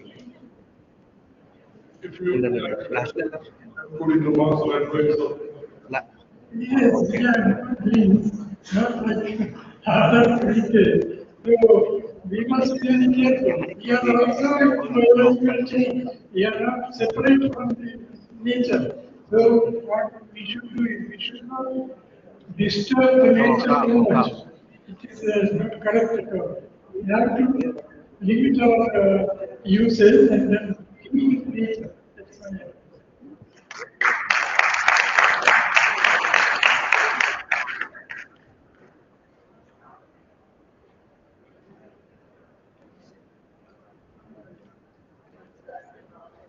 As someone who worships nature, this session has been the most informative to me personally. And I thank Padmashri Ali Mani Khan sir for this. Thank you so much, sir. And to honor his presence, we would like to appreciate him with a token of gratitude. For that, I request Mr. Viju Parmeshwaran, Program Head, YIP, Indies, to offer him a token of gratitude. Can we have a huge round of applause, please?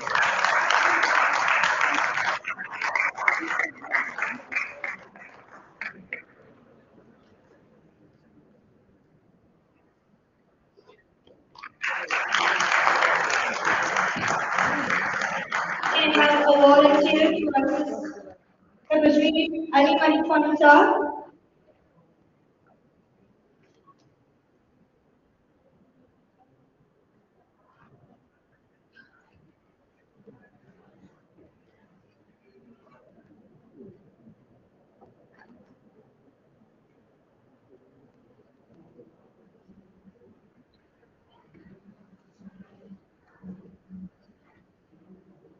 Without further ado, ladies and gentlemen, we are moving on to the next session of Skill Kerala, the Global Summit 2025.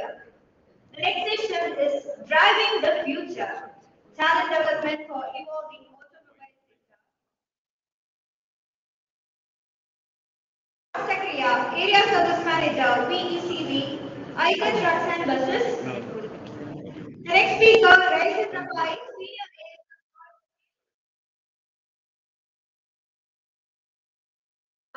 Director, Incubation and Industry Connect, Amaljundi College of Engineering, Nanjapalli.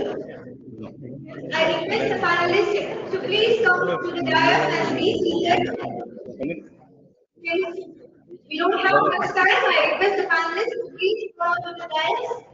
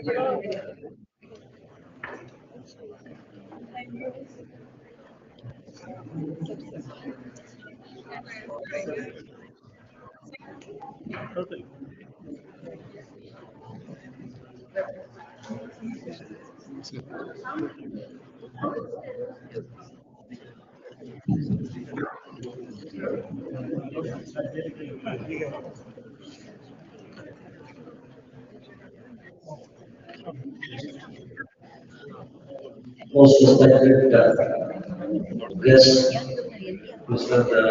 Jyoti Zakaria from Bio-resin and Raisen Rafael from Royal Enfield, and idea participants and other coordinators. Good afternoon to all.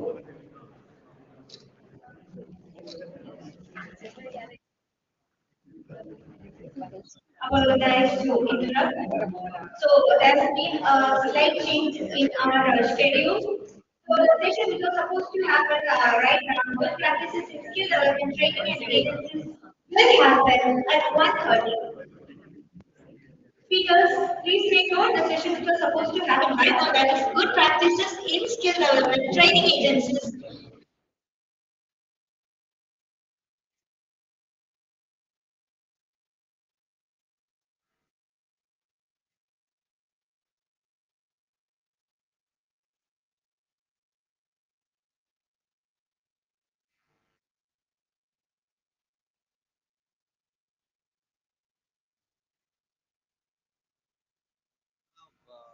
Mr. Jyoti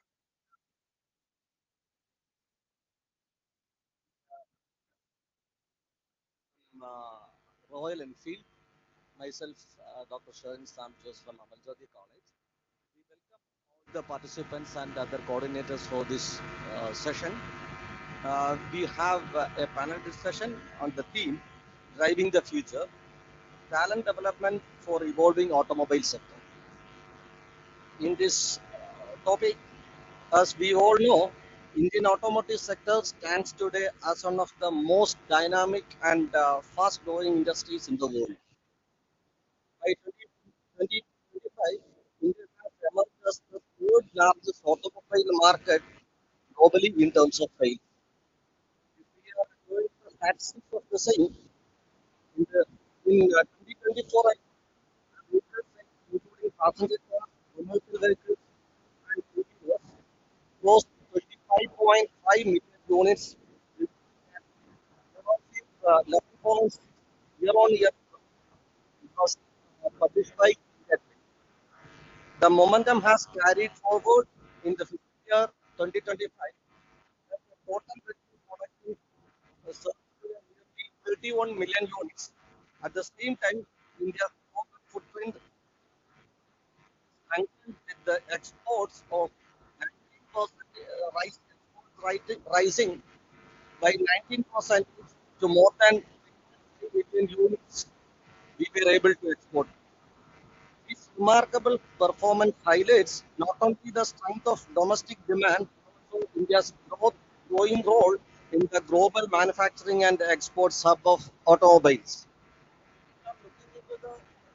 If we are looking back to the history of the world, we that the automobile sector played a key role.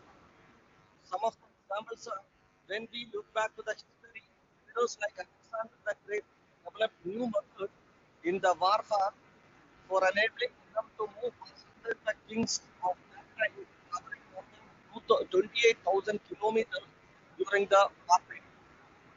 If we are taking to the history of India, in Rajaraja Cholan expanded his kingdom as far as Cambodia, ruled from Tanjavur and built magnificent temple, Brihadeshwari temple, a marvel that stands that still stand today. Later, during the Mughal era, India was generating 32% of global GDP and constructing timeless monuments such as Taj Mahal and Red Fort, while also engaging in global trade for raw materials and other items. All these things indicates that India's transportation sector, especially the automobile sector, played a key role in the development of our country. Just as the history reflects transformation and innovation today, the Indian automotive sector is undergoing one transition from the internal combustion engines to the electric mobility. Making the shift, KSRTC created history by purchasing more than around 100 electric buses from Eicher Motors.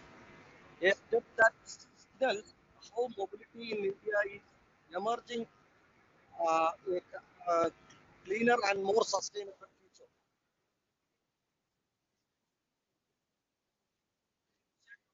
Panel member, Mr. Georgie Sakaria, who is the representative from who is heading Eicher Motors or Motors in Kerala.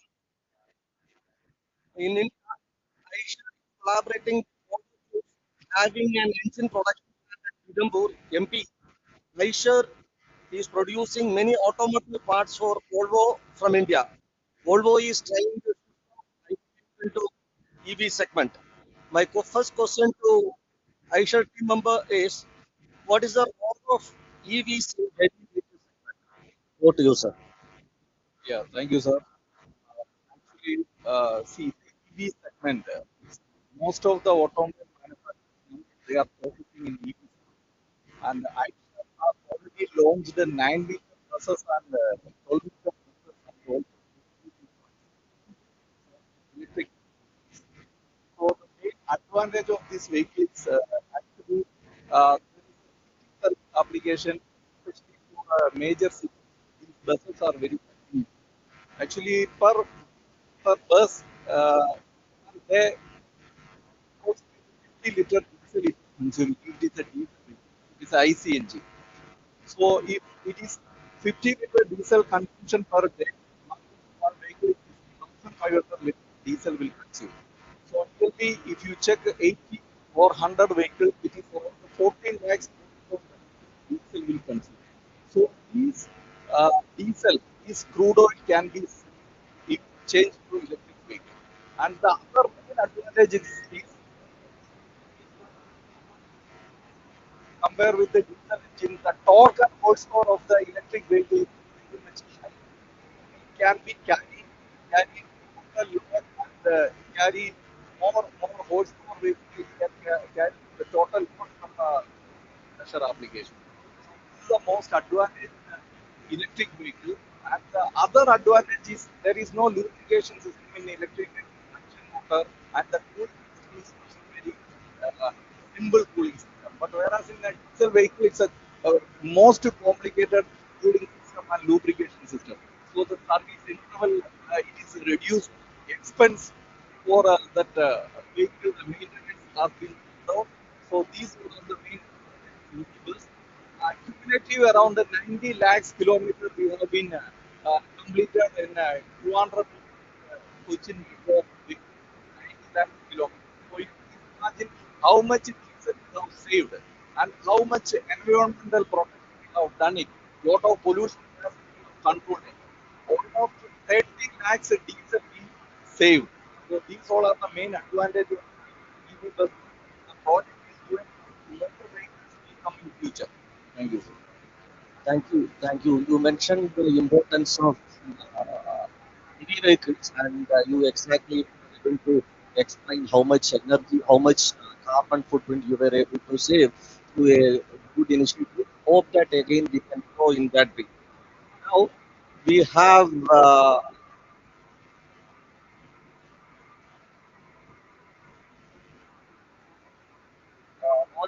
representative from Royal Enfield. Royal Enfield traces its origin back to England in Leopard, making it one of the world's oldest motorcycle brands still in production. The company entered India in 1955 And Madras Motors partnered with the UK-based Greenfield to assemble iconic Bullet 350 in Chennai, primarily to meet the Indian Army's need for rugged and reliable motorcycle. By 1994, the brand came under the ownership of Eicher Motors, which transformed Royal Enfield into a global player by keeping heritage alive. Models like Bullet, Classic, Thunderbird, Himalayan Bullet, a cult following in India. In recent years, Royal Enfield has expanded its reach worldwide. The motorcycle like Interceptor 650, Continental GT 650 gained access in global market. The company has also started investing in electric mobility with its first electric model expected soon. In this scenario, my first question to Rapai sir is a brief overview about the new models of Royal Enfield and Kerala market experience. Over to you, sir. Thank you, sir. Good afternoon. This is, thanks for having me.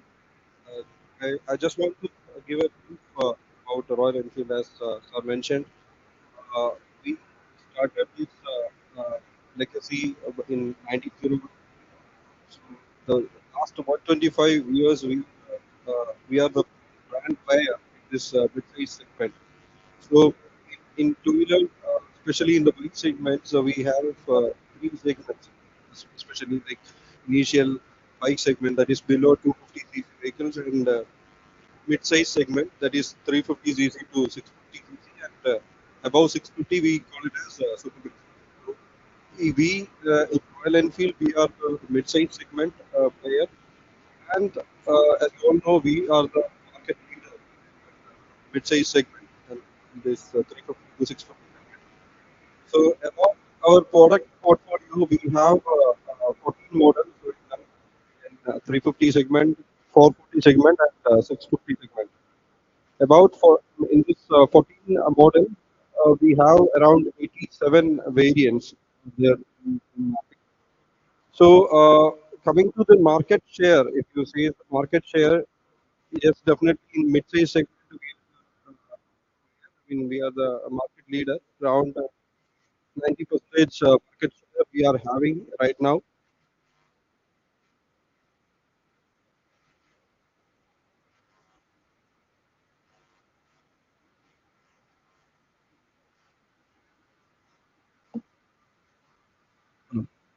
So we are the market leader in this mid-size segment. So just want to give a glance about the market leadership. So in earlier times, we were producing around 12,000 units in our plant in 2000 or 2005 time. We were producing around 12,000 vehicles per year. From that scenario, now we came across around 1.2 million vehicle production in the last physical year, and we had sold around 1 million units globally in the last financial year. So that was the entire journey from the 1901 to 2025. So, as I said, we are the market leader in that mid-size segment, and as sir mentioned, we also reached in the EV segment because nowadays EV segment is a booming market. So, Royal Enfield also entered to that EV segment as well. Thank you. Sir, one more question to you. As far as the Royal Enfield users, we have a legacy. That legacy will be Bullet's IC engine sound is an iconic experience for Indian youth. How can this emotional connection be addressed with the silent operation of vehicles like EVs? Yes.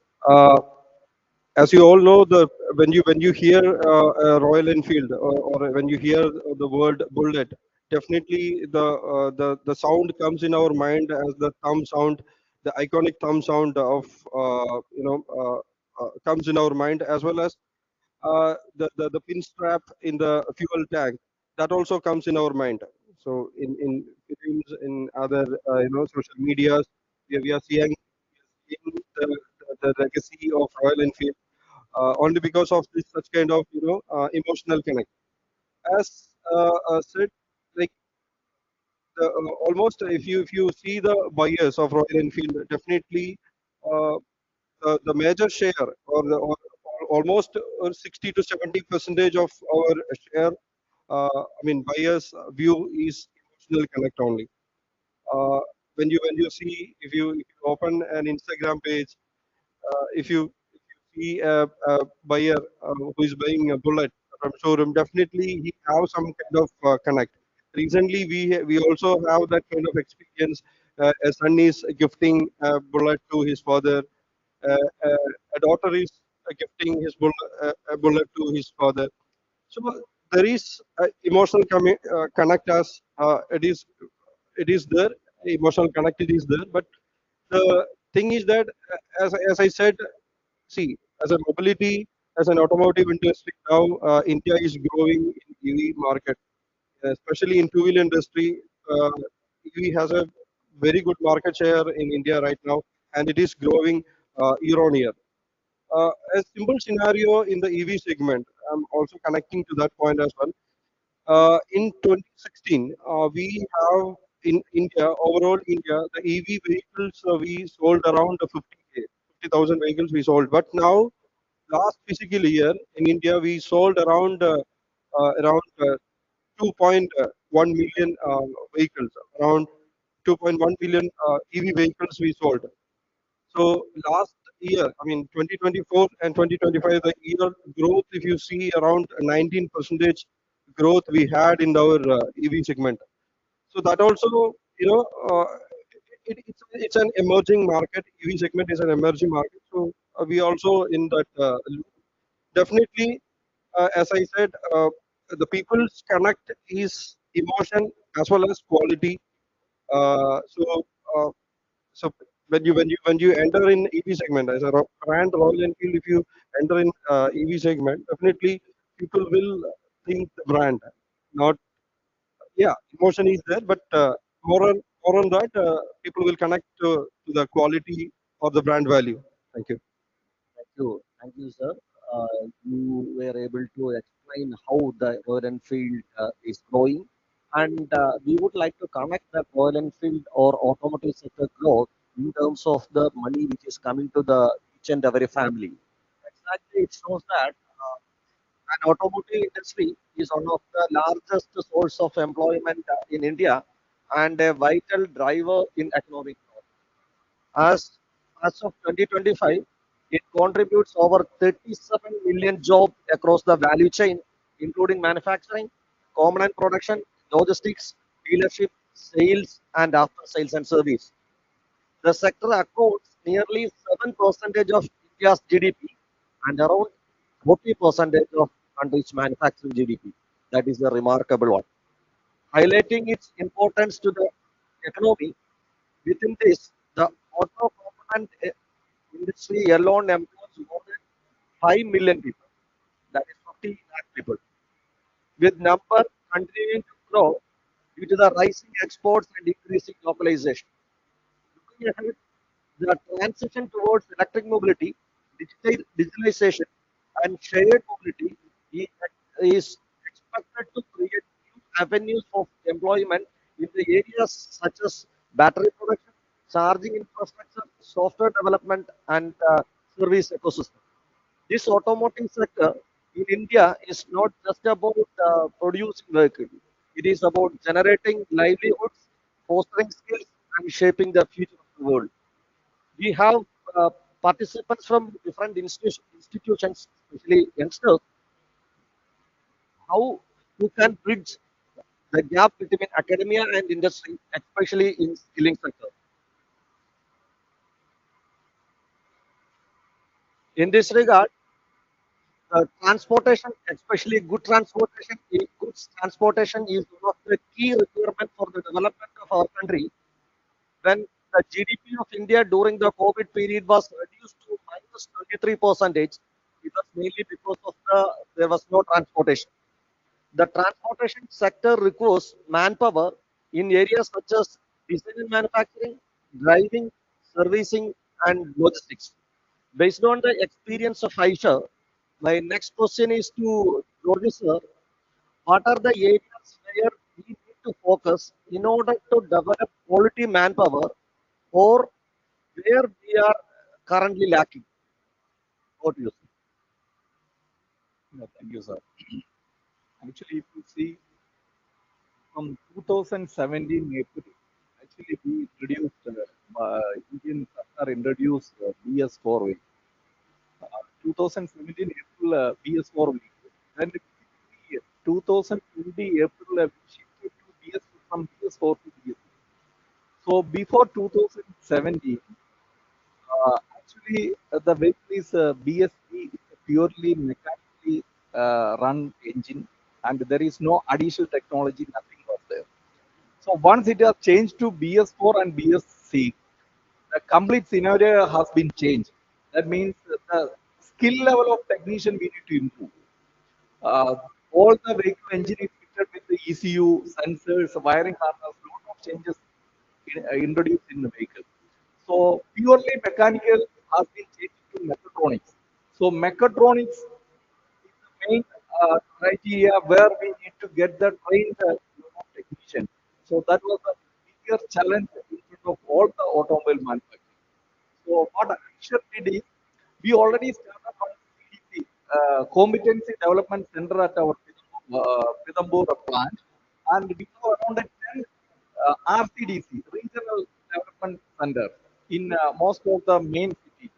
So we are taking students from IT, diploma colleges, and engineering colleges, and sent to this training center and get trained around 3 months training, 4 week training, lot of trainings are there. Then these people, trained people, we send to the different dealership and outlet for handling this modern technology. So coming to hydrogen vehicle and coming to CNG, coming to electric vehicle, more electronics related, electrical related technicians is required. That is the main challenge. So our yearly we record in aftermarket itself, we record around 50,000 people. It is only aftermarket. I am not considering plant. I am not considering any other ancillary industries. So purely aftermarket, we record 50,000 people blue collars. Same way, the Ashok Leyland, the Tata in other manufacturer also. So this is one of the main challenge. We are recruiting people directly from colleges. We are giving the training and we are developing the people. So this is the way we are managing for the manpower competency in Aisha. Okay. Uh, I can add on this, sir. We have in Amaljoti Engineering College, we have a, center of excellence set up by Volvo Asia Commercial Vehicles Limited, which is comes under the Aisha Motors. We are able to run many training programs for students, that hands-on training program, especially if we are considering the new education policy 2020, experiential learning or practical learning is one of the key points. What facility we are providing to the society, especially our students are getting experience in that. Apart from that, even outside students can come and get the training. We used to conduct 6-day training program, internship program for engineering students and polytechnic or ITI students. Apart from that, we used to conduct many 1 year technician training programs too in that training center. The speciality of this training center is we can really experience the dismantling, assembling, and how it is working. That science and technical the details behind the each and every parts operation, everything you will get very good experience. And another one importance is we have already all these are the CSR initiatives of B Commercial Vehicles Limited, and they gave all the equipments and tools for dismantling the equipment, not in the conventional way. Even apart from that, the appropriate tools we have, by using the appropriate tools, how we can dismantle the equipment, the engine or other parts, and how it works, and when work it, how the sound changes are taking place, how we can identify that this part is faulty, otherwise this part is good. Just like that, you will get an extra exact experience of how the IC engine is working. Since we would like to express our heartiest thanks to Volvo Eicher Commercial Vehicles Limited for providing such a center in Kerala. And in nearby Kerala, Eicher is having another one center in Coimbatore. Coimbatore, if I am right, which institute it is? Not Nehru. Yes, I'm not remembering that that one good setup is available in Coimbatore too, with where our students can explore the opportunities. The same time, I have one more question to you, sir. You are providing lot of support system for youngsters. This, are you providing any reskilling or upskilling for the traditional automotive workforce? Because that traditional side, now we are using minute and electronic control systems in automotive vehicles. But the people who are working in the traditional side are not having that much experience with mechatronic equipments. Whether this Aisha is providing any or VCV is providing any extra support for the traditional people who are working in this field. Sir, 100%. Because actually, in the local market, a lot of local technicians are available. We are providing the training to these technicians for handling our latest technology with the BS4 and BS6. So these vehicles, anyway, we record some DLI tools for scanning the complaints and all the things. So we are supporting these tools to this local technician and they can also attend. So mainly we are focusing for customer. That means if any breakdown or anything has happened in between the route, if it is an emergency load or something, we need to on-road the vehicle at the earliest. So we are supporting local technician also. They can go and inspect the vehicle and they can release the vehicle at the earliest. And one more other factor is actually we have newly launched one assembly line at the Bhopal. It's a LMD vehicle assembly line. The beauty of that line is complete assembly line was run by women employees. So 100% women employees we have introduced in the Bhopal plant. There is one more actually dealership blue collar activity. Women's number is very less. Women are coming to that automobile repairing and all the things. So we have recently started one Sony project. That means 100% is a woman. We are giving the training to 5 week training to these women, and they will get that means earn a lot of diagnostic skill. Then they can come and do the work in our dealership, and they can diagnosing the vehicle properly. So we are promoting women also in this training. Centers. Okay, thank you. Thank you. Thank you for the information. I would like to compliment in this opinion. This is a good way to reach out to the OEM, original equipment manufacturers. One of our students joined in one of the service centers of Aisha in Kottayam. Thereafter, he is working in OEM, original equipment manufacturers. Since this is a good opportunity for youngsters, if you are not interested, the same message can be shared with your classmates or your neighbors or friends to join this Tejaswini program that may be useful for them. Then I hope that this ecosystem, mainly students are sitting in the in this hall. I think one more question to you, sir. Uh, is there any specific academia linkage program whether that although Aisha is running to that whether it is graduate engineers training program, otherwise internship in service centers, otherwise as I said in the training center, students can come and attend that internship programs. Likewise, any initiative you have in VECV? Yes, sir. Internship program is there. We are selecting the people from colleges, various colleges, and we are providing the internship at our plant, Vidambu, and also our cooperative office, Delhi.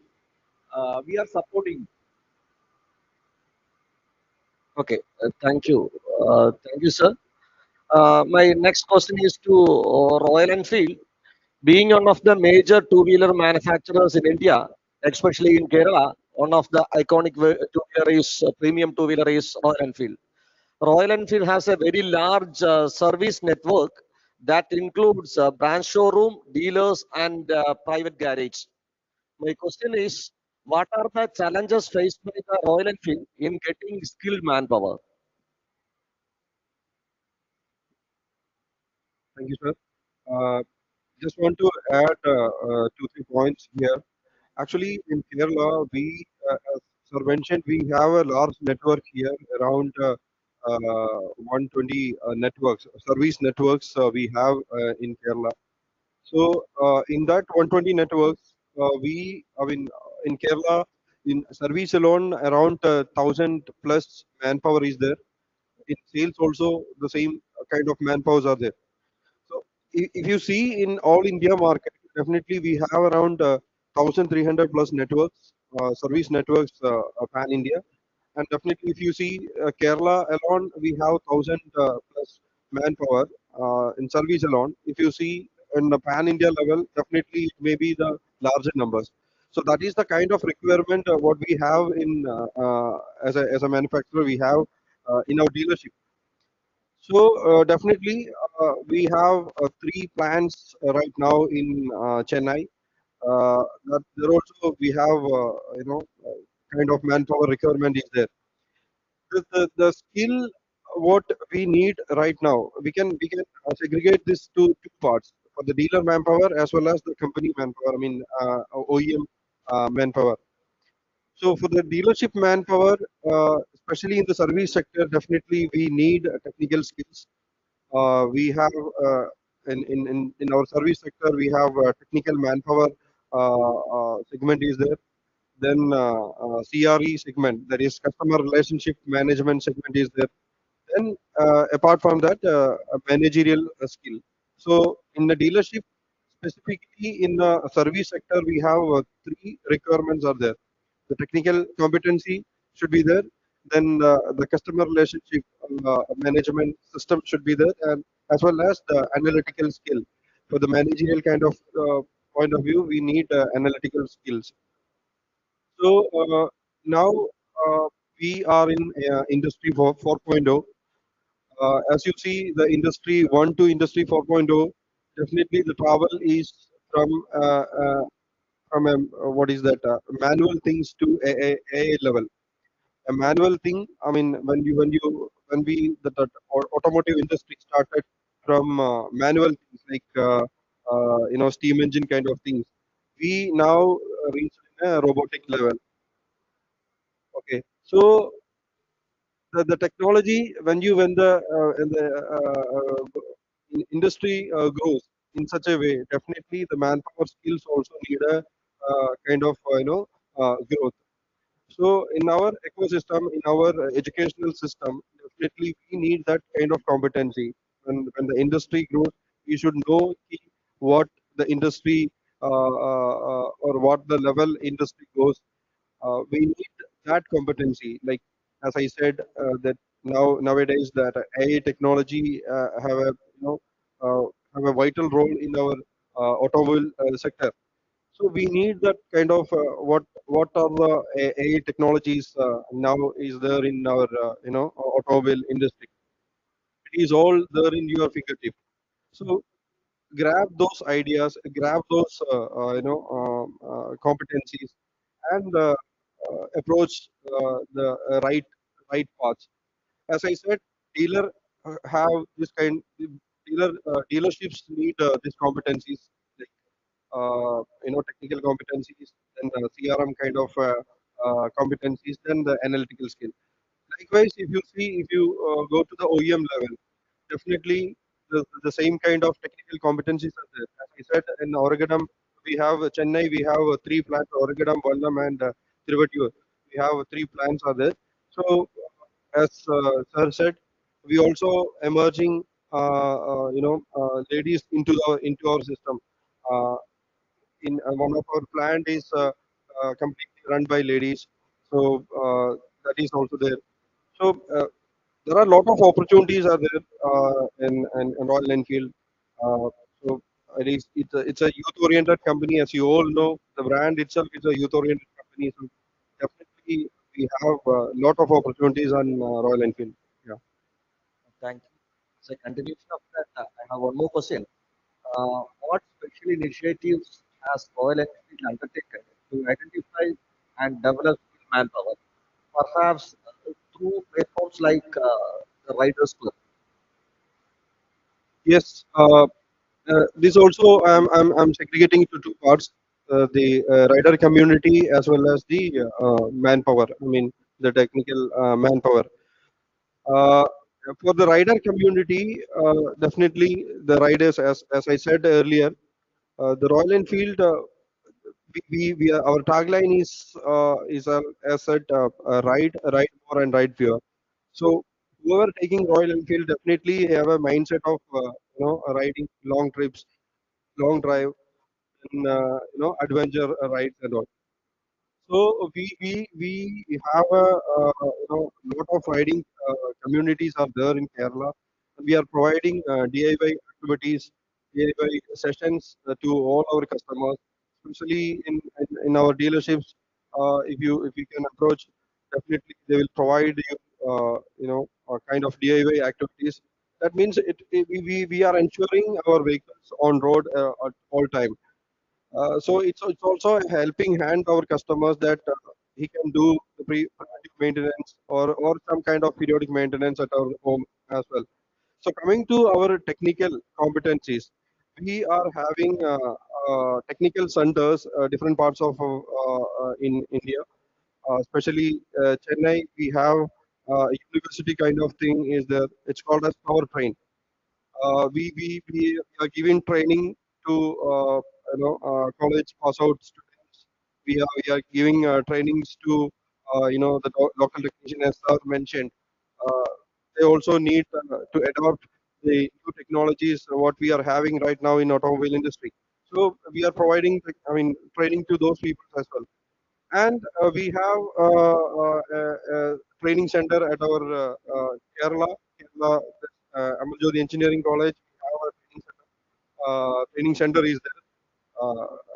So we are providing our technicians training. There is a level of trainings are there for the technicians as well as the other manpowers like level 1, level 2, level 3, and the master kind of technician technical trainings are there.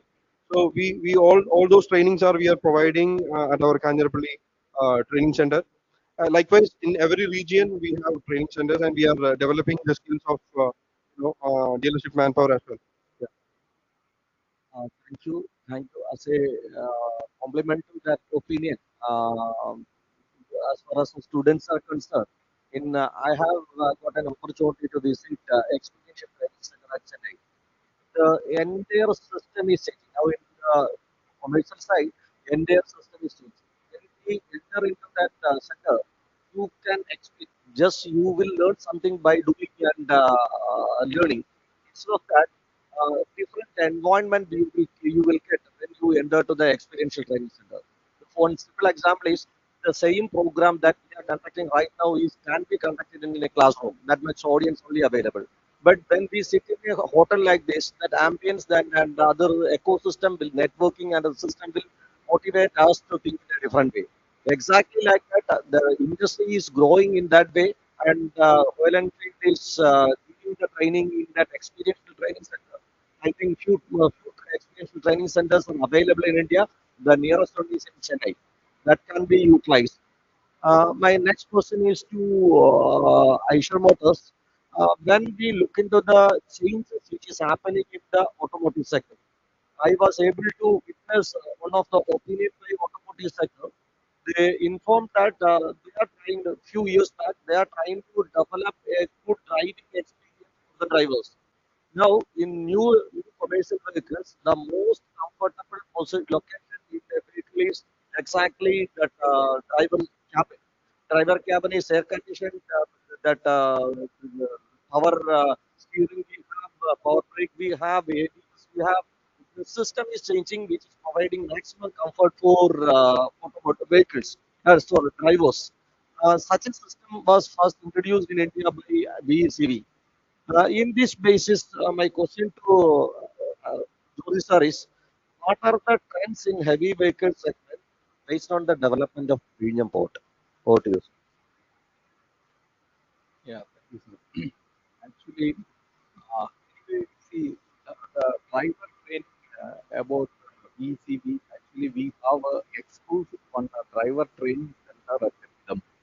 It is around 5 acre land, and with some tracks are there. And we are providing driving training to these all the driving. We are selecting from various areas.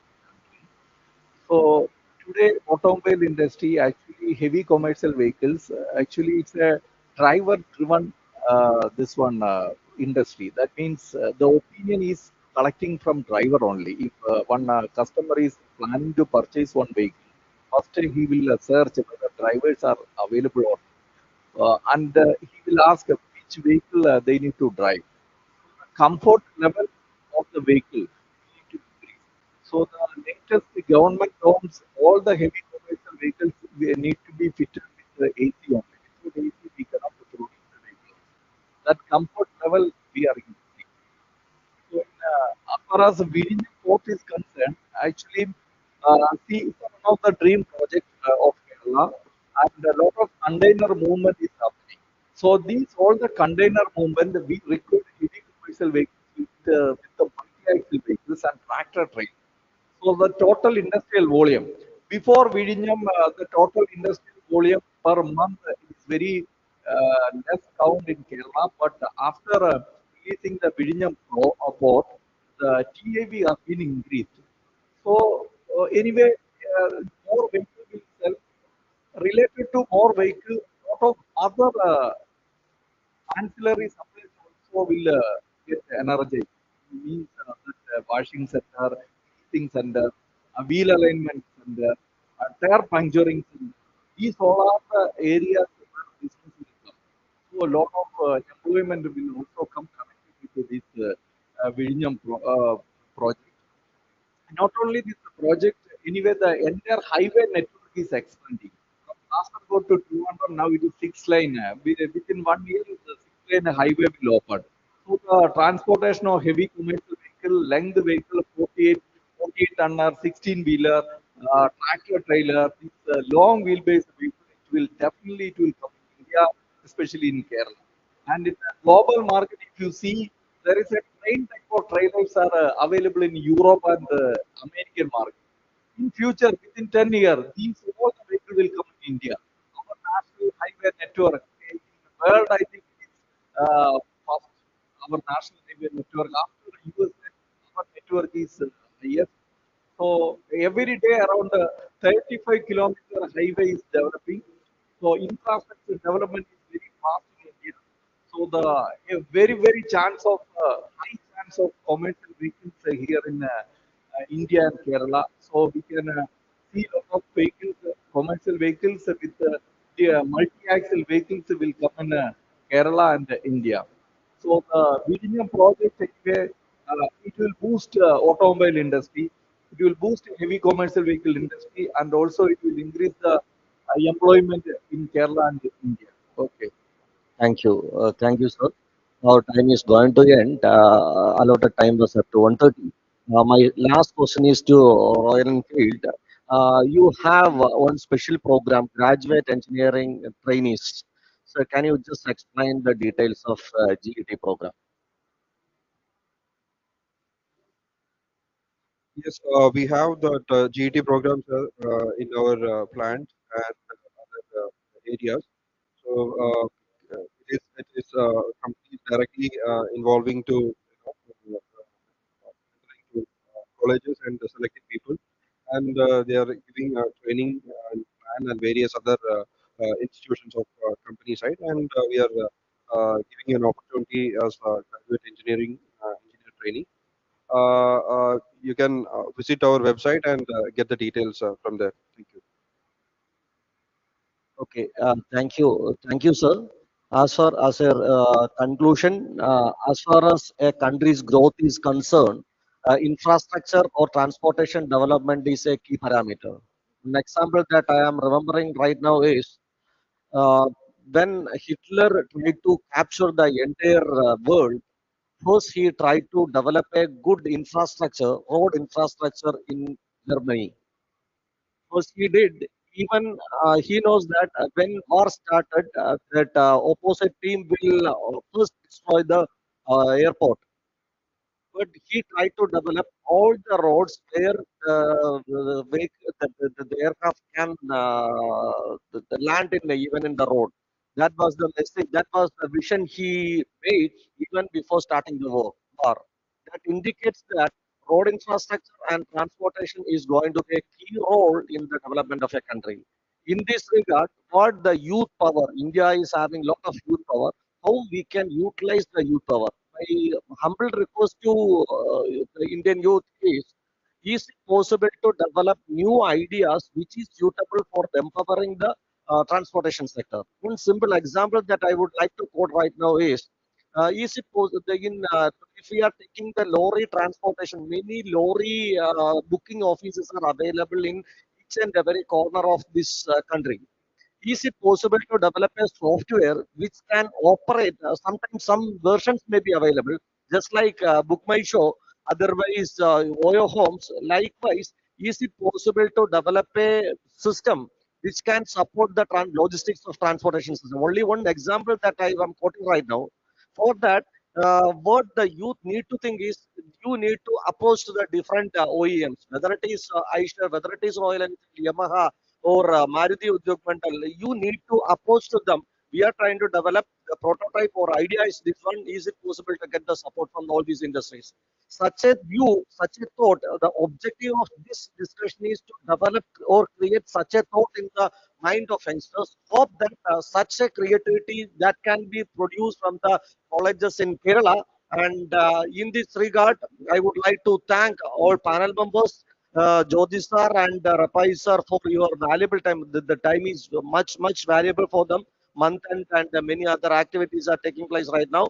Even after that, spending your valuable time with us, we are thankful to you and hope that some of the points that they explained here will be utilized by them and will develop, will work for it, and ultimately we will come to the end that we will work for the development of our country. Jai Hind. Thank you. Thank you so much, panelists. With that, we are done with the Driving the Future Talent Development for Evolving Automobile Sector session.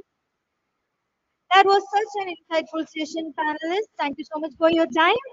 And in order to express our gratitude, I request Dr. Anupa, Senior Program Manager, KDIS, to offer the token of appreciation to our moderator, Dr. Sherin Sam Jose, Director, Incubation and Industry Connect, Amal Jyoti, College of Engineering, Kanjirapalli.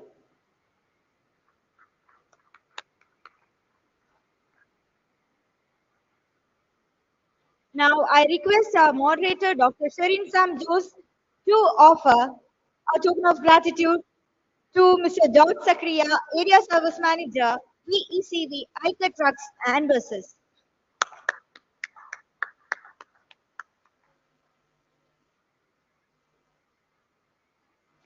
And finally, I request Dr. Sherin Sam Jose to offer the token of appreciation to Mr. Raisen Rapai, Senior ASM Royal Enfield.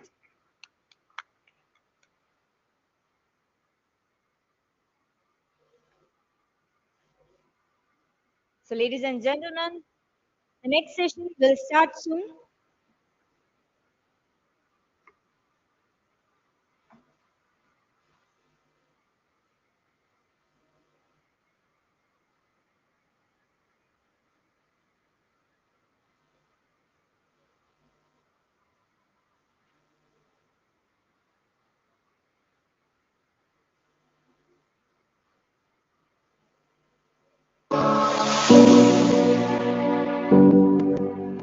Kerala, famous as God's own country for its lush landscapes, is renowned for its pioneering initiatives in education, healthcare, and human development.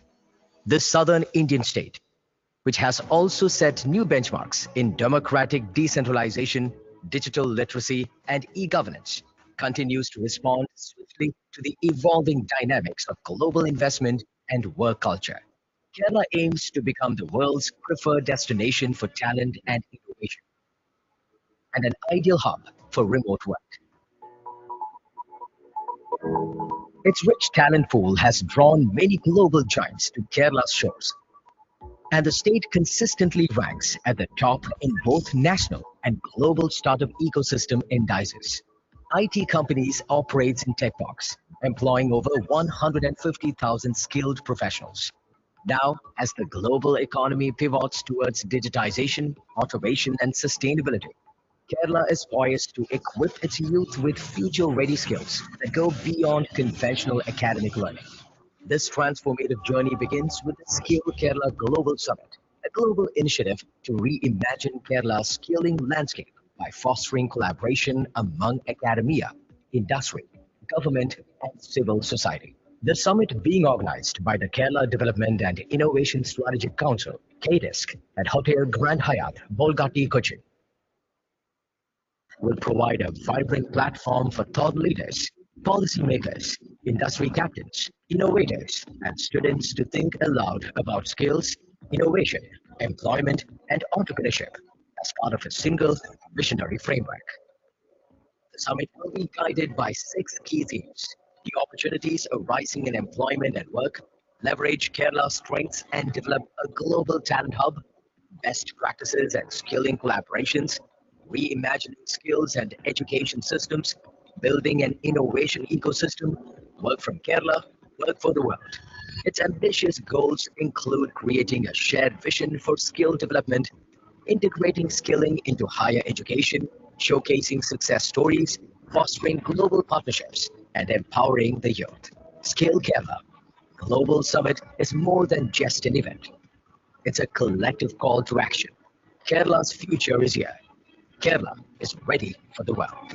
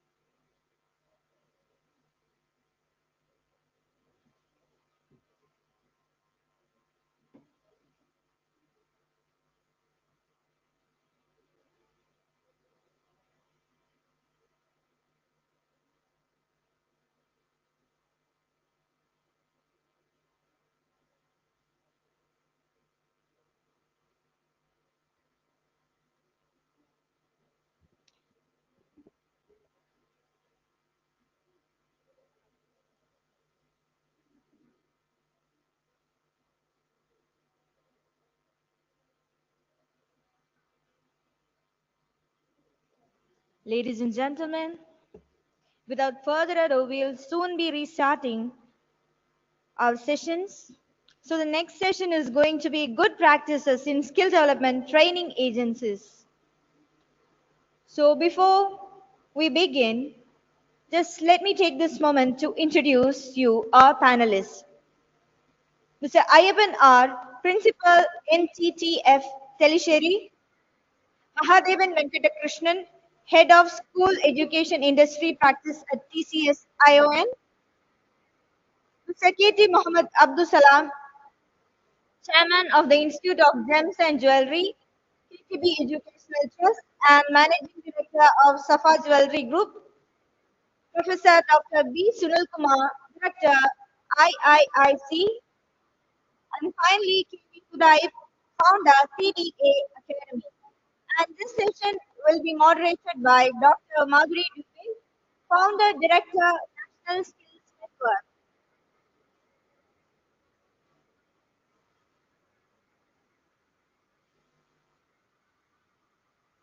With such a large panel, we can expect an insightful session, so kindly pay attention.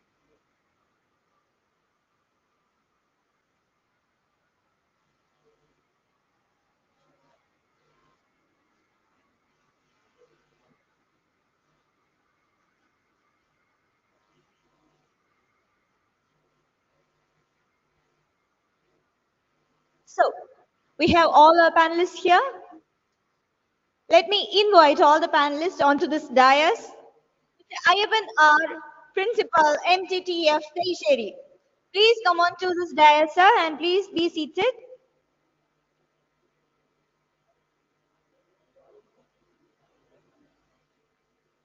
And next, Mr. K.T. Mohammed Abdul Salam, Chairman of the Institute of Gems and Jewelry, KTB Educational Trust, and Managing Director of Safa Jewelry Group.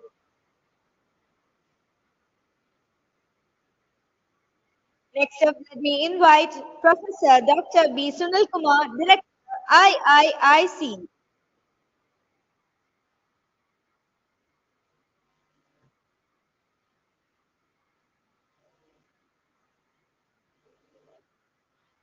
Next panelist, Mr. K.V. Huday, Founder, CDA Academy.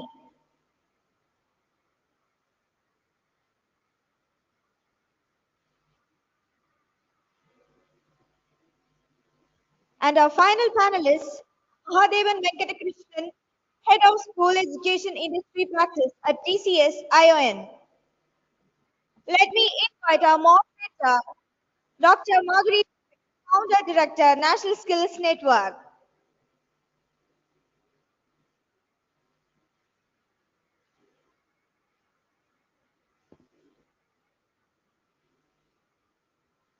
Gentlemen, please be seated and make yourselves comfortable. So, Madhuri ma'am, over to you.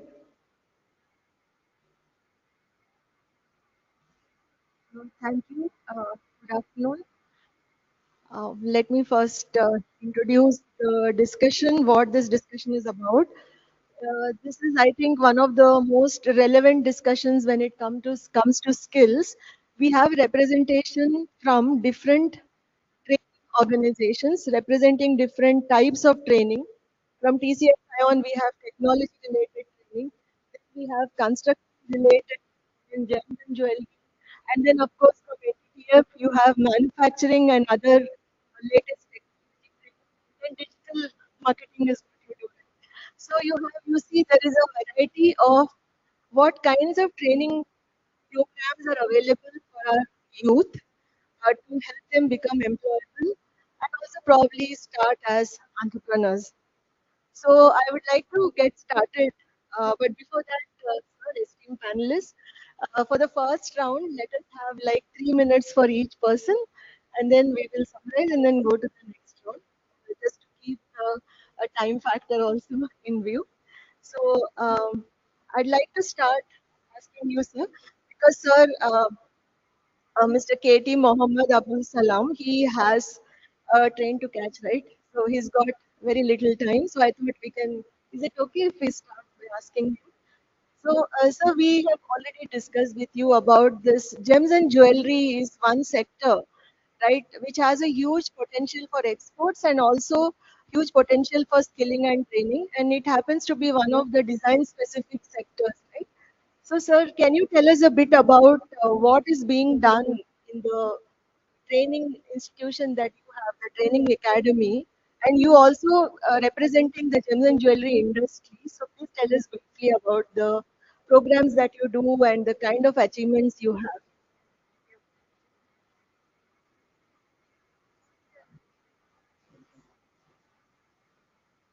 Okay, thank you. Thank you, madam. Good afternoon, everyone. Respected moderator of this program, Dr. Madhuri Dubey, and dear panelists and participants. First of all, I sincerely thank K-Disc and its partners for organizing this prestigious two-day program and for giving me the opportunity to be part of it.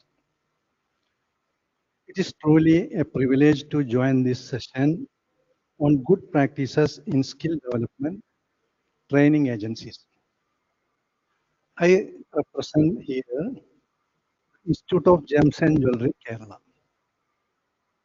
We are established 2015 with the Gem and Jewelry Skill Council of India under the Ministry of Skill. From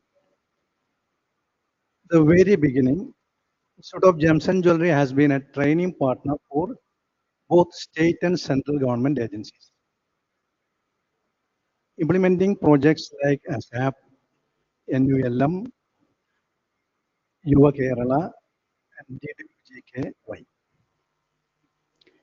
The sector we represent, gem and jewelry, is not only Kerala's pride, it is also a pillar of India's economy, contributing nearly 7% of our GDP and 15% of our export. This makes skilling and especially upskilling a matter of both livelihood and national importance. In less than a decade, Institute of Gems and Jewelry has trained over 17,000 people in jewelry design, jewelry manufacturing, gemology, and retail management. Our work has been recognized with Center of Excellence status from the Ministry of Skill Development and Best Jewelry Design Institute awards from both Designers of India and the Kerala Jewelry Association, and a special recognition in the Books of India records for our unique training contributions. Some practices we are especially proud of include a dual model, long-term courses and short-term programs, government-supported skilling through ASAP, DDUGKY and others, corporate and CSR collaborations driving community skilling, banking sector training, over 11,000 staff trained in the gold loan segment, a strong placement network with the alumni. They are working across India, the Middle East, and global jewelry hubs. And industry academia tie-ups with Rajagiri Business School, Alliance University, Janssen Business School, and Medhavi Skill University. Innovation. We launched India's first MBA in jewelry retail management, acknowledging the global role of Kerala's jewelry entrepreneurs.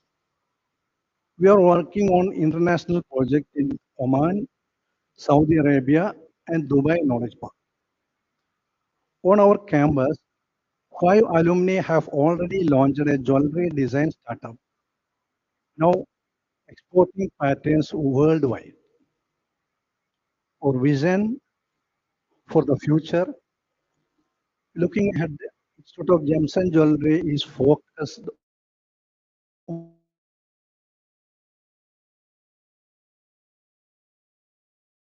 jobs but to business, positioning Kerala as a global jewelry skill hub, driving continuous upskilling so our youth stay competitive in a fast changing global market. Reflections. Our experience shows why sector specific training agencies matter. They deliver deeper specialization than generic centers. Government partnerships add scale and credibility. Industry linkage ensure demand driven training leading from training to employment and to entrepreneurship. In conclusion, Institute of Gems and Jewelry is more than a training institute. It's a model of focused skilling with continuous upskilling, combining Kerala's traditional strengths with modern innovation.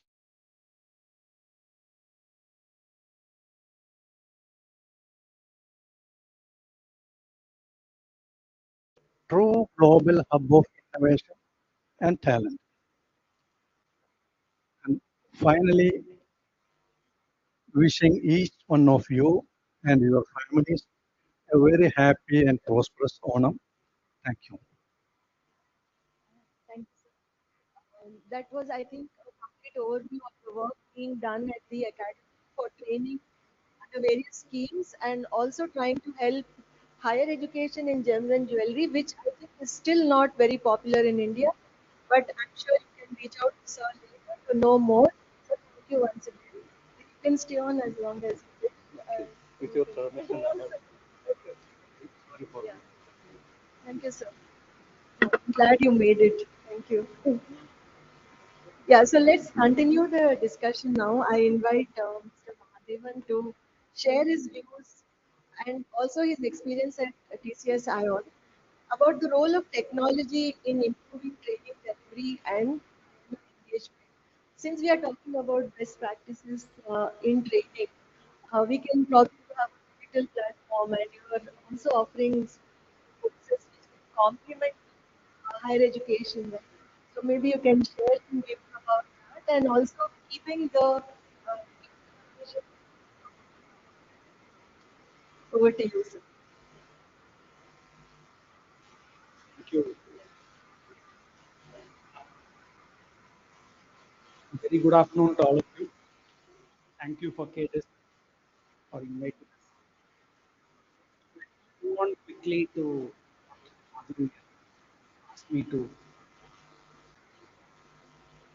talk about how technology how technology enabled skilling is real scalable ways for the future. Let me just quickly start by telling what we do at TCS ION. TCS ION is a unit of Tata Consultancy Services, many of you will know. Uh, we are present across the country. We have the offerings spanning the entire education space, starting from school education to vocational skill education, as well as professional, and we work with government on skilling government employees also. So throughout this, the process is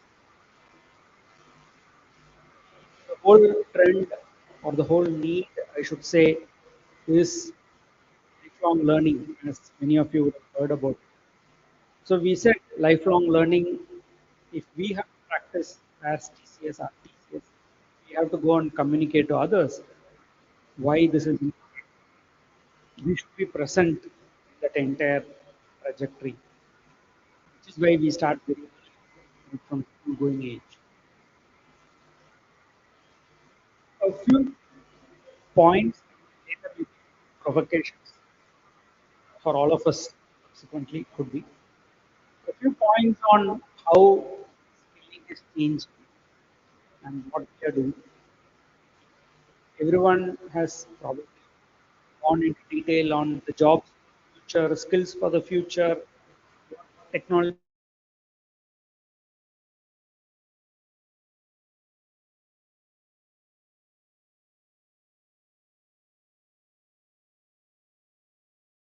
growth curve, given the demand curve. There's a lot of things which everyone would have talked about. But it is very important to construct how we engage with the youth. So we started by putting together a very large framework, which when you talk about Madhuri in the start, end to end, uh, Muhammad Abdul Salam also talked about it, initial skilling identification till a job. So we started by looking at what is the starting point for all those students. I will not come into school education. I had the school, but I'll come to that in the provocation. But we started by saying what is that or where is that we need to get started. If you look at today's youth, students who are passing out of polytechnics, ITIs, colleges, or even passing out of schools and then going to jobs, if you ask them, what do you want to do in life? Very, very few know what to do, right? Very few know what their skill sets are, what their capabilities are, what their goals are, what their dreams are. They all know they need to go and earn, they need to go support their family, they need to become independent. But where, how do we start? Which is where gives us the first starting point of this framework. In terms of identifying the skill sets of that individual, a very structured framework, and helping him or her get guided on the careers which are possible. Very few know that I want to become an electrician, I want to become a technician, I want to become a drone technician, I want to become a medical support person paramedic. Very few know. I'm talking about those who are passing out of IT, polytechnics, schools, or even colleges.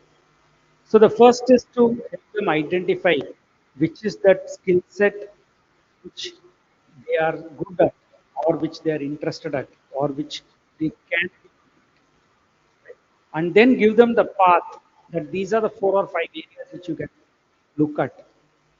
So that's the first step. Second step is the entire skilling. Now that they've got an idea of what area to look at, how do we bring in the kind of skills? Now, this again needs a participation of the ecosystem, which involves the skilling agencies, which involves the academic certification agencies, which involves the contact partner in terms of experts, which involves even, for example, the OEMs who bring in the equipments, techniques, jets, ribs, etc. Right? So it's a very large set of ecosystem partnerships. So through these ecosystem partnerships, we today enable a very large set of skills. Most of them are tech enabled or tech driven skill sets for the future and future ready skills. That's how we have positioned ourselves. So that's the second large area. First starts with identifying the career which they want to take on, and second, go into that skills and get trained with the skills. The third is once they have done it, we need to make them ready for the job. So there are 3 areas in that. One, how good they have gained the skill sets. So one is a skilling test. Second, great in the skills, but how good are they in cognitive domain, which is very important because a lot of challenges which they will face on the job involve their ability to wade through various challenges. So that's the second. Third is how good they are in terms of employability skills, soft skills, in terms of engaging in teamwork, in terms of communication, various things, empathy, interaction. So these are the three. For this, we actually, as part of the framework, put a cognitive test and a domain test. Domain is called a proficiency test, which is called a national proficiency test, and a cognitive test as part of the national qualifier test. These two help an individual differentiate or position himself or herself to the skill sets they have gained.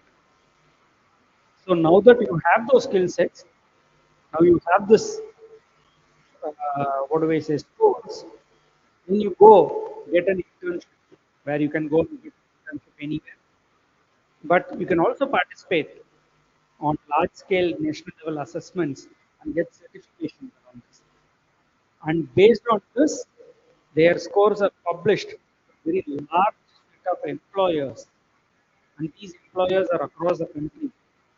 So gone are the days where a simple resume, where you post a resume and then someone will look at the resume. And today, you have the resume, but it is supported, the skill sets, it is supported with cognitive, it is supported with the preparedness for you to move transition into a small, either a MSME or a corporate or a small medium enterprise or any of these services industries. Right? So this is the end to end where you identify the skill sets, prepare them, give them the skills, test their proficiency, test their cognitive skills, and then open up to a large set of employers. And internships is somewhere in between, which we are not actively doing it because there are very large set of internships. That's also part of the provocation I'll come to later. So this is how we work on currently. I'll come to how it aligns with the vision of Kerala, with the vision of India in some time. Others also give their views. Thank you. So actually, we want to just spell out the complete life cycle of schooling, which starts with learning and then you end up getting the kind of job you want. But there are many stages as we just saw. So, one more point I would just like to share with the panelists is, as you know, in this event, there are so many student volunteers, and I'm sure you are also connected to some of them. So they were interacting with me, and one question they're all asking is, our degree is not enough. We don't know what to do. Then I told them, go and see. There is a LinkedIn booth there. Go and see what is being done there. Or they are very interested to listen to our panel discussions. So there's a lot of excitement among young people also. So coming to the construction sector. So you're representing Indian Institute of Infrastructure and Construction, and being the director, I'm sure you have seen many such growth aspects of the industry in construction. Today, I think it is not traditional construction industry, which has a lot of technology, and many new things are getting added to it. So, how can we ensure from your perspective that whether it is construction or if you extrapolate other trainings also, that it remains industrialized? And what are the kind of action points that we should keep in mind? You can give construction examples. Thanks to this, inviting IAAC also into this program. And I'm so glad and honored to be part of the general panel's moderator. IAAC is focusing on construction, infrastructure, and real estate industry. If I just a little bit speak about the construction industry, as we all know, our country has emerged as the fourth largest economy in the world, and it is predicted that it will be the third largest economy in a short 2 years. So, in this scenario, if you take any developed nation across the world, an economy that is emerging like this, the backbone of that is the infrastructure available in the country. So, in order to create this infrastructure, a good amount of investment is essential, and side by side, human resource also essential. So the country is in the process of therefore investing something like by 2030 you will be spending something like around $2 trillion by 2030 for infrastructure. So here, now you look at the human resources available in the country, it is projected that the requirement of construction workforce in India is somewhere around 92 million as the requirement. If you look at the stock, it's somewhere around 50 to 60 million. There's a huge deficit in human resource. That's number one. And then number two is the existing stock of human resource operating in the construction infrastructure industry, almost 80% of them are not trained. That is the biggest handicap.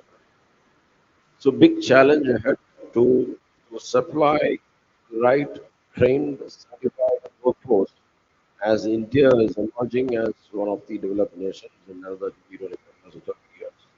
So this is the challenge. So at IAC, IAC is a very unique institution where the bandwidth is very high. We offer programs from technicians to managerial. uh, So as I'm on the page, Mahadev, the fresh graduates lack skills. It's a fact, and we often emphasize such as discussed. It is very challenging to overcome this. The existing higher education system where skilling or skill outcome focus is absolutely not there. It's very challenging in one more sense, like the faculty existing in the higher education system, they're absolutely new to this. If you want them to process the skill deficiency which exists in the curriculum and how it is going to be really, really challenging. So at IISc, we are fully focusing on how to impart skills which the industry requires. So IANC is a center where we offer managerial programs for engineers, civil engineers, mechanical and electrical engineers. They can join for a program wherein we offer 6 months and 1 year program. And each program, the program delivery is we focused on skill development. Skill development which is essential to operate in an entry level job role in the industry and be productive from day one. Industry complains about a fresher engineer or technician a bit different, but still mostly as they enroll, I mean, as they join the industry, industrialists claim that they have to spend from their pocket for at least 2 years and train them, make them fit for the industry, and make them productive. I is actually focusing as again, we counsel them to identify and choose the right job role and array of job roles existing in construction. We help them to align with one of those entry level job roles, and the skill sets essential for exactly what you said, like skill sets essential exactly for the particular job role. So that is being imparted. And also, as Mr. Mahadevan said, all our programs at IASC is 2 months, 3 months industry internship. We call it a structured internship, where the internship itself is monitored from the institute and mapped with what has happened and what we have delivered. We call it structured. And our the result and outcome, if I may look at it, in most of the cases, these guys come back with a placement offer from the industry that we set in terms. That way, I believe that what we are doing is recognized by the industry, but long way to go. Too many things to be addressed in the whole process. So with this, I for the introductory. So, thank you for sharing about construction industry. You're talking about industry aligned training. And I would like to now quickly relate what Mr. Mahadevan said about young people really not knowing what career or what they should be doing, right? That's where the problem starts.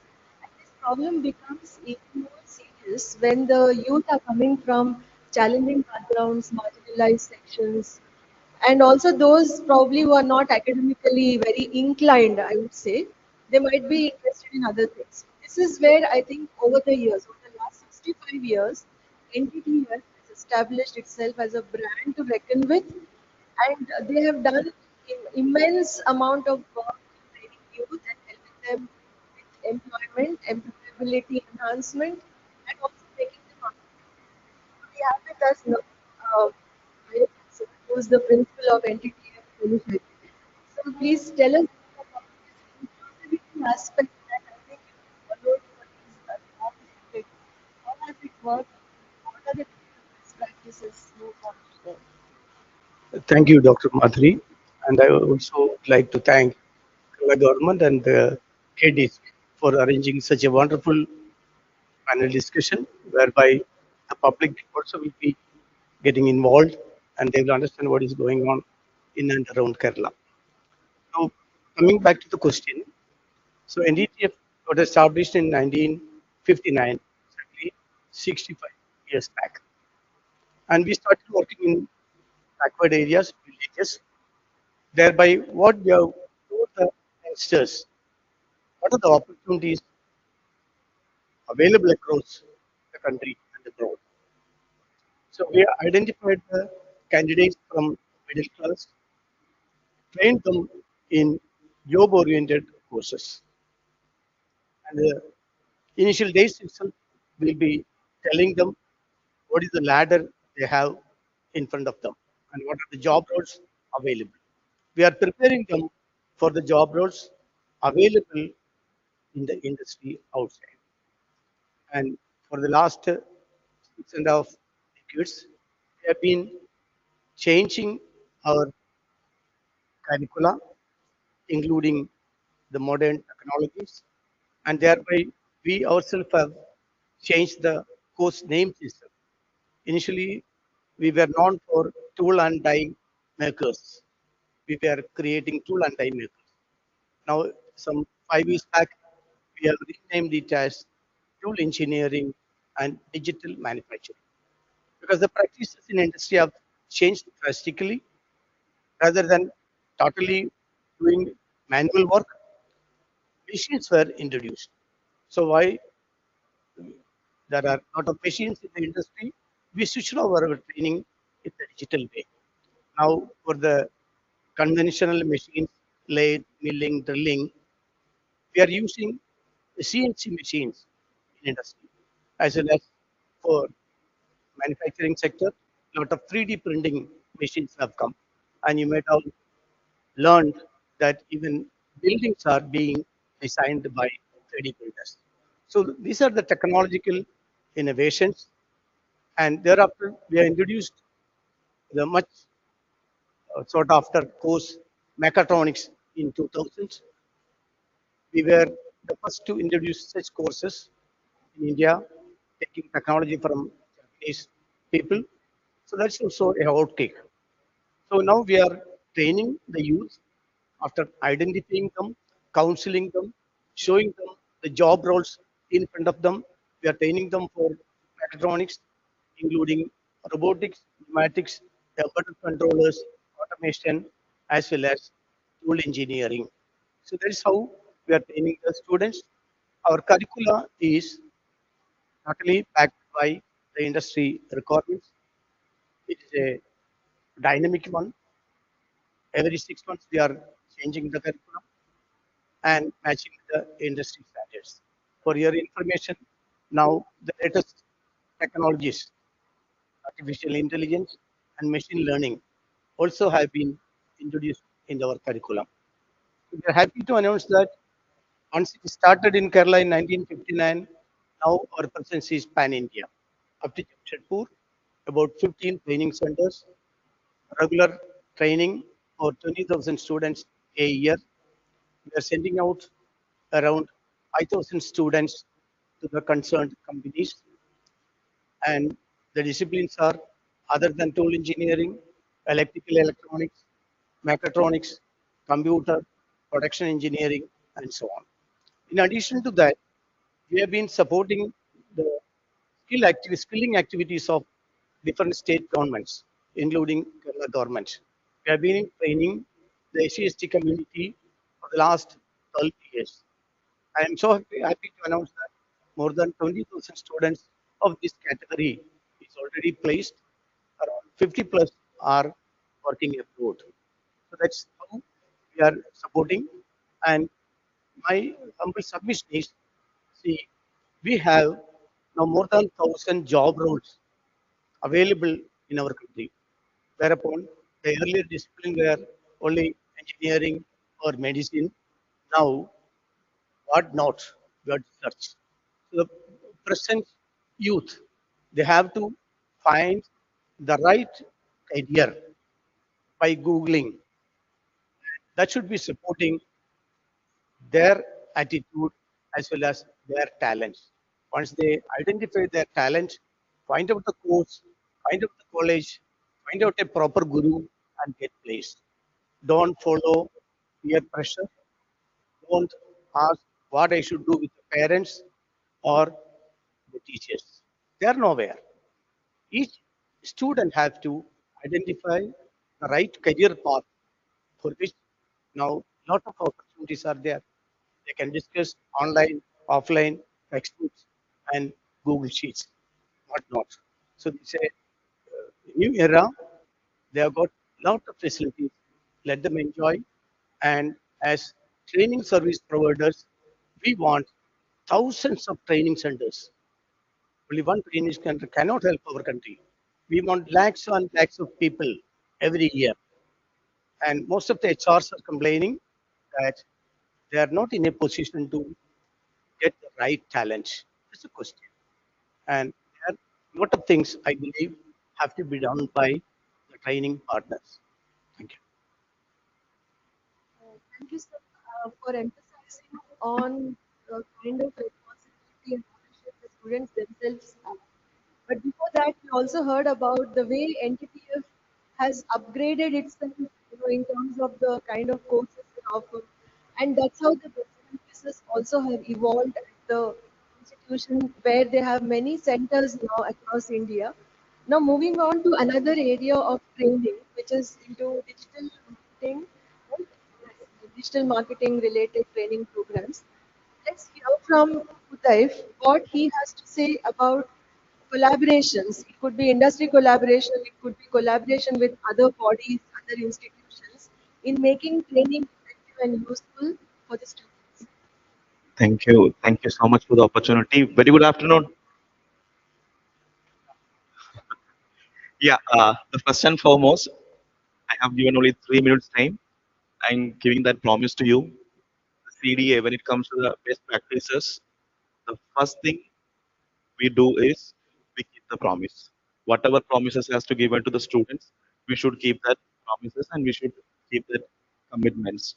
So CDA is an agency-based digital marketing academy and proud partner of Kerala Knowledge Economy and myself, Uday, one of the co-founder. See, when it comes to the best practices, all the best practices comes from the one core question: why these students are coming to any institutes? The one thing is they are jobless and they are hunting job. And most of the cases, what I have seen is there are three major reasons why still they are jobless and hunting job and they are not landing to the right job. The first thing is they are having a very less or very low self confidence. And the second thing is their learning agility or the self learning skill is very low. That's why they are paying to an institute and coming to us. And the third thing is they are lacking communication skill. And what CDA is doing, the first thing is that we are giving a workplace exposure. If you don't give a workplace exposure to your learner, then how do you expect them to work in a company or a agency or in a business? So the first thing is we are giving a workplace exposure. Could you please present the screen? Yeah,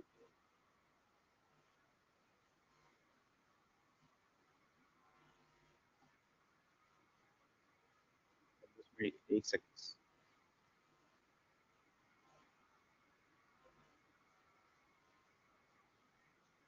Yeah, so this is our infrastructure, which you can't differentiate it as an academy or an agency, which is a co-working space. Like that means our learners are trained from a workplace. This is our Cochin campus, and this is our Calicut campus, and we successfully trained 3,000 plus alumni so far.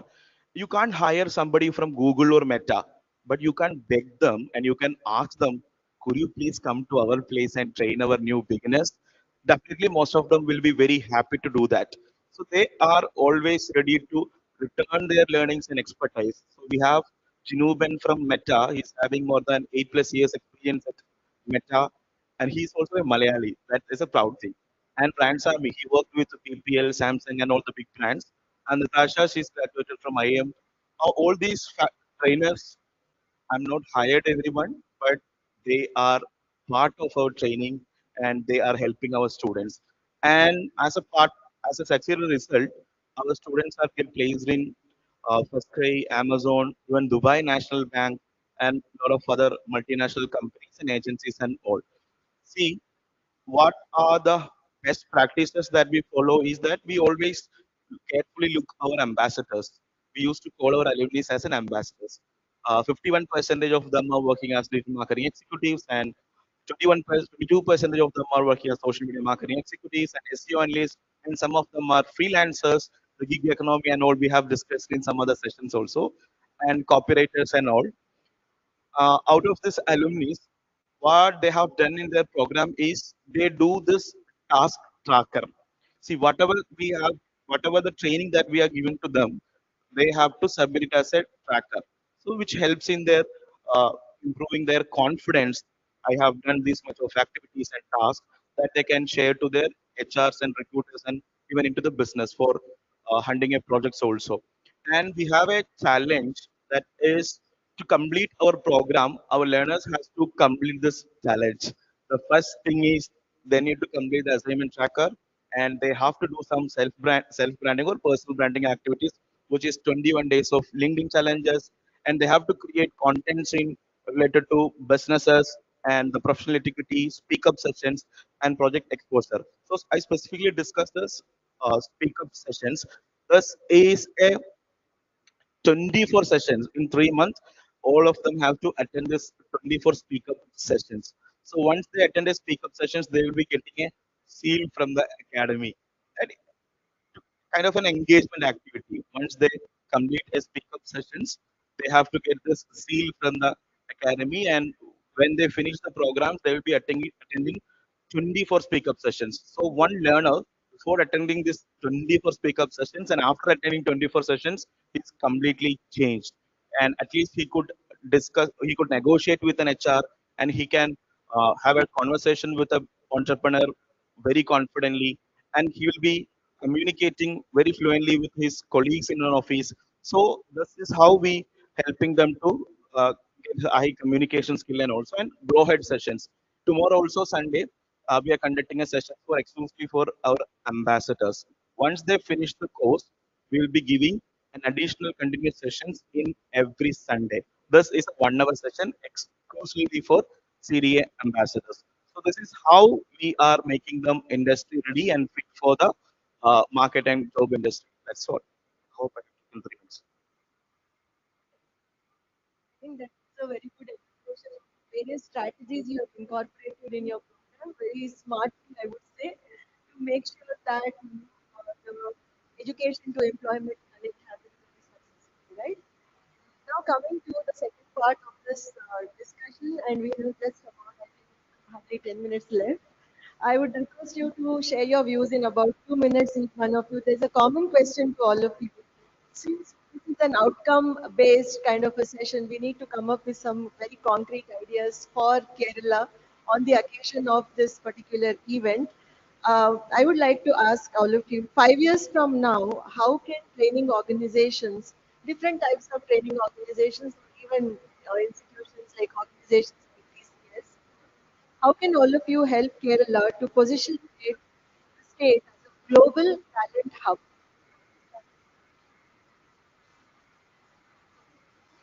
Thank you. So if I look at how people will perceive vocational enabling skills, which is going to typically generate the largest number of employers or employees, and what technology is taking over many other areas. We believe it is very important for a state like Kerala or a country like India, I would say, which has a massive workforce, to do five things, and which I'm calling them as provocations I mentioned in the past. Uh, uh, So the first one, I believe, is while there are so many training agencies, everyone has their own frameworks, everyone has their own model of testing, assessing, training. Is there a way that we can create a vulnerability index? Because the number one challenge for people who are getting to a job, I'll come to those who are not employable or who are scouting for jobs, who even get into job, even in MSMEs, the number one problem, their ability to continuously learn and upgrade their skills. So learnability is a very, very critical component, going to become far more important in the future, especially given the amount of data which will get generated about an individual, about his or her The skill performance. story of Odisha begins in the year 2016. This This is when Odisha extremely Skill Development Authority was formed at the behest of the Honorable Chief Minister Shinabin Patna. Its charter for the newly constituted authority was to build an aspirational brand called Skilled in Odisha. He said, getting into this room. So number one thing we have is there an ability that we can create together along with a learnability for every individual. This will become very critical and we need to start much earlier in school. I'll come to that in a minute. The second is not everyone who's going to get trained or who's looking for a job, we discussed a few minutes back, know what they need to do. And hence, today, everyone goes after internships, trying out after getting a skill. But even let us think of it like a micro credential or micro internship or a micro, what should I say, skilling.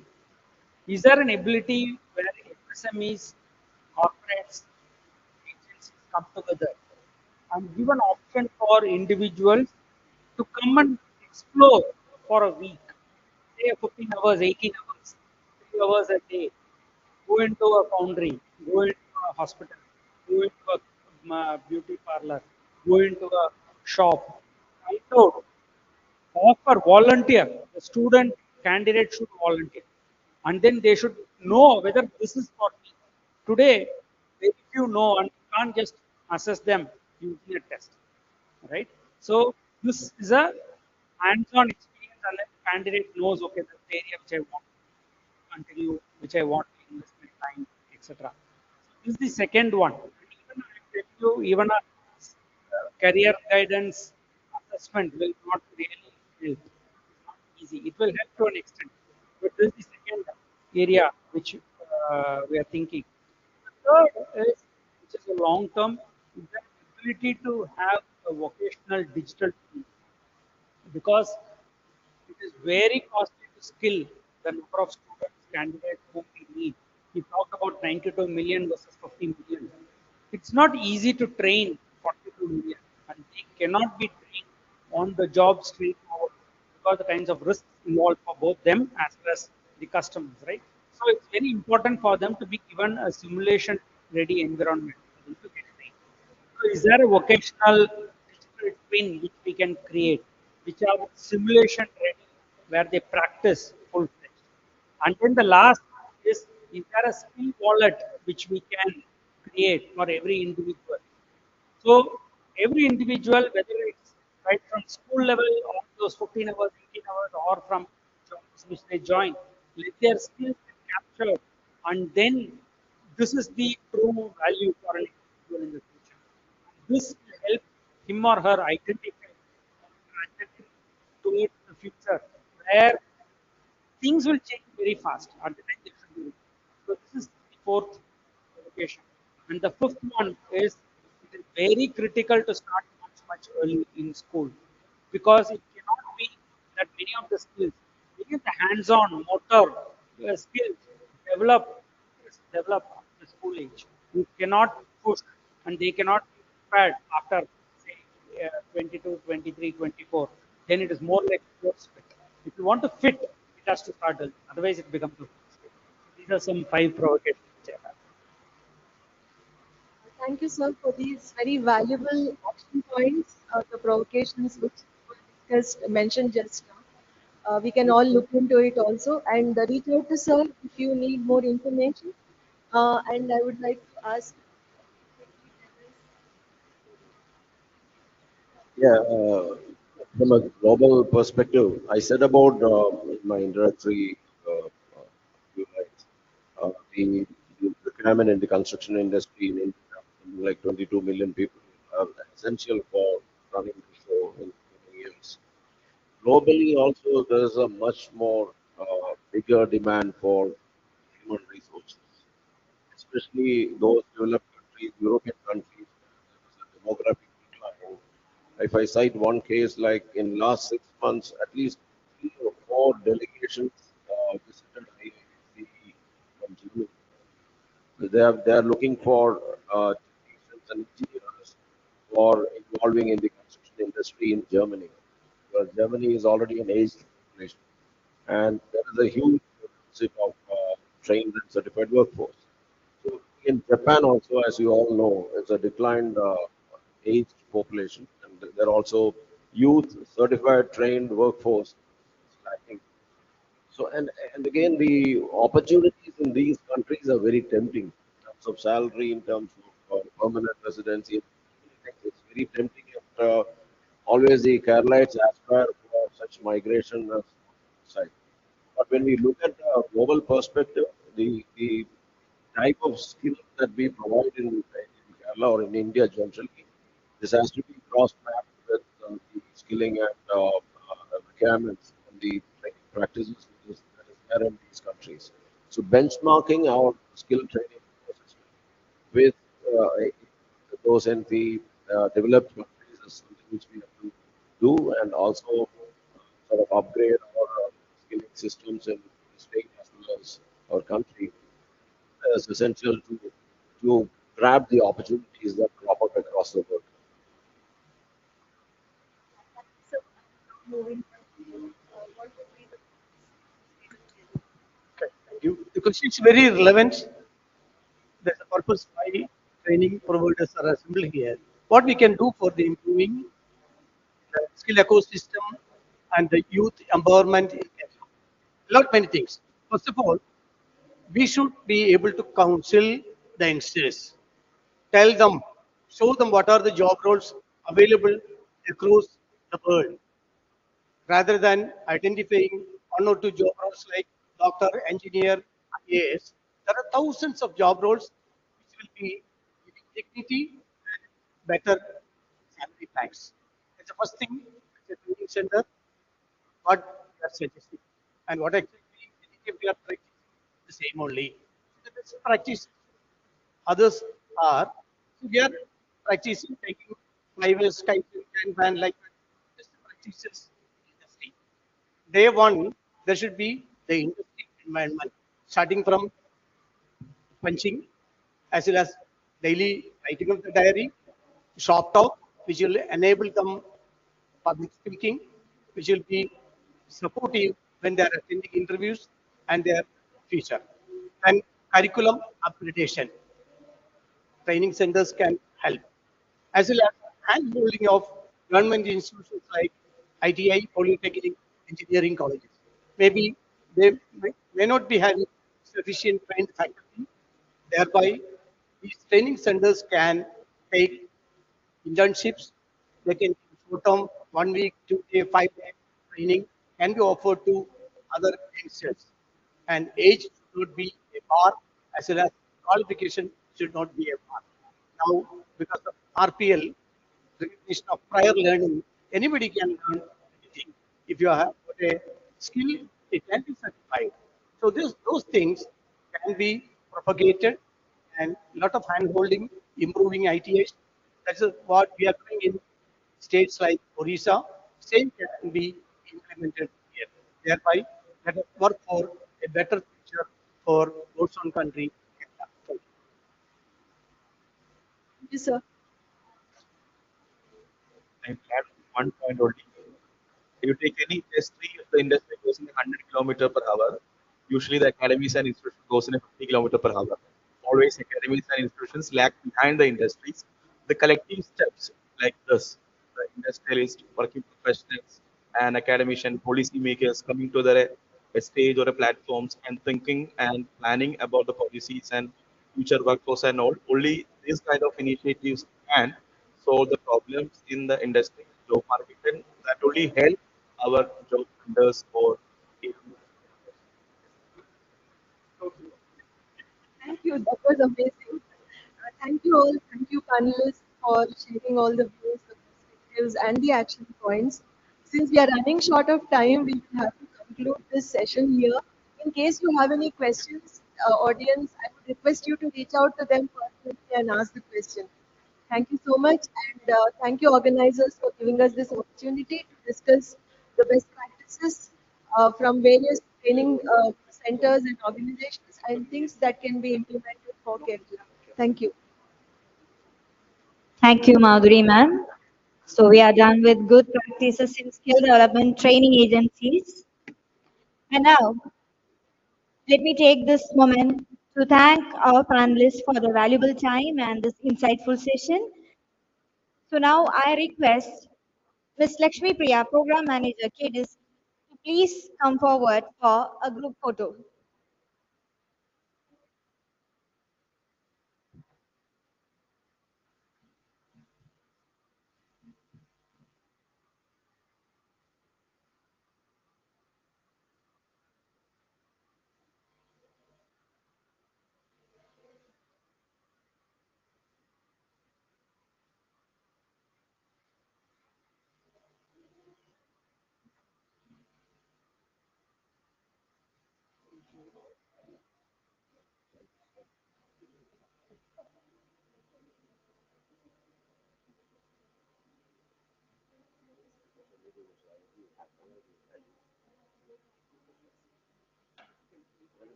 Ladies and gentlemen, next up there is going to be a short video presentation on how India grows at the grassroots. This video has been done by Subroto Bagchi, founder Mindtree. All eyes on screen.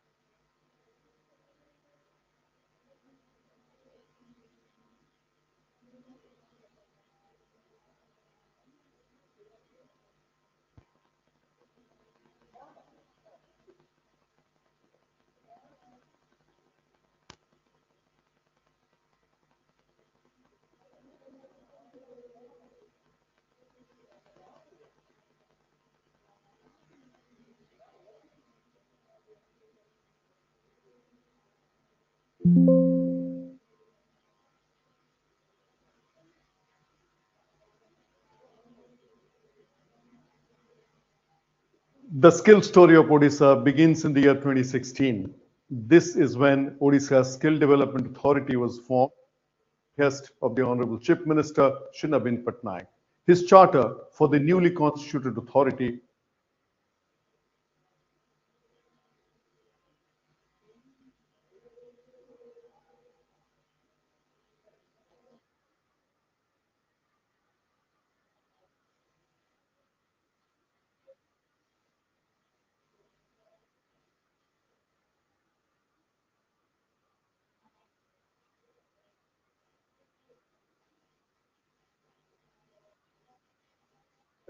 A day must come when future employers would ask their potential employees, Are you skilled or are you skilled in Odisha? This overarching aspiration meant three things.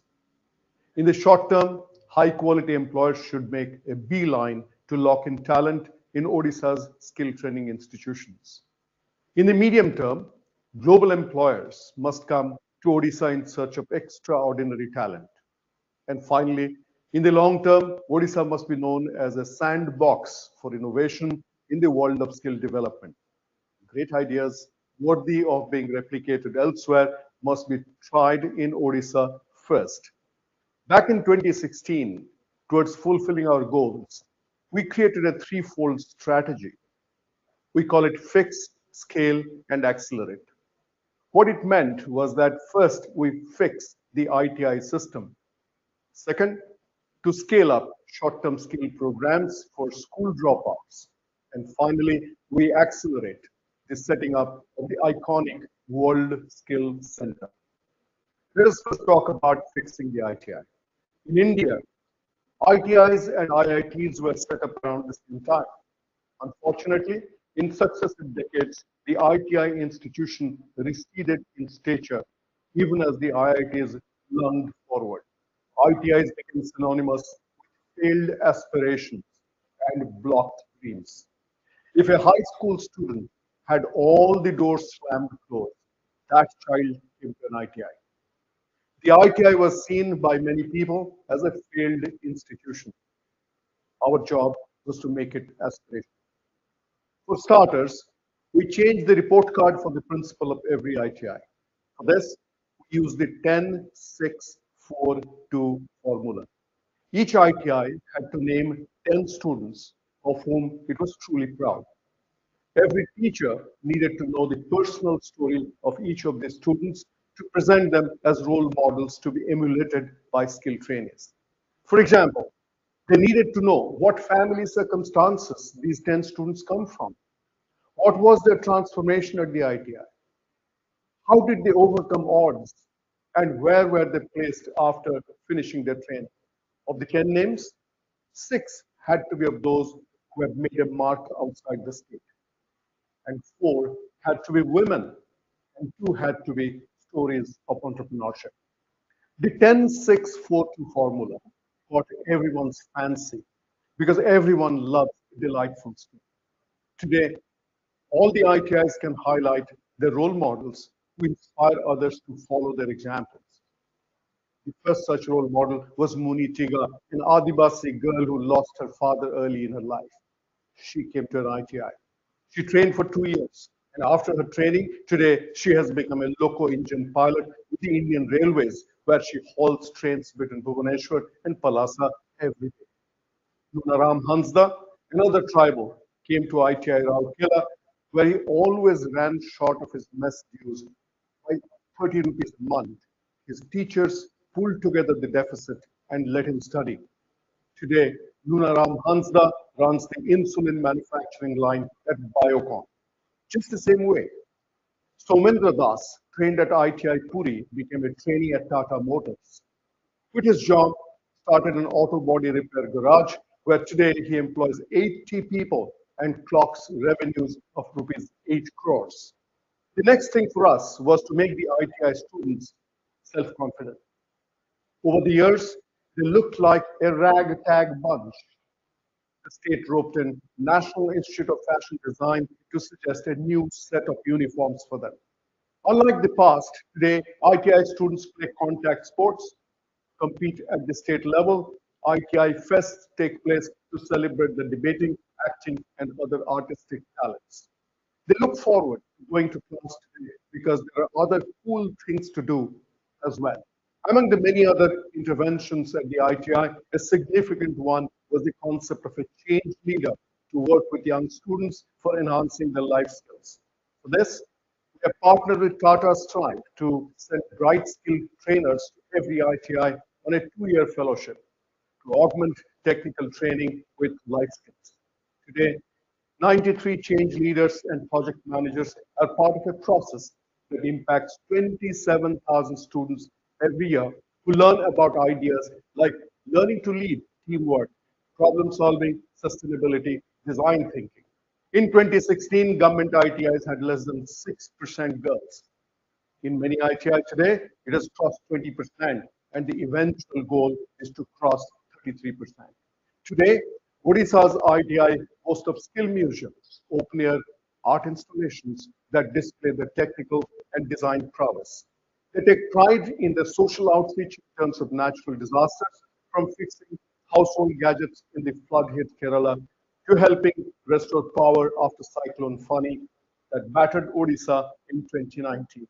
The next thing was to create a new sense of direction and ambition among the teachers themselves. For the first time in India, we sent 215 ITI teachers and administrators to ITE Singapore, considered one of the best skilled institutions in the entire world. 90% of these teachers did not ever have a passport in their lives, signaling their own personal lack of outlook and ambition. These teachers, upon their return from Singapore, crafted the mission, vision, and values for what we call the new ITI. Beyond the ITI and polytechnics, the state implements many short-term employment-linked skill training for those who have dropped out of school after their 5th, 8th, or 10th class and would not go back to formal education either because they cannot cope or they have family compulsions. These youth trained to become retail sales assistants, drivers, janitors, healthcare assistants, domestic electricians, industrial sewing machine operators, and so on. The flagship program for such training is the Deen Dayal Upadhyay Gramin Kaushalya Yojana of Government of India that provides 75-day residential training in many domains. Odisha has been adjudged by the Government of India as the best performing state for DDU-GKY implementation for 3 years successively in a row. The famed Tirupur textile belt of Tamil Nadu critically depends on skilled Odia workers. These are from DDU-GKY, whose deft fingers make international levels from Diesel, Guess, H&M, Marks and Spencer to Tommy Hilfiger. Among the thousands of beneficiaries of our short-term skill program is Sumati Naik, a 10th class pass from Bhadrak who could not speak any language other than Odia. Today, Sumati is a department manager at West Side Coimbatore. Or consider the story of Damanti Swai, a girl from Kendrapada who was selected by Tata Advanced Systems, Hyderabad, where she builds aircraft body for Boeing and Pilatus. To make Odisha's talent more visible, the state has been engaging at the CEO level to create a special connect with high-quality employers. The efforts have paid off. Now, let's talk about the iconic World Skills Center. The World Skills Center has been set up in Bhubaneswar at an outlay of nearly 193 million US dollars. It has come up in Bhubaneswar, housed in an 18-story state-of-the-art building, spanning 500,000 square feet. It will roll out one-year courses as a finishing school designed with the help of IT Singapore in areas like precision engineering, vertical transportation, air conditioning, refrigeration, as well as certain creative economy courses like beauty and healthcare. Additionally, through several other programs, the World Skills Center will directly and indirectly impact 1.5 lakh youth by 2024. The World Skills Center will be run with expert guidance of an expatriate leadership team of 5 from IT who would eventually transfer the ability to local leadership team. The World Skills Center is part of a larger skill ecosystem in the state that is being further strengthened. A key part of the overall fix, scale, and accelerate strategy is using the spirit of competition among youth who are making skills aspiration. Towards this, in 2017, the state decided to participate in the India Skills Competition 2018, which was a precursor to World Skill Competition at Kazan in Russia. In preparation for Kazan, Odisha set up Mission 1, 2, 3. It meant Odisha would strive to get India 1 gold, 2 silvers, and 3 bronzes. Towards this, Skills 2018 was conducted in Bhubaneswar for the very first time with 5,000 youth competing in trades from beauty to hospitality, nursing, welding, painting, carpentry, bricklaying, plumbing, and many others. At the national level, Odisha surprised everyone with the second largest medal tally in the country, slightly behind Maharashtra. More importantly, three participants from Odisha represented India at World Skills 2019 in Russia, and one of them, Aswat Narayan, brought India her very first gold medal after the World Skills competition in Kazan. The next one will be held in Shanghai in China in October 2022. Towards this, India Skills Competition 2021 was recently held in Delhi by the government of India. This heralded Odisha's moment of crowning glory. At the India Skills 2021, Odisha has been ranked first among all Indian states with the highest medal tally in all three categories of gold, silver, and bronze. A large contingent is now getting ready under what we call Mission 234. The goal this time is to get India two golds, three silvers, and four bronzes at the World Skill Competition in Shanghai.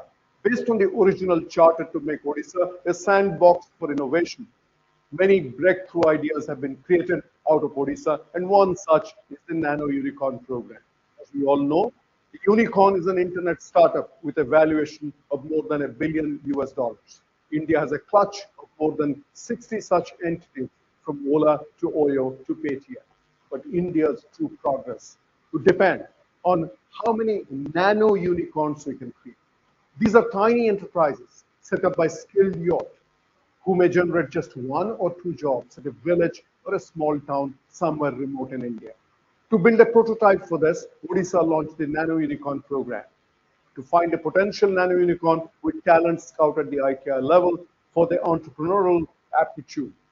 We listen to their dreams, and if we like the story, we send them to a 2-week mini MBA program where the person can further hone the business idea. At the end of the program, we bring in rupees 1 lakh from philanthropic funds and get the nano unicorn off the ground. A pilot has been rolled out so far with 433 nano unicorns, and this will be stepped up to 3,000 in the coming couple of years. The large goal is to harvest the story of entrepreneurship, which we'll share with young people to encourage them to look at skills as a means to become entrepreneurs beyond the journey of the last 6 years. Now we are beginning to dream bigger. Odisha's skill efforts are in the middle of a reject. We are soon going to start work on Skill Vision 2030. The idea is to create a blueprint for the future. We have chosen 2030 as the milestone because it coincides with the sunset of Sustainable Development Goals of the United Nations for the year 2030. What would be unusual is the process of crafting the vision, the creation of subsequent policy, articulation of the strategy for implementation, and the determination of funding as well as organizational structure and the resultant change management process. The exercise would start with an analysis of global trends that would have discontinuous impact on the future of work, employment, and entrepreneurship. Vis-a-vis these trends, the study would look at the as-is condition of skill preparedness of the state, and then look at the could-be and should-be scenarios. We need to plan for a differentiated position for the state to make it a global benchmark for skill development and human transformation in the decade ahead. The visioning process would entail drawing from the insights of a multidisciplinary team of design thinkers, economists, sociologists, market analysts, technology and development sector specialists, and domain experts who have the thought leadership and the experience in large-scale transformation and change management. We know this is a journey that will never end. Under the leadership of the Honorable Chief Minister Shri Naveen Patnaik, all of us are driven by a sense of purpose. We are here to take the story of skilled in Odisha to the next level that recognizes every individual's right to skill, just as we talk about right to education. We are driven by the vision of the Honorable Chief Minister Shri Naveen Patnaik that skills must be seen not just as a means for employment, but as a tool for human transformation. Skilled in Odisha. Yeah, skilled in Odisha. Yeah, skilled in Odisha. One or two and skilled in Odisha. Ladies and gentlemen, that was the video presentation by Subrata Bagchi on how India grows at the grassroots. Now moving on towards the final session of day 2 of Skill Kerala, the Global Summit 2025, Journey of DWMS. The session is going to be moderated by Mr. Biju Parmeshwar, Program Head YIP Cadres. Now let me welcome the panelists onto this dais. Mr. Anup Marcos Mani, Associate Director, KDISC. May I have Mr. Anup Marcos Mani onto this dais. Ms. Neetu Satyan, Associate Director, KDISC. Mr. Prijit PK, Program Manager, KDISC. Shakna Nath RU, Program Manager, KDISC. Rishu Abraham, Associate Director, KDISC. And finally, Sibi Akbar Ali, Assistant Director, KDISC. I invite the panelists onto this dais.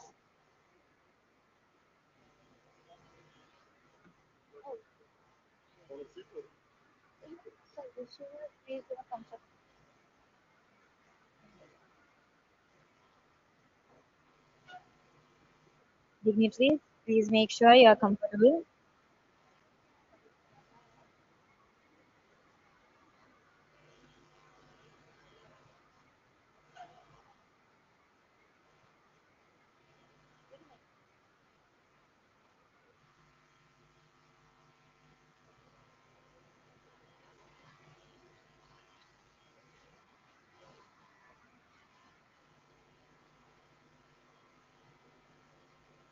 Over to you, sir.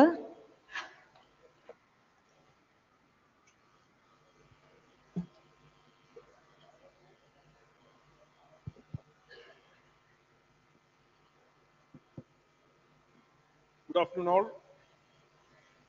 ഇന്ന് നമ്മൾ കൂടിയിരിക്കുന്നത് DWMS digital work force management system എന്ന അതിൻ്റെ features capabilities അതെങ്ങനെ വിജ്ഞാന കേരളത്തിൽ ഒരു നിർണായക ഘടകമാകുന്നു അറിയാനാണ്.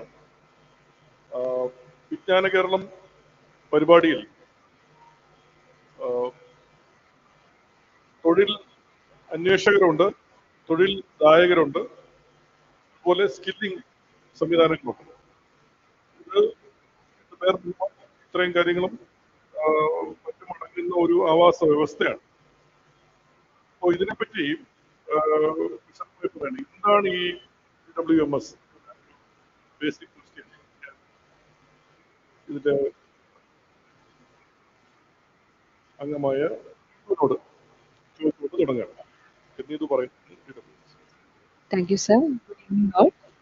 So, digital workforce management system DWMS നമ്മളുടെ strategy പേപ്പറിലെ ഏറ്റവും വലിയൊരു one of the major intervention ആണ്. So, basically, this is a technology platform which integrates several platforms, applications, then already നമ്മുടെ ഒരു seamless interactionsന് വേണ്ടിയിട്ട് provide ചെയ്തിരിക്കുന്ന ഡെവലപ്പ് ചെയ്തിരിക്കുന്ന ഒരു ടെക്നോളജി പ്ലാറ്റ്ഫോം ആണ്.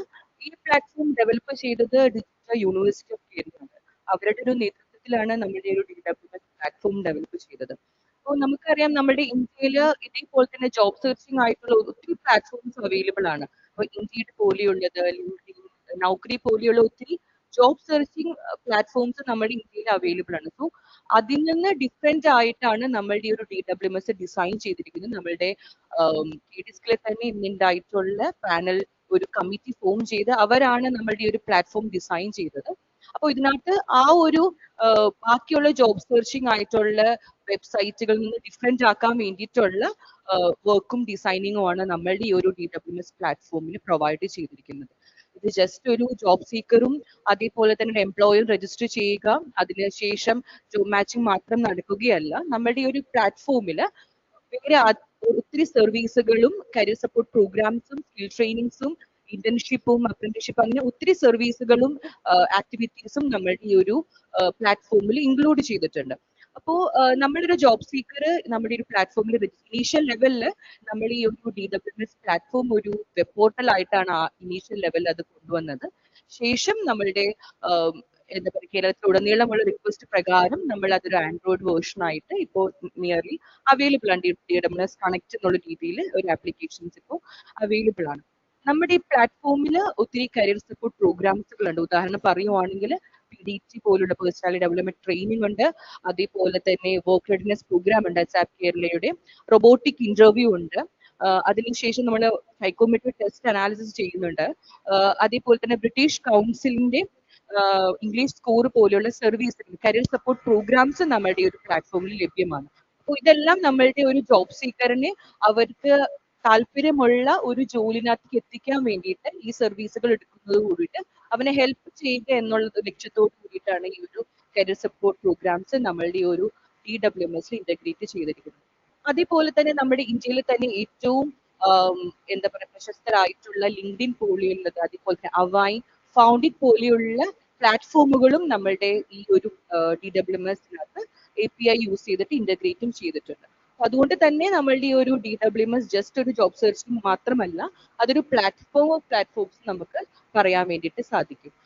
നമ്മളുടെ ഈ ഒരു DWMSന്റെ ജേർണി നമ്മൾ സ്റ്റാർട്ട് ചെയ്തത് ഫെബ്രുവരി 2021 അതിനുശേഷം നമുക്ക് അറിയാം ആ ഒരു പ്ലാറ്റ്ഫോം ഇപ്പോഴും അത് അപ്ഡേറ്റ് ചെയ്തുകൊണ്ടിരിക്കുകയാണ്. ഫർദർ നമ്മളുടെ ഫീൽഡിൽ നിന്നുള്ള അതേപോലെ തന്നെ എക്സ്പേർട്സുകളുടെയൊക്കെ ഇൻപുട്ട് പ്രകാരം നമ്മൾ ഇപ്പോഴും ആ ഒരു പ്ലാറ്റ്ഫോമിനകത്തേക്ക് ഫർദർ അപ്ഡേറ്റ്സുകളെല്ലാം നടന്നുകൊണ്ടിരിക്കുകയാണ്. നമുക്ക് 2022 ഡിജിറ്റൽ ഇന്ത്യ അവാർഡ്സിന്റെ വിന്നർ ആയിരുന്നു നമ്മളുടെ ഈ ഒരു പ്ലാറ്റ്ഫോം സെലക്ട് ചെയ്തിട്ടുണ്ട്. അതിനുശേഷം നമുക്കിപ്പോൾ റീസെന്റ് നോക്കുവാണെങ്കിൽ നമുക്കിപ്പോൾ ഏകദേശം നമ്മുടെ ഒരു പ്ലാറ്റ്ഫോമിൽ 20 ലക്ഷത്തിലധികം ആൾക്കാർ രജിസ്റ്റർ ചെയ്തിട്ടുണ്ട്. അതിനകത്ത് തന്നെ 13 ലക്ഷം ആൾക്കാർ നമ്മുടെ മൊബൈൽ ആപ്പ് യൂസ് ചെയ്തിട്ടും ബാക്കി 7 ലക്ഷം നമ്മളുടെ വെബ് പോർട്ടൽ യൂസ് ചെയ്തിട്ടുമാണ് രജിസ്റ്റർ ചെയ്തിരിക്കുന്നത്. ഇതൊക്കെയാണ് നിലവിലുള്ള നമ്മുടെ പ്ലാറ്റ്ഫോമിന്റെ ഒരു സ്ട്രക്ചർ.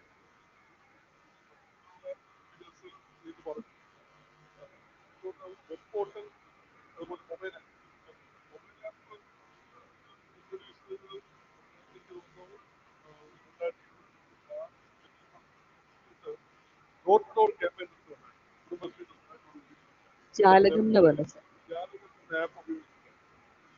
കേരളത്തില് അഭ്യസ്തവിദ്യരായ തൊഴിൽ രഹിതർ ഡേറ്റ കളക്ട് ചെയ്യും, ക്യൂറേറ്റ് ചെയ്തിട്ട് അതിനെപ്പറ്റി ഫർദർ പറയാനായിട്ട് ഞാൻ സിബിയോട് ഇതിപ്പോ നിതു പറഞ്ഞ പോലെ പ്ലാറ്റ്ഫോം ഓഫ് പ്ലാറ്റ്ഫോം ബിൽഡ് ചെയ്യാന്നുള്ളത് നമ്മൾ എക്സിസ്റ്റിംഗ് സൊല്യൂഷൻസിനെ നമ്മൾ കമ്പൈൻ ചെയ്ത് ഇൻഫർമേഷൻ ആക്സസ് കൊടുക്കുക എന്നുള്ളതാണ് അതിന്റെ പ്രധാനമായിട്ടുള്ളൊരു പ്രിൻസിപ്പിൾ. അതായത് എക്സിസ്റ്റിംഗ് ആയിട്ടുള്ള നമ്മുടെ മാക്സിമം അവൈലബിൾ ആയിട്ടുള്ള റിസോഴ്സിനെ നമ്മൾ എഫക്റ്റീവായി യൂസ് ചെയ്യണം.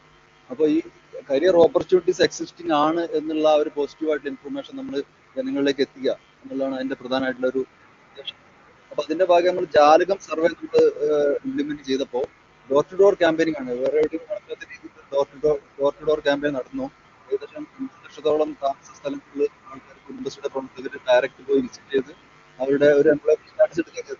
അപ്പൊ ആക്ച്വലി അപ്പൊ സംഭവിച്ചത് ആൾക്കാർക്ക് ജോലി കിട്ടും എന്നുള്ള ഒരു ഇൻഫർമേഷൻ ആൾക്കാർ അങ്ങോട്ട് കൊടുക്കുകയാണ്. അപ്പോൾ അവരുടെ ഫോൺ നമ്പർ, അവരുടെ പേരൊക്കെ കൊടുക്കുമ്പോൾ ഒരു പക്ഷേ പാരന്റ് ഒരു പക്ഷേ അവരുടെ സ്റ്റുഡന്റ് ആയിട്ടുള്ള ഒരു കുട്ടിയുടെ പേര് നമ്പർ ഫോൺ നമ്പർ ആയിരിക്കും കൊടുക്കുന്നുണ്ടാവുക. ഒരു പക്ഷേ നമ്മുടെ ഈ മദേഴ്സ് അവരുടെ നമ്പറൊക്കെ കൊടുക്കും. അപ്പൊ ശരിക്കും ആക്ച്വൽ ജോബ് സീക്കേഴ്സ് ആരാണ് എന്നുള്ള ആ ഒരു ഐഡന്റിറ്റി ഇഷ്യൂ അവിടെ വരുന്നുണ്ട്. ഫോൺ നമ്പർ മിസ്മാച്ച് മാത്രമല്ല ഈ ജനറേഷൻ ആൽഫ യൂത്ത് ജനറേഷൻ ആയിട്ടുള്ള ഈ ജനറേഷൻ ആൽഫയും ജനറേഷൻ സീറ്റൊക്കെ ആൾക്കാർ അവരുടെ ഇമെയിൽ നമ്പറും ഫോൺ നമ്പറും ഒക്കെ മാറ്റുന്നുണ്ട്. അപ്പൊ ഈ 20 ലാഖ് എന്നുള്ള ആ ഒരു ടോട്ടൽ കൗണ്ടിൽ എത്തുമ്പോൾ അതിൽ കുറെ അധികം ഇനാക്റ്റീവ് ആയിട്ടുള്ള യൂസേഴ്സ് ഉണ്ട് എന്നുള്ളതാണ് നമ്മൾ മനസ്സിലാക്കുന്നത്. ഈ ഒരു സർവേ നമ്മൾ ഇംപ്ലിമെന്റ് ചെയ്യുമ്പോൾ ഏറ്റവും പ്രധാനമായിട്ടുള്ള നമുക്ക് ഈ കേരളത്തിന്റെ ഈ ലേബർ കണ്ടീഷൻ, അതായത് എക്സിസ്റ്റിംഗ് ആയിട്ടുള്ള അൺഎംപ്ലോയ്മെന്റ് എന്ന് പറയുന്ന ഈ ഇക്കണോമിക് ടേം, അതായത് ആക്ച്വലി ജോബ് ആവശ്യമുള്ള ആൾക്കാർക്ക് ജോബ് കിട്ടാത്ത ആൾക്കാരാണല്ലോ ഈ അൺഎംപ്ലോയ്മെന്റ് എന്ന് പറയുന്നത്. ആക്ച്വലി ഇവിടെ നടക്കുന്നത് അണ്ടർ എംപ്ലോയ്മെന്റ് ആണ്. അതായത് ആൾക്കാർക്ക് ഹയർ എഡ്യൂക്കേഷൻ ഉണ്ട്, അവർക്ക് പക്ഷെ അവർക്ക് അനുയോജ്യമായിട്ടുള്ള ജോബ് അല്ല കിട്ടിയിരിക്കുന്നത് എന്ന യാഥാർത്ഥ്യത്തിലേക്കാണ് നമ്മൾ ഈ സർവേ നമ്മളെ കൊണ്ടെത്തുന്നത്. അപ്പൊ അതിന്റെ ഭാഗമായിട്ടാണ് നമ്മൾ ഈ പറഞ്ഞ പോലെ ഈ സൊല്യൂഷൻസ് നമ്മൾ ഡെവലപ്പ് ചെയ്യുന്നത്. എങ്ങനെയാണ് ഈ പ്രോബ്ലത്തിന് അഡ്രസ് ചെയ്യുക, അതിന്റെ ഭാഗമായിട്ടാണ് നമ്മൾ എക്സിസ്റ്റിംഗ് ആയിട്ട് കുറച്ച് ഡാറ്റാസ് നമ്മൾ ഇനീഷ്യലി നമ്മൾ അഗ്രിഗേറ്റ് ചെയ്ത് ടെക്നോ പാർക്കിന്റെ നമ്മൾ കുറച്ച് ഡാറ്റ എടുത്തു. പിന്നെ CMD എന്ന് പറയുന്ന ഗവൺമെന്റ് നോൺ കോൺട്രാക്ടിലുള്ള ജോബ്സ് അപ്ലൈ ചെയ്തിട്ടുള്ള കുറച്ച് അഭ്യസ്തവിദ്യരായിട്ടുള്ള ആൾക്കാർ CMD വഴി നമ്മൾ അഗ്രിഗേറ്റ് ചെയ്തിട്ടുണ്ട്. അതുപോലെ DDUJന്റെ ഡാറ്റ നമ്മൾ ഇതിലേക്ക് അഗ്രിഗേറ്റ് ചെയ്തു. നമുക്ക് ഇനീഷ്യലി ഈ ഒരു ഐഡന്റിറ്റി ഇഷ്യൂ ഉണ്ടാവാനുള്ള പ്രധാന കാരണം ഡാറ്റ നമ്മൾ ഇൻഡയറക്റ്റ് ആയിട്ട് അഗ്രിഗേറ്റ് ചെയ്തു എന്നുള്ളതാണ്. അപ്പൊ അതിനുശേഷം ഈ ഡാറ്റനെ നമ്മൾ 2 ഫാക്ടർ ഒതന്റിക്കേഷൻ, അതായത് OTP വെച്ച് മൊബൈൽ നമ്പറും ഇമെയിൽ ഐഡിയും വാലിഡേറ്റ് ചെയ്തതിനു ശേഷം വാലിഡേറ്റ് ആയിട്ടുള്ള പ്രൊഫൈൽസിന് നമ്മൾ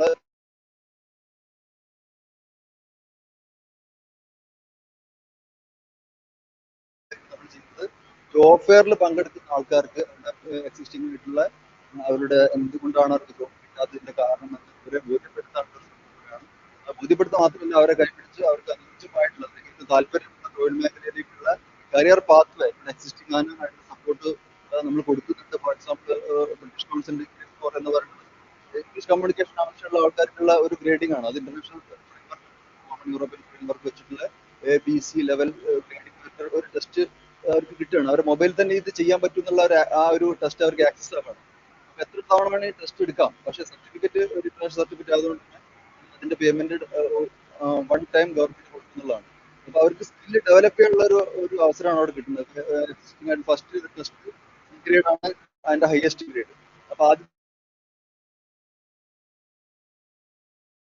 അവിടെ അപ്ഗ്രേഡ് ചെയ്യാൻ പറ്റും. സ്കിൽ അപ്ഗ്രേഡ് ചെയ്യാനുള്ള ഒരു അവസരമാണ്. എ ഗ്രേഡിലത് നമ്മൾ B1 ആക്കാനുള്ള ഒരു പ്രാക്ടീസ് ചെയ്ത് ഇംഗ്ലീഷിൽ ഒരു പക്ഷേ 100 ഔട്ട് ഓഫ് 100 മാർക്ക് ഉണ്ടായിരുന്നു. പക്ഷേ കമ്മ്യൂണിക്കേഷൻ സ്കിൽ ഇംപ്രൂവ് ചെയ്യേണ്ട ഒരു ആവശ്യത്തെ കുറിച്ച് അവർക്ക് തന്നെ ബോധ്യപ്പെടും. അപ്പൊ അതിനുള്ള ഈ ഒരു ടെസ്റ്റിംഗ് ഓപ്പർച്യൂണിറ്റി അവർക്ക് നമ്മൾ എത്തിച്ചു കൊടുക്കുന്നതിലൂടെ നമ്മൾ ചെയ്യുന്ന ഒരു സൊല്യൂഷൻ.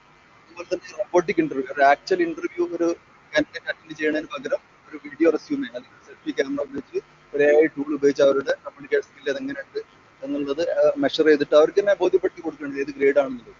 അപ്പൊ അങ്ങനെ നമ്മൾ അവരുടെ സ്കിൽ ഡെവലപ്മെന്റിലേക്ക് നമ്മൾ എത്തിക്കാനുള്ള ഒരു സ്കില്ലിന്റെ ആസ്പിറേഷൻ നമ്മളിവിടെ ഉണ്ടാക്കിയെടുക്കാനാണ് നമ്മൾ ഉണ്ടാക്കിയെടുക്കുക എന്നുള്ളതല്ല, ഈ അണ്ടർ എംപ്ലോയ്മെന്റ് പ്രധാനപ്പെട്ട കാരണം സ്കിൽ ഇല്ലാത്തതാണ് എന്നുള്ള യാഥാർത്ഥ്യത്തിലേക്ക് നമ്മുടെ ഈ ജോബ് സീക്കേഴ്സിനെ എത്തിച്ച് അവരെ ആ രീതിയിൽ അവരെ പിന്തുണക്കാൻ വേണ്ടിയിട്ടാണ് സ്കിൽ ഡെവലപ്മെന്റ് എന്നുള്ള ഈ ഒരു ക്യാമ്പയിൻ സ്കിൽ ഡെവലപ്മെന്റ് ആണ് ഇവിടെ പ്രധാനം എന്നുള്ളതിലേക്കാണ് നമ്മൾ തിരിച്ച് ഓറിയന്റ് ചെയ്യുന്നത്. ഫോർ എക്സാമ്പിൾ ലിങ്ക്ഡിൻ പോലുള്ള പ്ലാറ്റ്ഫോം നമ്മൾ ഈ DWMസിന്റെ പ്ലാറ്റ്ഫോം പറയുമ്പോൾ ലിങ്ക്ഡിൻ പ്ലാറ്റ്ഫോം അതിന്റെ ഡാറ്റ FTP അല്ലെങ്കിൽ ഇതിലേക്ക് ഇന്റഗ്രേറ്റ് ചെയ്യുന്നുണ്ട്. അതേപോലെ ഡെയിലി 30,000 to 40,000 ജോബ്സ് ആണ് ലിങ്ക്ഡിൻ വഴി ഈ DWMസിലേക്ക് വരുന്നത്. അപ്പോൾ ഒരു ലിങ്ക്ഡിൻ പ്രൊഫൈൽ ഉണ്ടാക്കി എടുത്ത് പ്രൊഫഷണൽ ആയിട്ടുള്ള ഒരു ഡിജിറ്റൽ പ്രൊഫൈൽ അവർക്ക് ഉണ്ടാവണം എന്നുള്ള ഒരു ആവശ്യകത അവർക്ക് മനസ്സിലായ ആവണം. ആക്ച്വലി ആ ജോബ് കിട്ടണമെങ്കിൽ ഇന്ന ജോബിൽ ഒരു മൾട്ടിനാഷണൽ കമ്പനിയിൽ ഇന്ന ജോബ് എനിക്ക് കിട്ടണമെങ്കിൽ ആ ജോബിന്റെ ഡിസ്ക്രിപ്ഷൻ എന്താണെന്നുള്ള അവർക്ക് നോക്കി മനസ്സിലാക്കി ആ സ്കിൽ ഡെവലപ്പ് ചെയ്യാനുള്ള ഒരു അവസരം കൂടിയാണ് അതിന്റെ കൊടുക്കുന്നത്. അപ്പൊ ഇൻഫർമേഷൻ നമ്മളവിടെ എഫക്റ്റീവായിട്ട് ആൾക്കാരുടെ മുന്നിൽ അവരുടെ മൊബൈലിലൂടെ തന്നെ എത്തിക്കുകയാണ് ചെയ്യുന്നത്. മാത്രമല്ല ഇതിന് സൊല്യൂഷൻ ആയിട്ടുള്ള ഈ റിസോഴ്സ് പോലെ കേരളത്തിലെ ഏറ്റവും പ്രധാനപ്പെട്ട ഒരു കരുത്ത് സോഷ്യൽ ക്യാപിറ്റലാണ്. ജനകീയ ആസൂത്രണം മുഖേനയൊക്കെ ഉണ്ടാക്കിയെടുത്തിട്ടുള്ള കേരളത്തിന്റെ പുരോഗതി മുഴുവൻ സോഷ്യൽ ക്യാപിറ്റലിനെ ബേസ് ചെയ്തിട്ടാണ്. അപ്പോൾ അവരുടെ ഒരു മെന്റർ ഫണ്ട്, പ്രൊഫഷണൽ നെറ്റ്വർക്ക് ഉണ്ട്. അതുപോലെ വാർഡ് തലത്തിലും നമുക്ക് ഈ പറഞ്ഞ മുനിസിപ്പൽ കോർപ്പറേഷൻ LSCD ലെവലിലൊക്കെ ഈ ക്യാമ്പയിനിങ് നടന്നുകൊണ്ടിരിക്കുമ്പോൾ ആൾക്കാർക്ക് ഇത് പങ്കെടുക്കാനുള്ള മോട്ടിവേഷൻ കൂടിയാണ്. സോഷ്യൽ ക്യാപിറ്റൽ ലെവറേജ് ചെയ്യുന്ന എക്സാമ്പിളാണ് നമ്മളെ അലുമിനീസിനെ നമ്മൾ ആക്ച്വലി സാധാരണ ക്യാമ്പസിലൊക്കെ എന്തെങ്കിലും പരിപാടി ഉണ്ടാകുമ്പോഴാണ് നമ്മൾ അലുമിനീസിനെ വിളിക്കുന്നത്. പക്ഷെ നമ്മൾ ഇതിന്റെ ഭാഗമായിട്ട് അലുമിനീസിനെ മെന്റേഴ്സ് ആയിട്ട് നമ്മൾ ഇൻവൈറ്റ് ചെയ്യണം ക്യാമ്പസിൽ ചെയ്യുന്നത്. അപ്പോൾ ആ അലുമിനി എങ്ങനെയാണ് സക്സസ്ഫുൾ ആയിട്ട് ഒരു കരിയർ ബിൽഡ് ചെയ്തത്, ആ കരിയർ എന്താണ് ആവശ്യമുണ്ട് എന്നുള്ള രീതിയിൽ റീസെന്റ് പാസ് ഔട്ട് ആയിട്ടുള്ള ആൾക്കാർ ഈ ക്യാമ്പസിൽ വന്ന് പറയുമ്പോൾ കുട്ടികൾക്ക് ഒരു മോട്ടിവേഷൻ, അവർക്ക് ഒരു കരിയർ പാത്ത്, ഒരു ഗോൾ സെറ്റ് ചെയ്യാനുള്ള ഒരു അവസരം കൂടെ കിട്ടുന്നുണ്ട്. അപ്പൊ ആ രീതിയിൽ നമ്മൾ ജനകീയമായിട്ട് ഇതിലൊരു അടിത്തറ, ഒരു സോഷ്യൽ ഇൻഫ്രാസ്ട്രക്ചർ ഇത് ഉണ്ടാക്കിയെടുത്ത് മുന്നോട്ട് പോകുക എന്നുള്ളതാണ് ഈ സ്കൂളിന്റെ ഒരു പ്രധാനമായിട്ടുള്ള ഒരു ഇമ്പാക്ട് ഉണ്ടാക്കുന്നത്.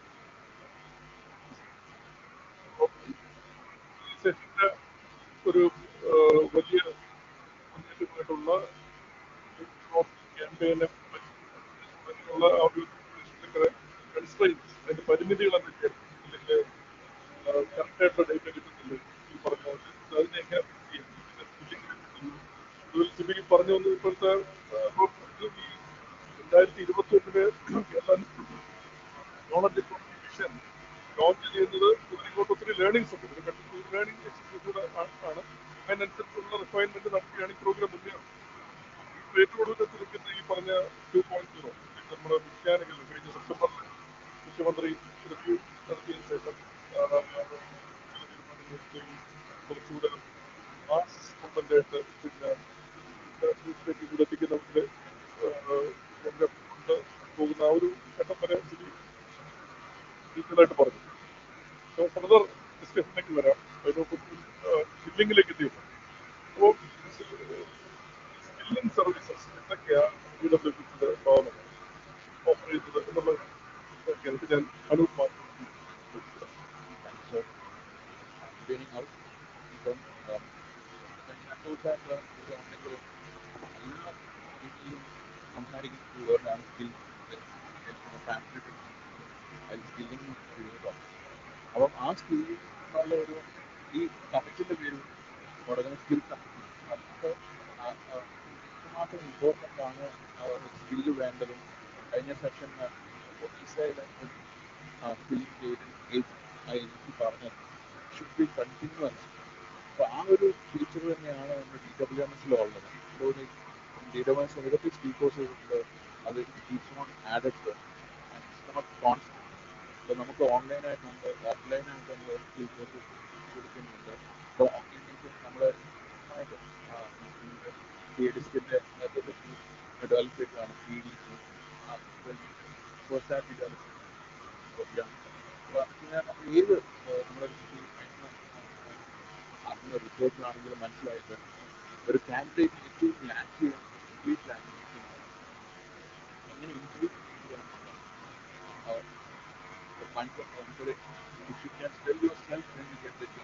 അപ്പോൾ അത് ആ ഒരു സെല്ലിംഗ് ആണ് നമ്മൾ ആ PPC കൂടെ പറഞ്ഞത്. ഹൗ വെൽ ലാംഗ്വേജ് പ്രൊഫഷൻസി ആവശ്യമുള്ളത് അന്താരാഷ്ട്ര ജോബുകൾക്കാണോ ഗ്ലോബൽ IT പോലെയുള്ള മാത്രമാണോ എന്നാലും നാട്ടിലുണ്ട് സാർ നമ്മുടെ കസ്റ്റമർ സർവീസ്. അല്ല അല്ലാതെ ഇംഗ്ലീഷ് ഭാഷ ഒരു ആവശ്യമല്ലാതെ വന്നൊരു പോലും സ്കില്ലുണ്ട്. അതിപ്പം ചില ജോലികൾ സ്കില്ലിങ്ങിൻ്റെ ആവശ്യങ്ങളാണ്. ഉദാഹരണം പറഞ്ഞു കഴിഞ്ഞാൽ 40 ഇയേഴ്സ് ഏറ്റവും കൂടുതൽ ഇമ്പോർട്ടൻ്റ് മേക്കിംഗ്. അപ്പോൾ അതിനകത്തൊക്കെ ഇപ്പോൾ നമ്മുടെ പാർട്ട്നേഴ്സായിട്ട് അസാപ്പ് അങ്ങനെ ചെയ്യുന്നു.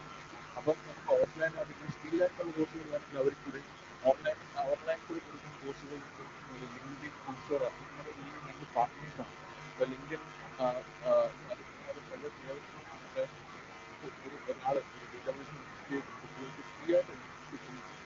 അതിൻ്റെ ഏറ്റവും ഞാൻ എടുത്ത് പറയുന്നത് നമ്മുടെ എല്ലാവരുടെ ഒരു ആസ്പിറേഷൻ ആണ്. അല്ലെങ്കിൽ ഒരു ഫോറിൻ ഓസ്ട്രേലിയ അല്ലെങ്കിൽ UK ഇങ്ങോട്ടൊക്കെ പോകുമ്പോഴത്തേക്കും ഒരു IELTS ആ IELTSൻ്റെ അതേ സ്റ്റാൻഡേർഡിൽ നടത്തുന്ന എക്സ്പീരിയൻസ് കാണുമ്പോൾ നമ്മുടെ കൊളീഗ് ഇത് പറഞ്ഞ പോലെ ബ്രിട്ടീഷ് കൗൺസിലിൻ്റെ ഇംഗ്ലീഷ് സ്കൂൾ. അപ്പോൾ അതിൻ്റെ ഒരു ഇനി അല്ലെങ്കിൽ അതിൻ്റെ ഒരു ഇനിയും ഞാൻ പറയത്തില്ല, പക്ഷേ അതിൻ്റെ ഫുൾ ആ ഒരു ഫ്രണ്ട്സോടെയാണ് ആ പ്ലാറ്റ്ഫോം ചെയ്യുന്നത്. അതൊക്കെ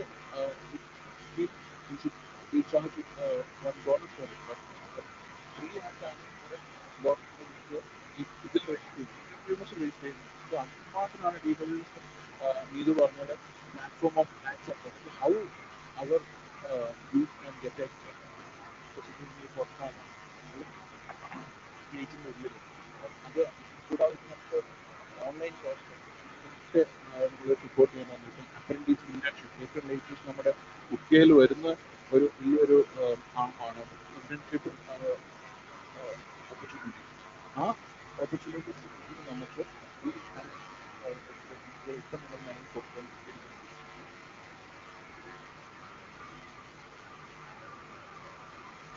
കാൻഡിഡേറ്റ് പേ ചെയ്ത് എല്ലാം ഗവൺമെൻറ് ഫ്രീ ആയിട്ടില്ല.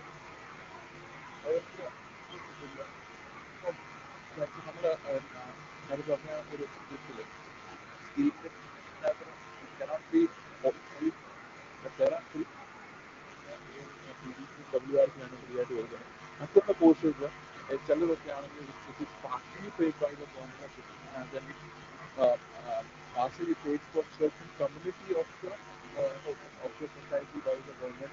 So അങ്ങനെ കുറച്ച് criteria it's all dependent upon the government order which has been released.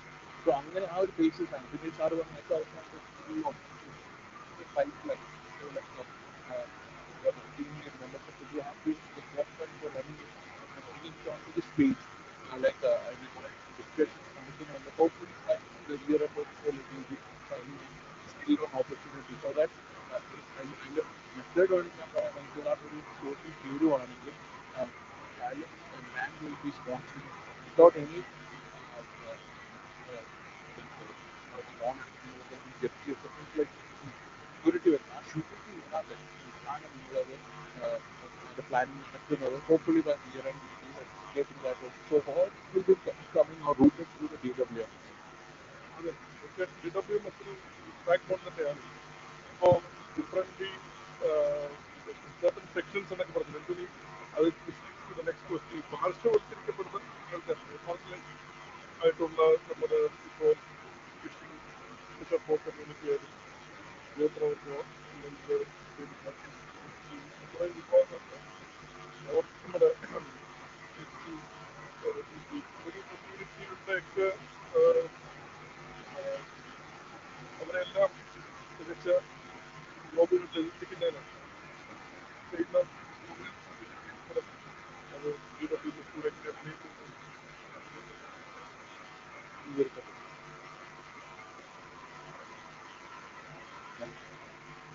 Sure. Thank you for the question.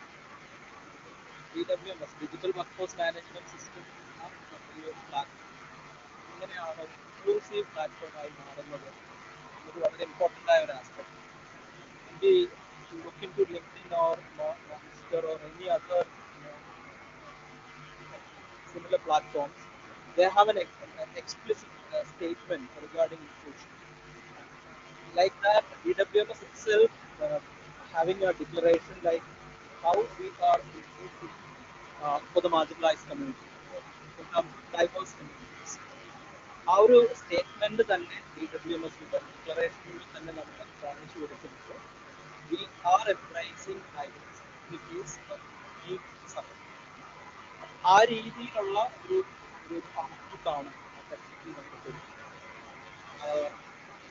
Mainly നമ്മൾ ഫോക്കസ് ചെയ്യുന്നത് DWMS through various projects. Projects because we are engaged with communities, different communities. അപ്പോൾ ആ കമ്മ്യൂണിറ്റിയുടെ need അനുസരിച്ച് aptitude അനുസരിച്ച് അവരുടെ നിലവിലെ background സാഹചര്യങ്ങൾ അനുസരിച്ച് സ്പെഷ്യലി ഡിസൈൻ ചെയ്തിട്ടുള്ള പ്രോജക്ട്സുകളാണ് നമ്മൾ DWMS വഴി നിലവിൽ കൈകാര്യം ചെയ്യുന്നത്. നമുക്കറിയാം പ്ലാറ്റ്ഫോമിൽ 20 ലക്ഷത്തോളം ആളുകൾ രജിസ്റ്റർ ചെയ്തതിൽ പകുതിയോളം ആളുകൾ എന്ന് പറയുന്നത് സ്ത്രീകൾ. കേരളത്തിന്റെ ഒരു ഹയർ എഡ്യൂക്കേഷന്റെ ഒരു സ്ട്രെങ്ത് എന്ന് പറയുന്നത് ഈ സ്ത്രീകളുടെ പങ്കാളിത്തം. അപ്പോൾ ഉറപ്പായും തൊഴിലന്വേഷിക്കുന്ന സ്ത്രീകളുടെ എണ്ണവും നമ്മുടെ പ്ലാറ്റ്ഫോമിൽ കൂടുതലുണ്ട്. അതിൽ തന്നെ കരിയർ ബ്രേക്ക് ആയിട്ടുണ്ട് ഇതൊക്കെ various reasons. Even through DWMS we had a study on career break women. എന്തുകൊണ്ടാണ് അല്ലെങ്കിൽ what are the break them അല്ലെങ്കിൽ അവരെ പുറകോട്ട് കൊണ്ടുപോകുന്നത് അതിനുള്ള കാരണങ്ങൾ എന്താണെന്ന് നമ്മളൊരു സ്റ്റഡി നടത്തി ആൻഡ് വി പബ്ലിഷ്. അത്തരത്തിലുള്ള അക്കാഡമിക് ഇന്റർവെൻഷൻ കൂടി ഈ മേഖലയിൽ നടത്താനായിട്ട് ശ്രമിച്ചിട്ടുണ്ട്. ഞാൻ പറഞ്ഞു വന്നത് കരിയർ ബ്രേക്ക് വിമൻ, അതുപോലെ തന്നെ scheduled caste, scheduled tribe, fisher folk community, persons with disabilities, transgender community, minority especially. കാരണം കേരളം എന്ന് പറയുന്നത് നമുക്കറിയാം പല വിധത്തിലും ഹെൽത്ത് കെയർ മെഷേഴ്സ് പ്രത്യേകിച്ച് നമ്മുടെ സർക്കാർ ഇത്തരത്തിലുള്ള കമ്മ്യൂണിറ്റിയിലേക്ക് കൊടുക്കുമ്പോൾ എംപ്ലോയ്മെന്റ് ഓപ്പർച്യൂണിറ്റികൾ സ്കില്ലിംഗ് സപ്പോർട്ട് നമുക്ക് എക്സ്റ്റെൻഡ് ചെയ്യേണ്ടത്. The term skilling itself not inclusive. കാരണം നമ്മൾ സ്കിൽ എന്ന് പറയുന്നത് കൺവെൻഷണലി എഡ്യൂക്കേറ്റഡ് ആയ ഒരാളിനെ മറ്റേതെങ്കിലും ഒരു തൊഴിലേക്ക് എത്തിക്കുന്നതിന് ഓറിയന്റ് ചെയ്യുന്നതിന് നമ്മൾ പരിശീലിപ്പിക്കുന്നു എന്നതാണ്. അവിടെ നമ്മൾ മറന്നു പോകുന്ന ഒരു കാര്യം ഇവിടുത്തെ തദ്ദേശീയ ജനങ്ങൾക്ക് അല്ലെങ്കിൽ ഇവിടുത്തെ മാർജിനലൈസ്ഡ് നമ്മൾ വിളിക്കുന്നത് തന്നെ എസ്പെഷ്യലി ഇപ്പൊ ട്രൈബൽ ആയിട്ടുള്ള മനുഷ്യർ എന്ന് കഴിഞ്ഞാൽ ട്രാൻസ് പീപ്പിൾ ആയിരുന്നു എവറിബഡി ഈസ് സ്കിൽഡ്. അപ്പൊ ആ സ്കില്ലിങ്ങിനെ പക്ഷെ പലപ്പോഴും നമുക്ക് പരിഗണനയിലെടുക്കാനായിട്ട് പറ്റുന്നില്ല ബിക്കോസ് ഓഫ് ദ എംപ്ലോയേഴ്സ്. കാരണം നമ്മുടെ മാർക്കറ്റ് ഡിമാൻഡ് ചെയ്യുന്നത് അതുകൊണ്ടല്ല. ഞാൻ പറഞ്ഞു വന്ന കമ്മ്യൂണിറ്റികളെ അഡ്രസ് ചെയ്യുന്ന തരത്തിലുള്ള ഡിഫറെന്റ് പ്രോജക്ട്സുകളാണ് നമ്മൾ നടപ്പിലാക്കിയത്. ഈ പ്രോജക്ട്സുകളുടെ ഒരു പ്രത്യേകത എന്ന് പറയുന്നത് അല്ലെങ്കിൽ ഈ ഒരു ഇനിഷ്യേറ്റീവ്സിന്റെ ഒരു പ്രത്യേകത എന്ന് പറയുന്നത് we are having collaboration with government agencies, concern ഡിപ്പാർട്ട്മെന്റുകളുടെ കൂടി ഫണ്ടിങ് അതുപോലെ മൊബിലൈസേഷൻ സപ്പോർട്ടുകൾ നമ്മൾ എൻഷുർ ചെയ്യും. അറ്റ് ദ സെയിം ടൈം കേരളത്തിൽ വൈഡ് ആയിട്ടുള്ള NGO CBO സപ്പോർട്ടുകളും നമ്മൾ ഇതിനൊപ്പം എടുക്കുന്നുണ്ടല്ലോ. അപ്പോൾ മൊബിലൈസേഷൻ എന്ന് പറയുന്നത് നമുക്കൊരു വലിയൊരു ജോബായിട്ട് മാറുന്നില്ല. മൊബിലൈസേഷന് ശേഷമുള്ള സ്പെസിഫിക് ആയിട്ട് വേണ്ടി വരുന്ന supporting mechanism, may be curation activities, നമ്മുടെ ഇപ്പോൾ പറഞ്ഞ ഡിഫറെന്റ് ആസ്പെക്റ്റുകൾ സർവീസുകൾ നമുക്ക് അങ്ങനെ കമ്മ്യൂണിറ്റിയിലേക്ക് ഔട്ട് ചെയ്യാം. ഇതിൽ നമുക്ക് വരുന്ന വലിയ ചലഞ്ച് കേരളത്തിലെ എംപ്ലോയേഴ്സ് ഡൈവേഴ്സ് ആയ കമ്മ്യൂണിറ്റികളെ ഓൺബോർഡ് ചെയ്യാൻ അല്ലെങ്കിൽ റിക്രൂട്ട് ചെയ്യാൻ അല്ലെങ്കിൽ കാരണം പലപ്പോഴും നമ്മൾ നേരിടുന്ന ഒരു അനുഭവം കൈൻഡ് ഓഫ് ഓഫറിസം is having kind of like ഒരു PWD ഹയറിംഗ് നടക്കുകയാണ്. They are not ready to recruit more people if they are skilled or merit wise ഒക്കെ അവർ നോക്കുമ്പോഴും അവർക്ക് റിക്രൂട്ട് ചെയ്യാൻ പറ്റുന്നില്ല. അതിന് പല കാരണങ്ങളും പറയുന്നുണ്ട്. Even we have a transgender project call pride. അതിൽ ഞങ്ങൾ ഏറ്റവും ലാസ്റ്റ് കൊടുത്ത ഒരു ഏവിയേഷൻ കോഴ്സ് വിത്ത് അസാത്ത് and GMR fully funded by social justice department. ഒരു രൂപ പോലും ട്രാൻസ്ജെൻഡർ കയ്യിൽ നിന്ന് നമ്മൾ മേടിക്കുന്നത് ഹോസ്റ്റൽ ഫുഡ് എവറിഥിങ് ഇങ്ങനെ ഞങ്ങൾ കൊടുക്കുമ്പോഴും നമുക്ക് നേരിടേണ്ടി വരുന്ന ഒരു ചലഞ്ച് എംപ്ലോയേഴ്സ് എത്ര പേര് ക്ലിയറായി വരുന്നുണ്ട്. അവർ പ്ലാറ്റ്ഫോം നമ്മൾ നേരിടുന്ന ഏറ്റവും വലിയൊരു പ്രശ്നമായിട്ട് മൂന്നെണ്ണം ഞാൻ ചൂണ്ടിക്കാണ്ടിരിക്കുകയാണ് ഈ ഒരു പ്ലാറ്റ്ഫോമിൽ. One is digital divide. അപ്പോൾ ഡിജിറ്റൽ ഡിവൈഡിനെ നമ്മൾ DWMSലൂടെ നമ്മൾ മറികടക്കുകയാണ് ചെയ്യുന്നത്. റിമോട്ട് ഏരിയകളിൽ നമുക്ക് എത്താൻ പറ്റുന്നുണ്ട്, കമ്മ്യൂണിറ്റികളിലേക്ക് എത്താൻ പറ്റുന്നുണ്ട്. ഇതിനൊരു അക്സസിബിലിറ്റി നമുക്ക് ഉറപ്പാക്കാനായിട്ട് പറ്റുന്നുണ്ട്. There are social very second one. അപ്പോൾ കമ്മ്യൂണിറ്റികൾ including trans people, tribal people, bishop community അവർ നേരിടുന്ന സോഷ്യൽ ഗവൺമെന്റ് പോളിസി സപ്പോർട്ടിലൂടെ എടുക്കാൻ പറ്റുന്നുണ്ട്. പോളിസിയിൽ റിവിഷൻ കൊണ്ടുവന്നു വിവിധ സർക്കാർ ഓർഡറുകളിലൂടെയും അവയർനെസ് പ്രോഗ്രാമുകളുടെയും കണ്ടിന്യൂസ് സപ്പോർട്ടിലൂടെയും നമുക്ക് അത് മറികടക്കാനായിട്ട് ഒരു സിസ്റ്റമിക് എക്സ്ക്ലൂഷൻ എല്ലാ വർഷവും കാലാകാലങ്ങളിൽ നമുക്ക് ഈ കമ്മ്യൂണിറ്റിയായി കാണാനായിട്ട് പറ്റുന്നുണ്ട്. Through digital workforce management system community engagement അനുസരിച്ച് സിസ്റ്റമിക് എക്സ്ക്ലൂഷനെ നമ്മൾ ഇൻക്ലൂഷൻ എന്ന രീതിയിലേക്ക് മാറ്റിക്കൊണ്ടുവരുന്നത്. അതൊരു സോഷ്യൽ ജസ്റ്റിസിന്റെ ഒരു അറ്റ്മോസ്ഫിയറാണ്, ഒരു എക്കോ സിസ്റ്റമാണ് DWMSലൂടെ നമ്മൾ ഉറപ്പാക്കുന്നത്. So we can ensure the participation of diverse communities through equitable and sustainable methods. പിന്നെ ഗവൺമെന്റിന്റെ പോളിസി അല്ലെങ്കിൽ റിപ്പോർട്ടിന്റെ ചില കാര്യങ്ങൾ നടപ്പിലാക്കി. പക്ഷെ ഇപ്പോൾ എല്ലാം പ്രൈവറ്റ് കമ്പനി ജോബ്സാണ് നമ്മളിവിടെ പിന്നെ അഗ്രമിക്കുന്നത്. ഒരു ഗ്ലാസ് സീലിംഗ് ഉണ്ടാവും ഈ റിക്രൂട്ട്മെന്റ് വരുമ്പോൾ. Glass ceiling which disrupts this intentions. ഒരു larger behavioural change, social behavioural change എംപ്ലോയേഴ്സിലും പിന്നെ ജോബ് സീക്കേഴ്സിലും ഒക്കെ വരേണ്ടത് കാര്യമായിരിക്കും. കാലക്രമേണ ഉണ്ടാകുന്നത് സ്ത്രീകളുടെ രജിസ്ട്രേഷൻ കൂടുതലാണ് നടക്കുന്നത്. Aspiring for jobs, which is good because career marriage കൊണ്ട് കരിയർ ബ്രേക്ക് ചെയ്യേണ്ടി വരുന്ന women they are eagerly reaching to come. അത് നല്ല കാര്യമാണെന്ന് പറയാൻ കഴിയും. Kerala is one of the first in terms of women participation job. Bottom അത് ബ്രേക്ക്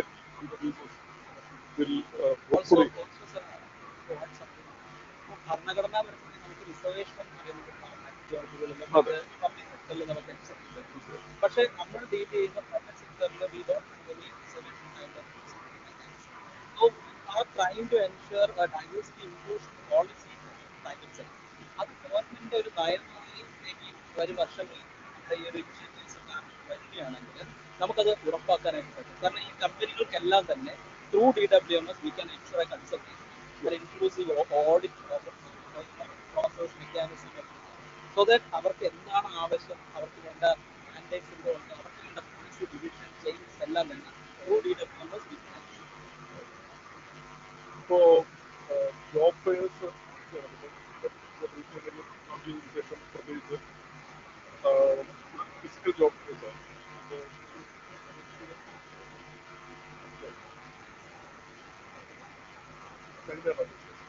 ജോബ് ഫെയർസിനെ പറ്റി പറഞ്ഞാൽ അത് disadvantage against virtual job fairs നടത്തിയതിൻ്റെ തരത്തിലും നിങ്ങൾ പ്ലാൻ ചെയ്യുന്നതനുസരിച്ച് ഇങ്ങനെയാണെന്ന്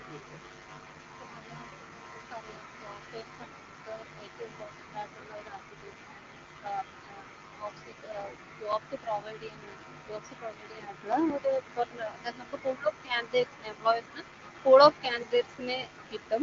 അതേപോലെ തന്നെ കാൻഡിഡേറ്റ്സിനായിരുന്നാലും ഒരുപാട് എംപ്ലോയേഴ്സിനെ മീറ്റ് ചെയ്യാനും ഒരുപാട് ജോബ് ഇന്റർവ്യൂസിനകത്ത് അറ്റൻഡ് ചെയ്യാനും പറ്റും. അതുകൊണ്ട് ജോബ് ഫെയർസ് വളരെ എഫക്റ്റീവാണ്. നമുക്ക് ഡബ്ല്യൂസിനകത്താണ് ആണെങ്കിലും നമുക്ക് ജോബ് ഫെയർസ് കണ്ടക്ട് ചെയ്ത് നമ്മൾ ഇന്റർവ്യൂസ് കണ്ടക്ട് ചെയ്യും, ജോബ് പ്രൊവൈഡ് ചെയ്യുന്ന ഒരു ആക്ടിവിറ്റീസാണ് നമ്മൾ മെയിനായിട്ട് ഫോക്കസ് ചെയ്ത് പോകുന്നത്.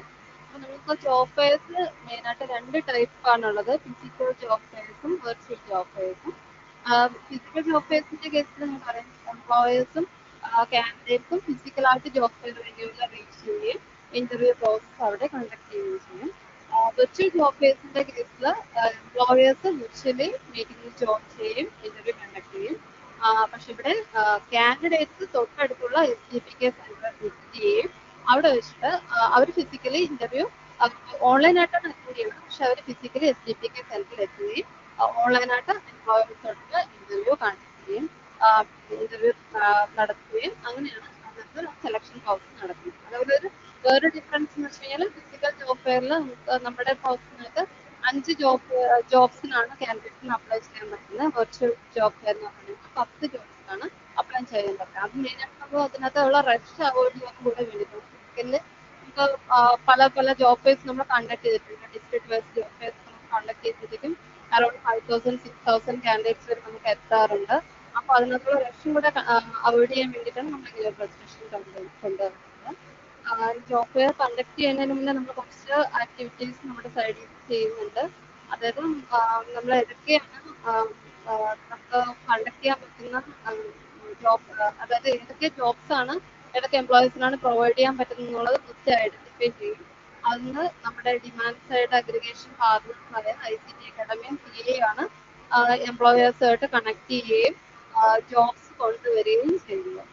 ജോബ്സ് കൊണ്ടുവന്നതിന് ശേഷം നമ്മൾ job station all over Kerala job stations ഉണ്ട്.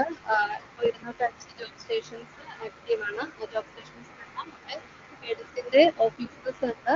അപ്പോൾ അവരിലേക്ക് നമ്മൾ ഈ ജോബ്സ് പാസ് ചെയ്യുകയും അവർ ത്രൂ ജോബ് സീക്കേഴ്സിനെ മൊബിലൈസ് ചെയ്യുകയും ചെയ്യും.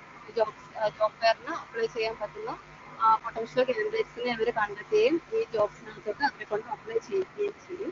അതേപോലെ തന്നെ അപ്ലൈ ചെയ്ത കാൻഡിഡേറ്റ്സിന്റെ ലിസ്റ്റും നമ്മൾ ഇവിടെ നിന്ന് പാസ് ചെയ്യുന്നത് സോഫ്റ്റ്വെയറിലൂടെയാണ്, പ്ലാറ്റ്ഫോമിലൂടെയാണ് അവർ അപ്ലൈ ചെയ്യുന്നത്.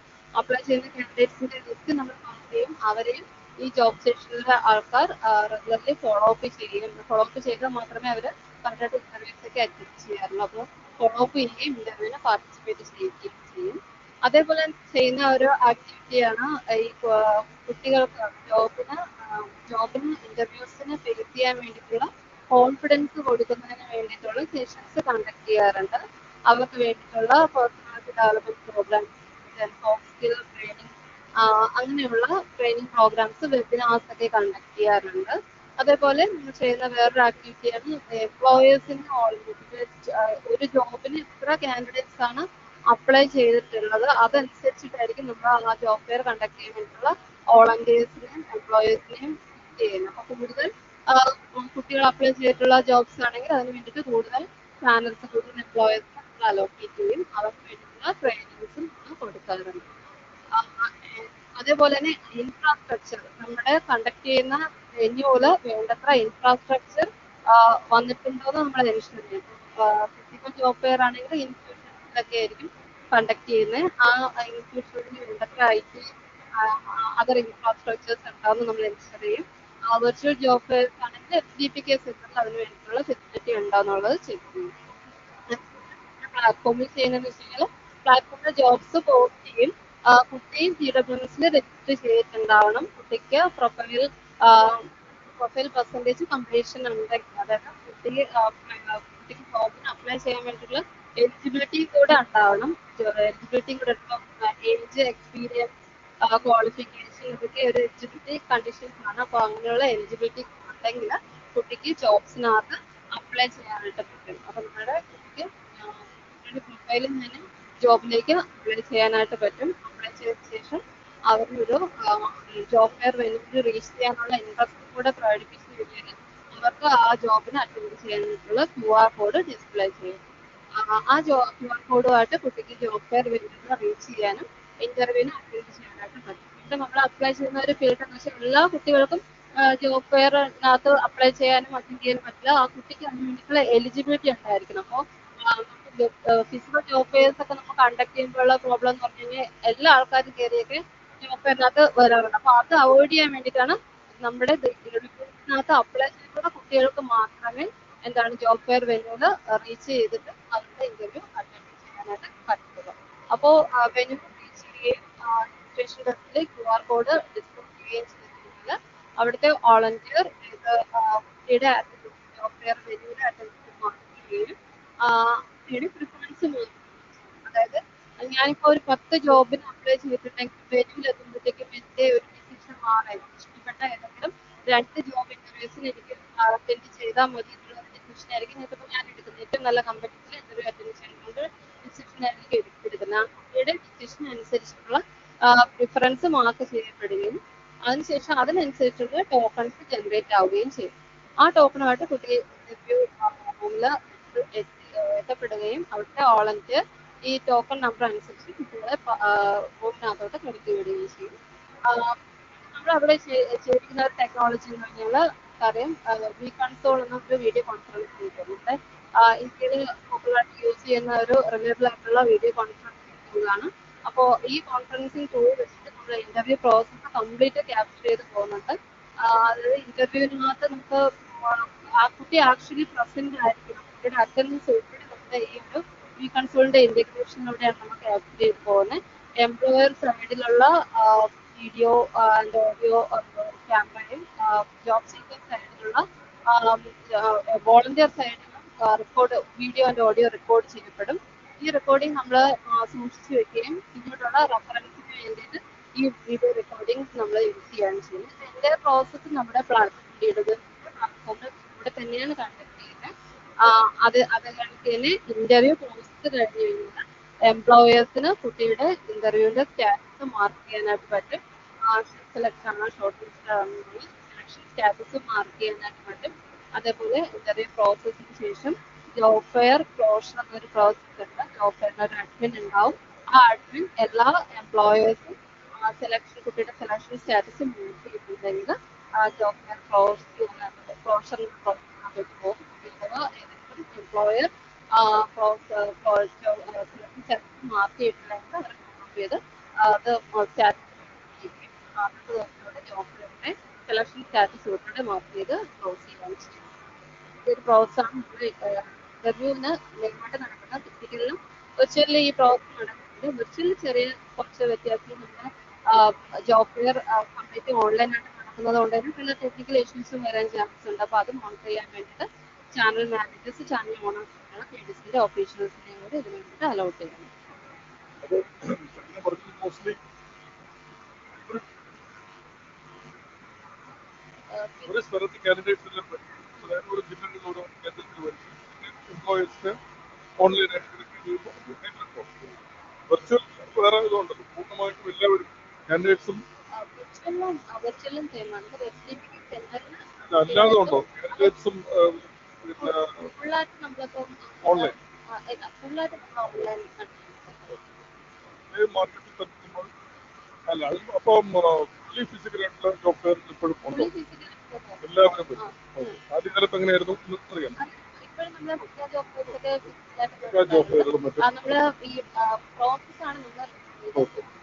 മെഗാ ജോബ് ഫെയറുകൾ എവിടെയൊക്കെ നടത്തി? മെഗാ ജോബ് നമ്മള് എല്ലാ ഡിസ്ട്രിക്റ്റിലും മുന്നേ നടത്തിയിട്ടുണ്ട്. ഇപ്പൊ വിജ്ഞാന കേരളത്തിന്റെ ക്യാമ്പയിൻ തുടങ്ങിയതിന് ശേഷം ആലപ്പുഴ, തൃശ്ശൂർ, പത്തനംതിട്ട നടത്തിയിട്ടുണ്ട്. ഒരു മാസം ഇതിന്റെ ഒരു തുടർച്ചയായിട്ട് ജോബ് ഫെയർ പിന്നെ ഫിസിക്കൽ ജോബ് ഫെയർ ആണോ കൂടുതൽ effective? Thank you. Good evening, everyone. That's a good question. Definitely, virtual job fair have certain advantages over the physical job fairs. First of all, there is no geographical barriers. ഒരു എംപ്ലോയറിനെ സംബന്ധിച്ചിടത്തോളം അദ്ദേഹത്തിന് ഒരു physical job fair നടത്തുമ്പോൾ that particular district or near by ഡിസ്ട്രിക്റ്റിൽ നിന്നുള്ള candidates ആയിരിക്കും line വരിക. But in the case of a virtual job fair get the chance to recruit candidates across Kerala and outside Kerala. So, അതോടൊപ്പം തന്നെ കാൻഡിഡേറ്റ്സിന് multiple ജോബ്സിലേക്ക് apply ചെയ്യുകയാണെന്നുണ്ടെങ്കിൽ ആ, അദ്ദേഹത്തിന് ഞാൻ ഓൾറെഡി പറഞ്ഞു ബി കൺസോൾ എന്ന് പറയുന്ന ഒരു പ്ലാറ്റ്ഫോം DWMS-ഉമായിട്ട് ഇന്റഗ്രേറ്റ് ചെയ്തിട്ടുണ്ട്. സോ അതിനകത്ത് ഒരു വിർച്വൽ ക്യൂ സെറ്റപ്പ് ചെയ്തിട്ടുണ്ടാവും. സോ ആ കാൻഡിഡേറ്റിനെ സംബന്ധിച്ചിടത്തോളം ഒരു സിംഗിൾ സിസ്റ്റത്തിന്റെ മുന്നിൽ ഇരുന്നു കൊണ്ട് തന്നെ മൾട്ടിപ്പിൾ ജോബ്സിലേക്ക് ഒരുപാട് സമയം കളയാതെ തന്നെ അദ്ദേഹത്തിന് അറ്റൻഡ് ചെയ്യാൻ പറ്റും ആ വിർച്വൽ ക്യൂ യൂസ് ചെയ്തുകൊണ്ട്. സോ HR-നെ സംബന്ധിച്ചിടത്തോളമാണ് അവിടെ ഒരുപാട് ഗുണങ്ങൾ കിട്ടുന്നത്. മൾട്ടിപ്പിൾ ഡിസ്ട്രിക്ട്സിൽ നിന്നുള്ള കാൻഡിഡേറ്റ്സിനെ അദ്ദേഹത്തിന് റിക്രൂട്ട് ചെയ്യാനുള്ള ഒരു അവസരം ലഭിക്കുന്നു എന്നുള്ളതാണ് അതിന്റെ ഏറ്റവും മെയിൻ ആയിട്ടുള്ള ഒരു highlight. And there is another thing, ഒരു മെഗാ ജോബ് ഡ്രൈവ് നടത്തുന്നതിന്റെ ഹ്യൂമൻ എഫോർട്ട് അത്രേ അതിന്റെ ഒരു മൂന്നിലൊന്ന് ഹ്യൂമൻ എഫോർട്ട് മാത്രമേ ഒരു വെർച്വൽ ജോബ് ഫെയർ നടത്തുന്നതിന് വേണ്ടി നമുക്ക് ആവശ്യം വരുന്നുള്ളൂ. സോ അങ്ങനെ മൾട്ടിപ്പിൾ അഡ്വാൻറ്റേജസ് ഈ ഒരു വെർച്വൽ ജോബ് ഫെയറിന് വരുന്നുണ്ട്. So, from February 2025 onwards, KD started conducting virtual job fairs in a scheduled manner. Every Saturday, sector based ആയിട്ടുള്ള virtual job fairs KDs നടത്തുന്നുണ്ട്. Like healthcare, ITI diploma, IT, non-IT. അങ്ങനെ അതൊരു continuous process ആയിട്ടാണ് ഫെബ്രുവരി മുതൽ ഇപ്പോൾ virtual job fairs നടന്നുകൊണ്ടിരിക്കുന്നത്. ഇപ്പോ ഈ ഒരു ജോബ് ഫെയർസ് നടത്തിക്കൊണ്ടിരിക്കുന്നത് SDPK ഫെസിലിറ്റീസിലാണ്. Skill delivery skill development platform Kerala.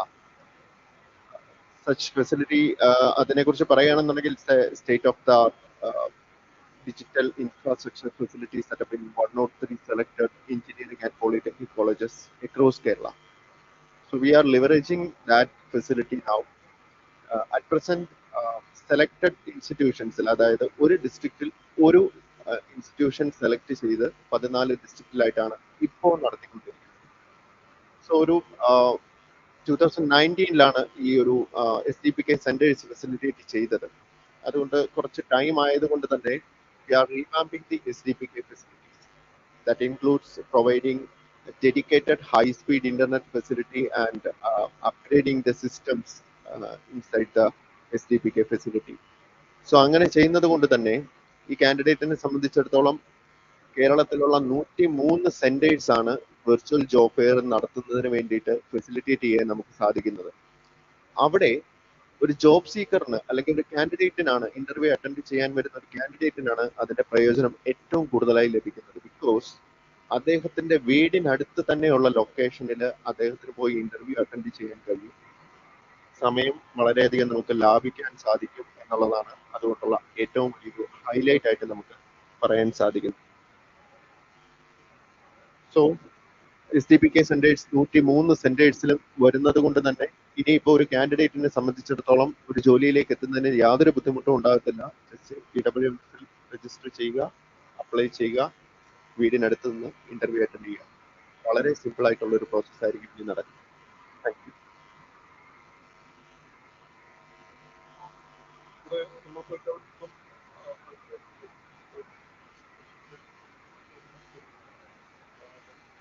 Over